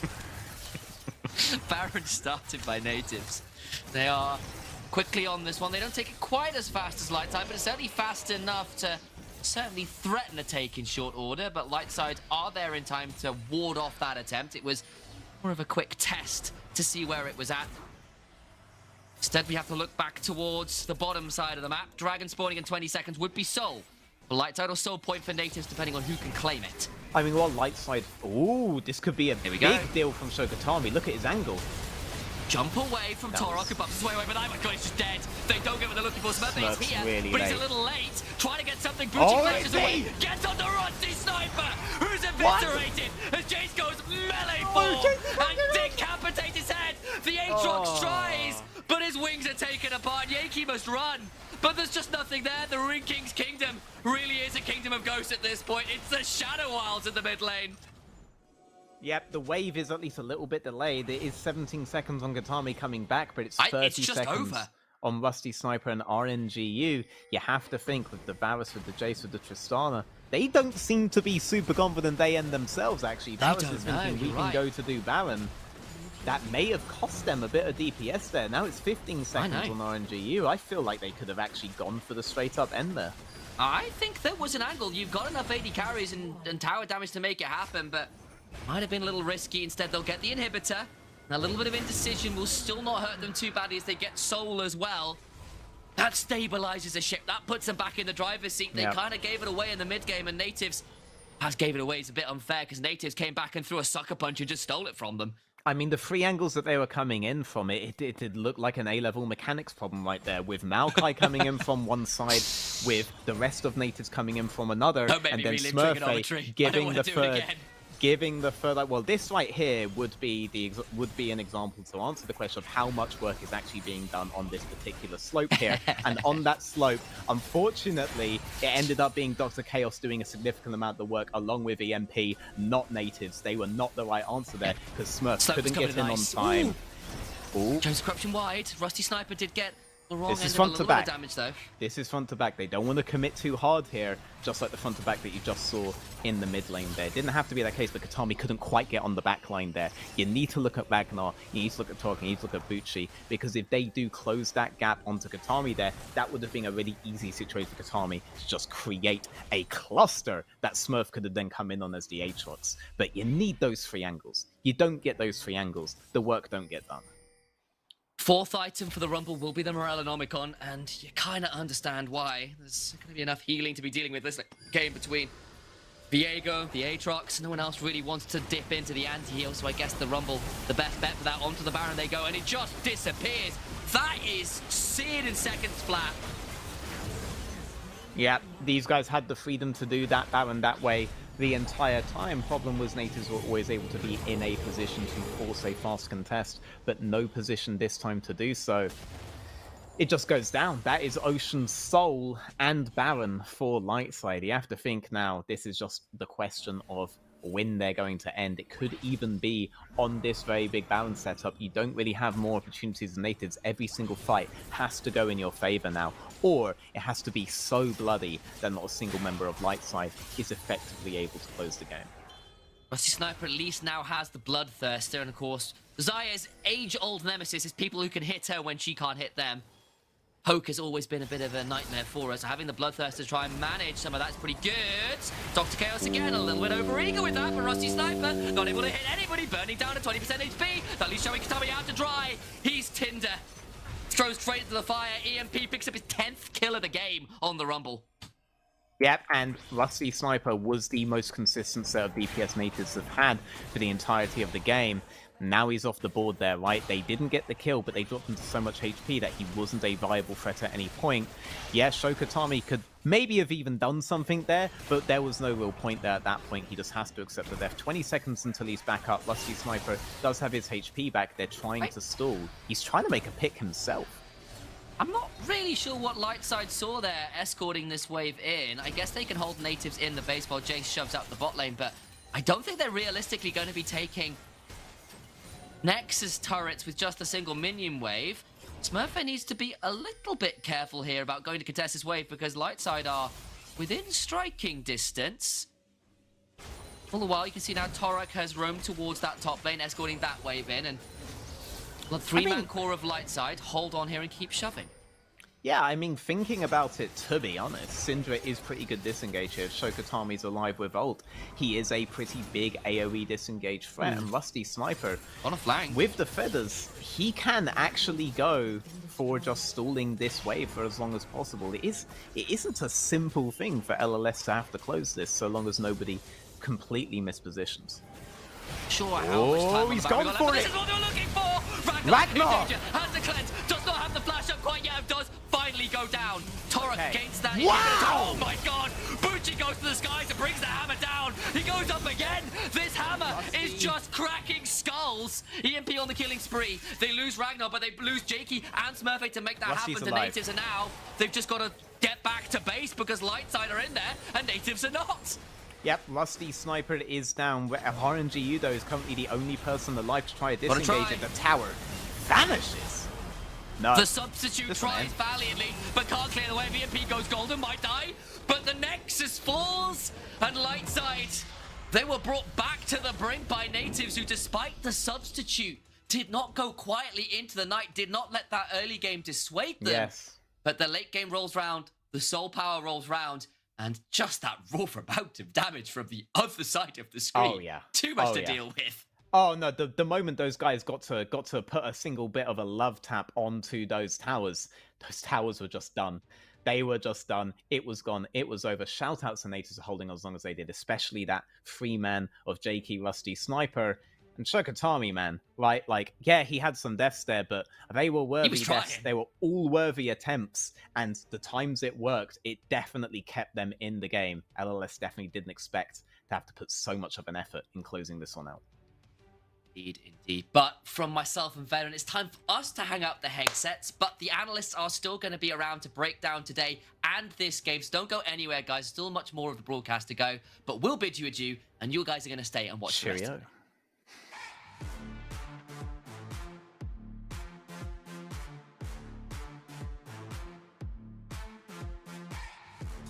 At SteelSeries, we make the headsets, mice and keyboards that the world's best gamers win the most with. And we've been doing it since way back.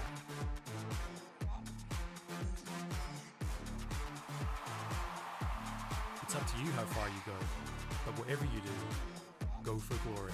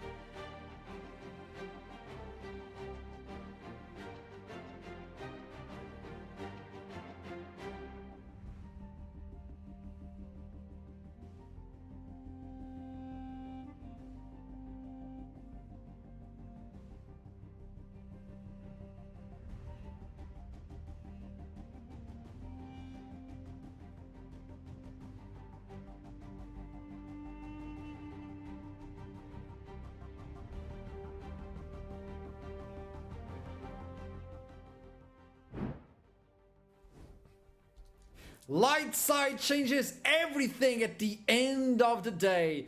Yeah, I'm not. You're not the only one using that thing. Fox drop. What the hell? Foxy, you goddamn criminal! Trainers! I got into my uni for you.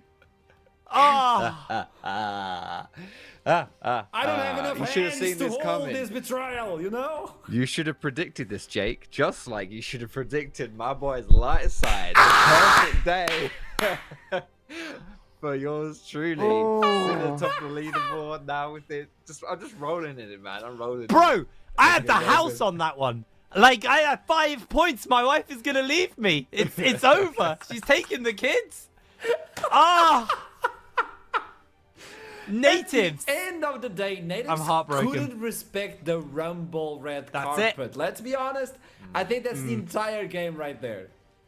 There's a few things. As much as I would love to go off on the fact I lost 5 points, I think EMP played an amazing game there. He was able to punish early on that bot lane gank where obviously the Viego was level 5, so they didn't have the ability to reset. If they were level 6 when that play happened, this game was entirely different. Rumble wouldn't have got a bunch of kills there. That would have been typical of Viego. Very different setting. But because of that, it was a perfect read on a gank. It was a perfect counter gank coming in from EMP.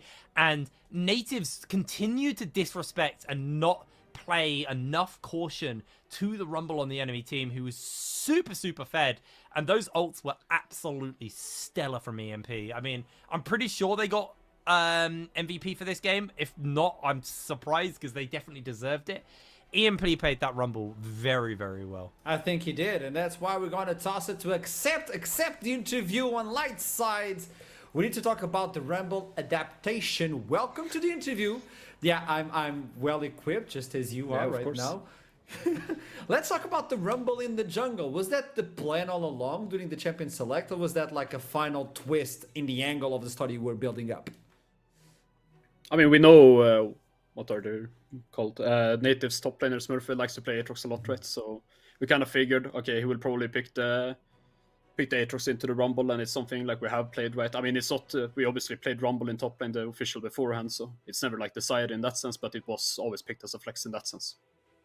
As a coach, is that something that you think like it's going to bring a new life to light side, to adapt in the Champion Select and pick up the teams out of nowhere where they feel like a little bit uncomfortable with your composition? Or is there any more angles that you want to work with the team? Because we just reached the half of the split. You guys are in a really good place right now. You can still fight for that spot. How do you feel like is your winning condition as a coach? Not as a team, as a coach. I mean, for me, I just think that, like, in general, if we play our game and we play good on the day, then we can beat every single team. Like, there's no doubt about that. We just need to just focus on what we've been focusing on. We keep improving, and in general, like, I mean, of course, we don't like play every draft in the game or whatever. I'm not gonna sit there and say that, but in general, we just draft what we practice. We make sure we're comfortable on what we play, and yeah, I think it shows as well, especially the last couple of officials, that we just know how to play our game. Okay, looking into the top of the standings and looking to the rest of the calendar you guys have ahead of you, what do you feel like brings the team light side differently from the others? Where do you think you excel from the other teams that can bring you into playoffs position? I would say that I think I mean, there's some other teams that I can think of that kind of have this quality as well, but I think we play really good as a team. Like, even on a day where we don't have like super stellar individual performances, we still manage to find wins, right? I mean, I think versus Venom Crest, for example, we came out of the game and said, like, at the second game, then of course when we won, we came out of the game and 3 or 4 people said, "Thank you for carry today, guys." You know, and it's like because they don't feel like they're playing like super good individually, but we're still like having really good games and playing really good as a team, and that's all that is needed, right? We don't need anyone to like really pop off. Of course, like sometimes you have that anyways, and that's great, but we don't. It's not needed for a win. It's a shared effort as you guys are climbing the mountain. I love that one, light side. I want to love that one. Except, thank you so much for the interview. I hope to see you again, and best of luck. Let's see what you pull up tomorrow. Of course, thank you, man. He still doesn't have the hoodie. I got it out. I got it out. What do you mean? You now look like an idiot. I don't know, man. Come on, this is a professional broadcast, yeah, come on, bro. man. What are you doing? What are you doing? I'm this close to losing it. I thought it was reaching for there, man. On the other side, though, Natives losing this game puts them in an awkward position because they were fighting for the same spot. They were fighting to get another tie at the first place, and all of a sudden, it's gone. Just disappeared. That was great. sound Wow, effect. I didn't realize you were a Foley artist as well. This loss actually is really big. This is the difference between them being right now between 5th and 6th was where they started today. They have now dropped into 6th place. And a bunch of teams have got moved up a lot. So everything has changed here massively off the back of this. And it's still close, don't get me wrong.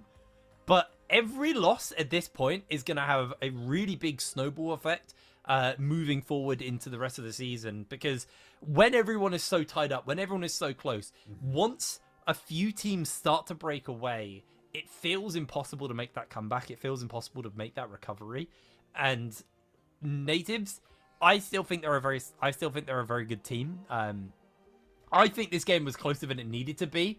The fact that they got a Baron, the fact that they got a few good team fights, the fact that honestly there was a point where they could have maybe taken over this game says a lot about their quality of playing, because this game, realistically, in the hands of a better team, should not have ever been even remotely close. But Natives were able to keep it pretty close between the two teams. So I still think, you know, this season isn't over for them, but they've definitely given themselves a harder task because they've lost to a team who they were tied with. They now have to beat out some of the teams who are way ahead of them in the standings and are arguably better teams. Yeah, I agree. I think this is probably the most important game for both these squads coming into today, right? So you got 5 more games to play, right? You got tomorrow and then two more weeks. So not a huge amount left as far as time goes to pick up those wins and to try and squeeze into a playoff spot. And when there are 3 teams that are tied for first place, like, the parity in the league is great for us watching. It's not great for people who want to qualify to playoffs, because it means, like, you know, surely you just want one team that beats everyone so that then you can fight it out with everyone else. Be like, you know what, screw that. You're gonna go like 20-0. That's cool. You two up there. We're not trying to beat you. We're trying to get in. We're trying to beat everyone else. But the fact that, you know, 3 teams are tied for first place right now, it just means that there are no easy games. There are no easy games left in your schedule, and it's going to be tough. It's going to be really tough for Natives, honestly, at this point. And I have to say, Roshan, our boy, he did kind of say this, didn't he? He thought it might be Verdant or Natives dropping out, and they both did lose their games today. You got that predict right, and I'm going to give it to you, Hiprain. It was EMP, the MVP of this match, with the Rumble in the jungle, with the red carpet just burning everyone. 11, 3, and 8. Kill participation 82.6. I'm just gonna say 926 damage per minute. That's actually insane. For non-ADC, that is grotesque figures. He got fed. He just got really fed early. A really, really big game from him. And damn, who's MVP for the day? Yep, that's a toughie. Oof, we've had some good performances. Yeah, I don't know. Temps felt like the kind of stylistically 1v9 solo queue type insane plays, but at the same time, you know, Tempt wasn't just the only person on his team to pop off. True. I'm going to give an underdog shout out to Romeo. I thought he was proper solid. I think in his game Romeo should have the MVP of the day, and this is up to you guys back at home. But the Romeo play where they lose the fight, and he, as a Maokai, stops them from going Baron by himself and still kills someone, and recalls in their base like, "You got nothing on me." I'm just gonna say that to me was, I kind of like that. I love what you say. It's your guys at home's vote, but I'm gonna mold your opinion so you vote for what I think. 100%, because if I can't get those predictions, I might as well get the voters on my side. Now show me predictions. Well, that was a perfect day for the Fox. And that's 2 points. No, the error. Yep. Hell yeah, you're damn right. It was a perfect day for me and Rude Dude. Oh no, Rude Dude voted Verdant. What an idiot! Yeah, what an idiot! Gosh. If I lose it all, beautiful. Slip and fall. I mean, I was already top, so you know, I'm sitting pretty here now as well, right? Let's see. Woo! What do you mean 40 points? Duckling isn't last anymore. Holy shit! Middlecot's taken over. Duckling's sitting at home. Fox, what is happening? Bro, honestly, the bottom of the table is tragic what's going on. Initialize, I will give it to him. That is a recovery and a half. This guy was, you know, he had people knocking at his door for money, man. Like, it was bad. He was in it. He was in it real bad, man. But he managed to get himself out of that one. I love that somehow you look into the predictions leaderboard and you can see people that actually analyze the game and talk about the game, and then you have play-by-plays. Hey, I'm in 4th. What are you talking about? Yeah, you're the start of it. You're the start of the play-by-play. Yeah, it's you and I'm in me 4th. that initialize. We're the dubs. Hey man, I'm killing it. I've been at the top of the table at one point as well. Well, it looks like you really know how to predict. And if you're just like HipBrain, head on to Twitter and put in your predictions to get this beautiful SteelSeries NX5 wireless mouse on your house. It may look like he only burns red, but if you look into the video, you're allowed to bring more colors. And just as you're allowed to go onto Twitter, put in your predictions every single week and win one of these beautiful mouses. You can toy with the lights. You can play on the next living room without being close to your computer because it's wireless. It's SteelSeries. It's wireless. It's Aerox, and it could be yours. And look at those settings at the bottom of it. I don't even know what they do, but I want one of those. One's Bluetooth, bro. They're literally. I've actually got my one. I got sent one. I have to say, So, first of all, SteelSeries, thank you very much. This is genuinely one of the best mice I've ever used. Wait, you got one as well? I got one. Yeah, unlike Middlecop, mine's not on loan because they like me and they sent me it. What do you mean? My mouse, my wireless mouse prior to this, by a company I will not name, rhymes with laser, was absolutely terrible. Did not work. SteelSeries sent me this one, and it's genuinely, I love this thing. It's so good. Also, the colors are beautiful. Look at that. Fox, look at that. Ah. I feel love it. betrayed. Thanks, SteelSeries. I'm working with the gamepad, with the cable as well. It's not even connected. So, what do you mean it's SteelSeries? Look, they just honestly, you should send that clip, man. Send that clip. See if they'll put some pity on you. If I make a clip for you, SteelSeries, will you send me a mouse? I'll give you the best advertisement ever. I'm telling you.